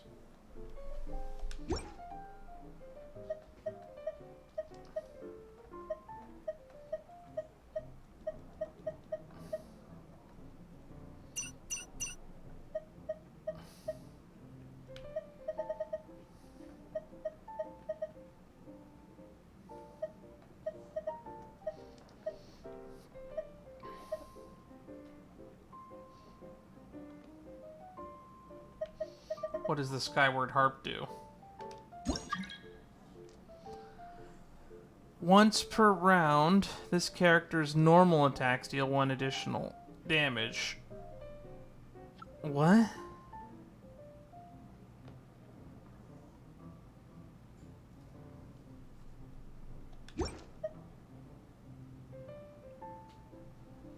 I feel like this bow is just strictly better.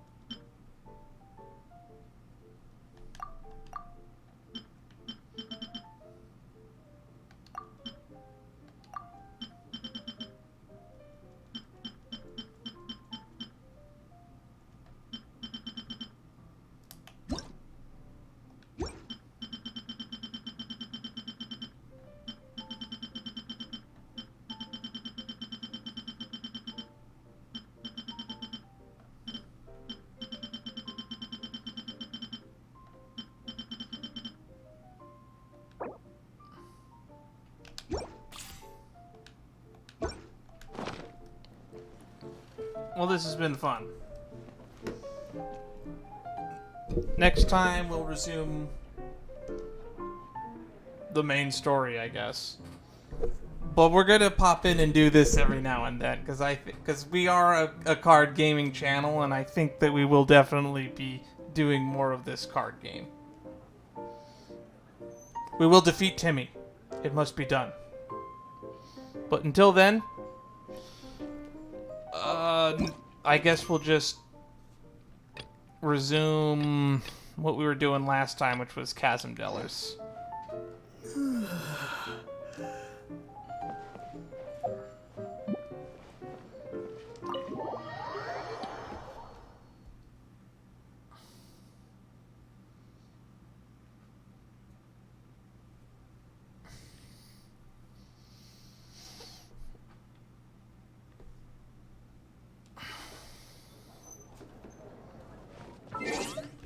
So until next time, I will see you then.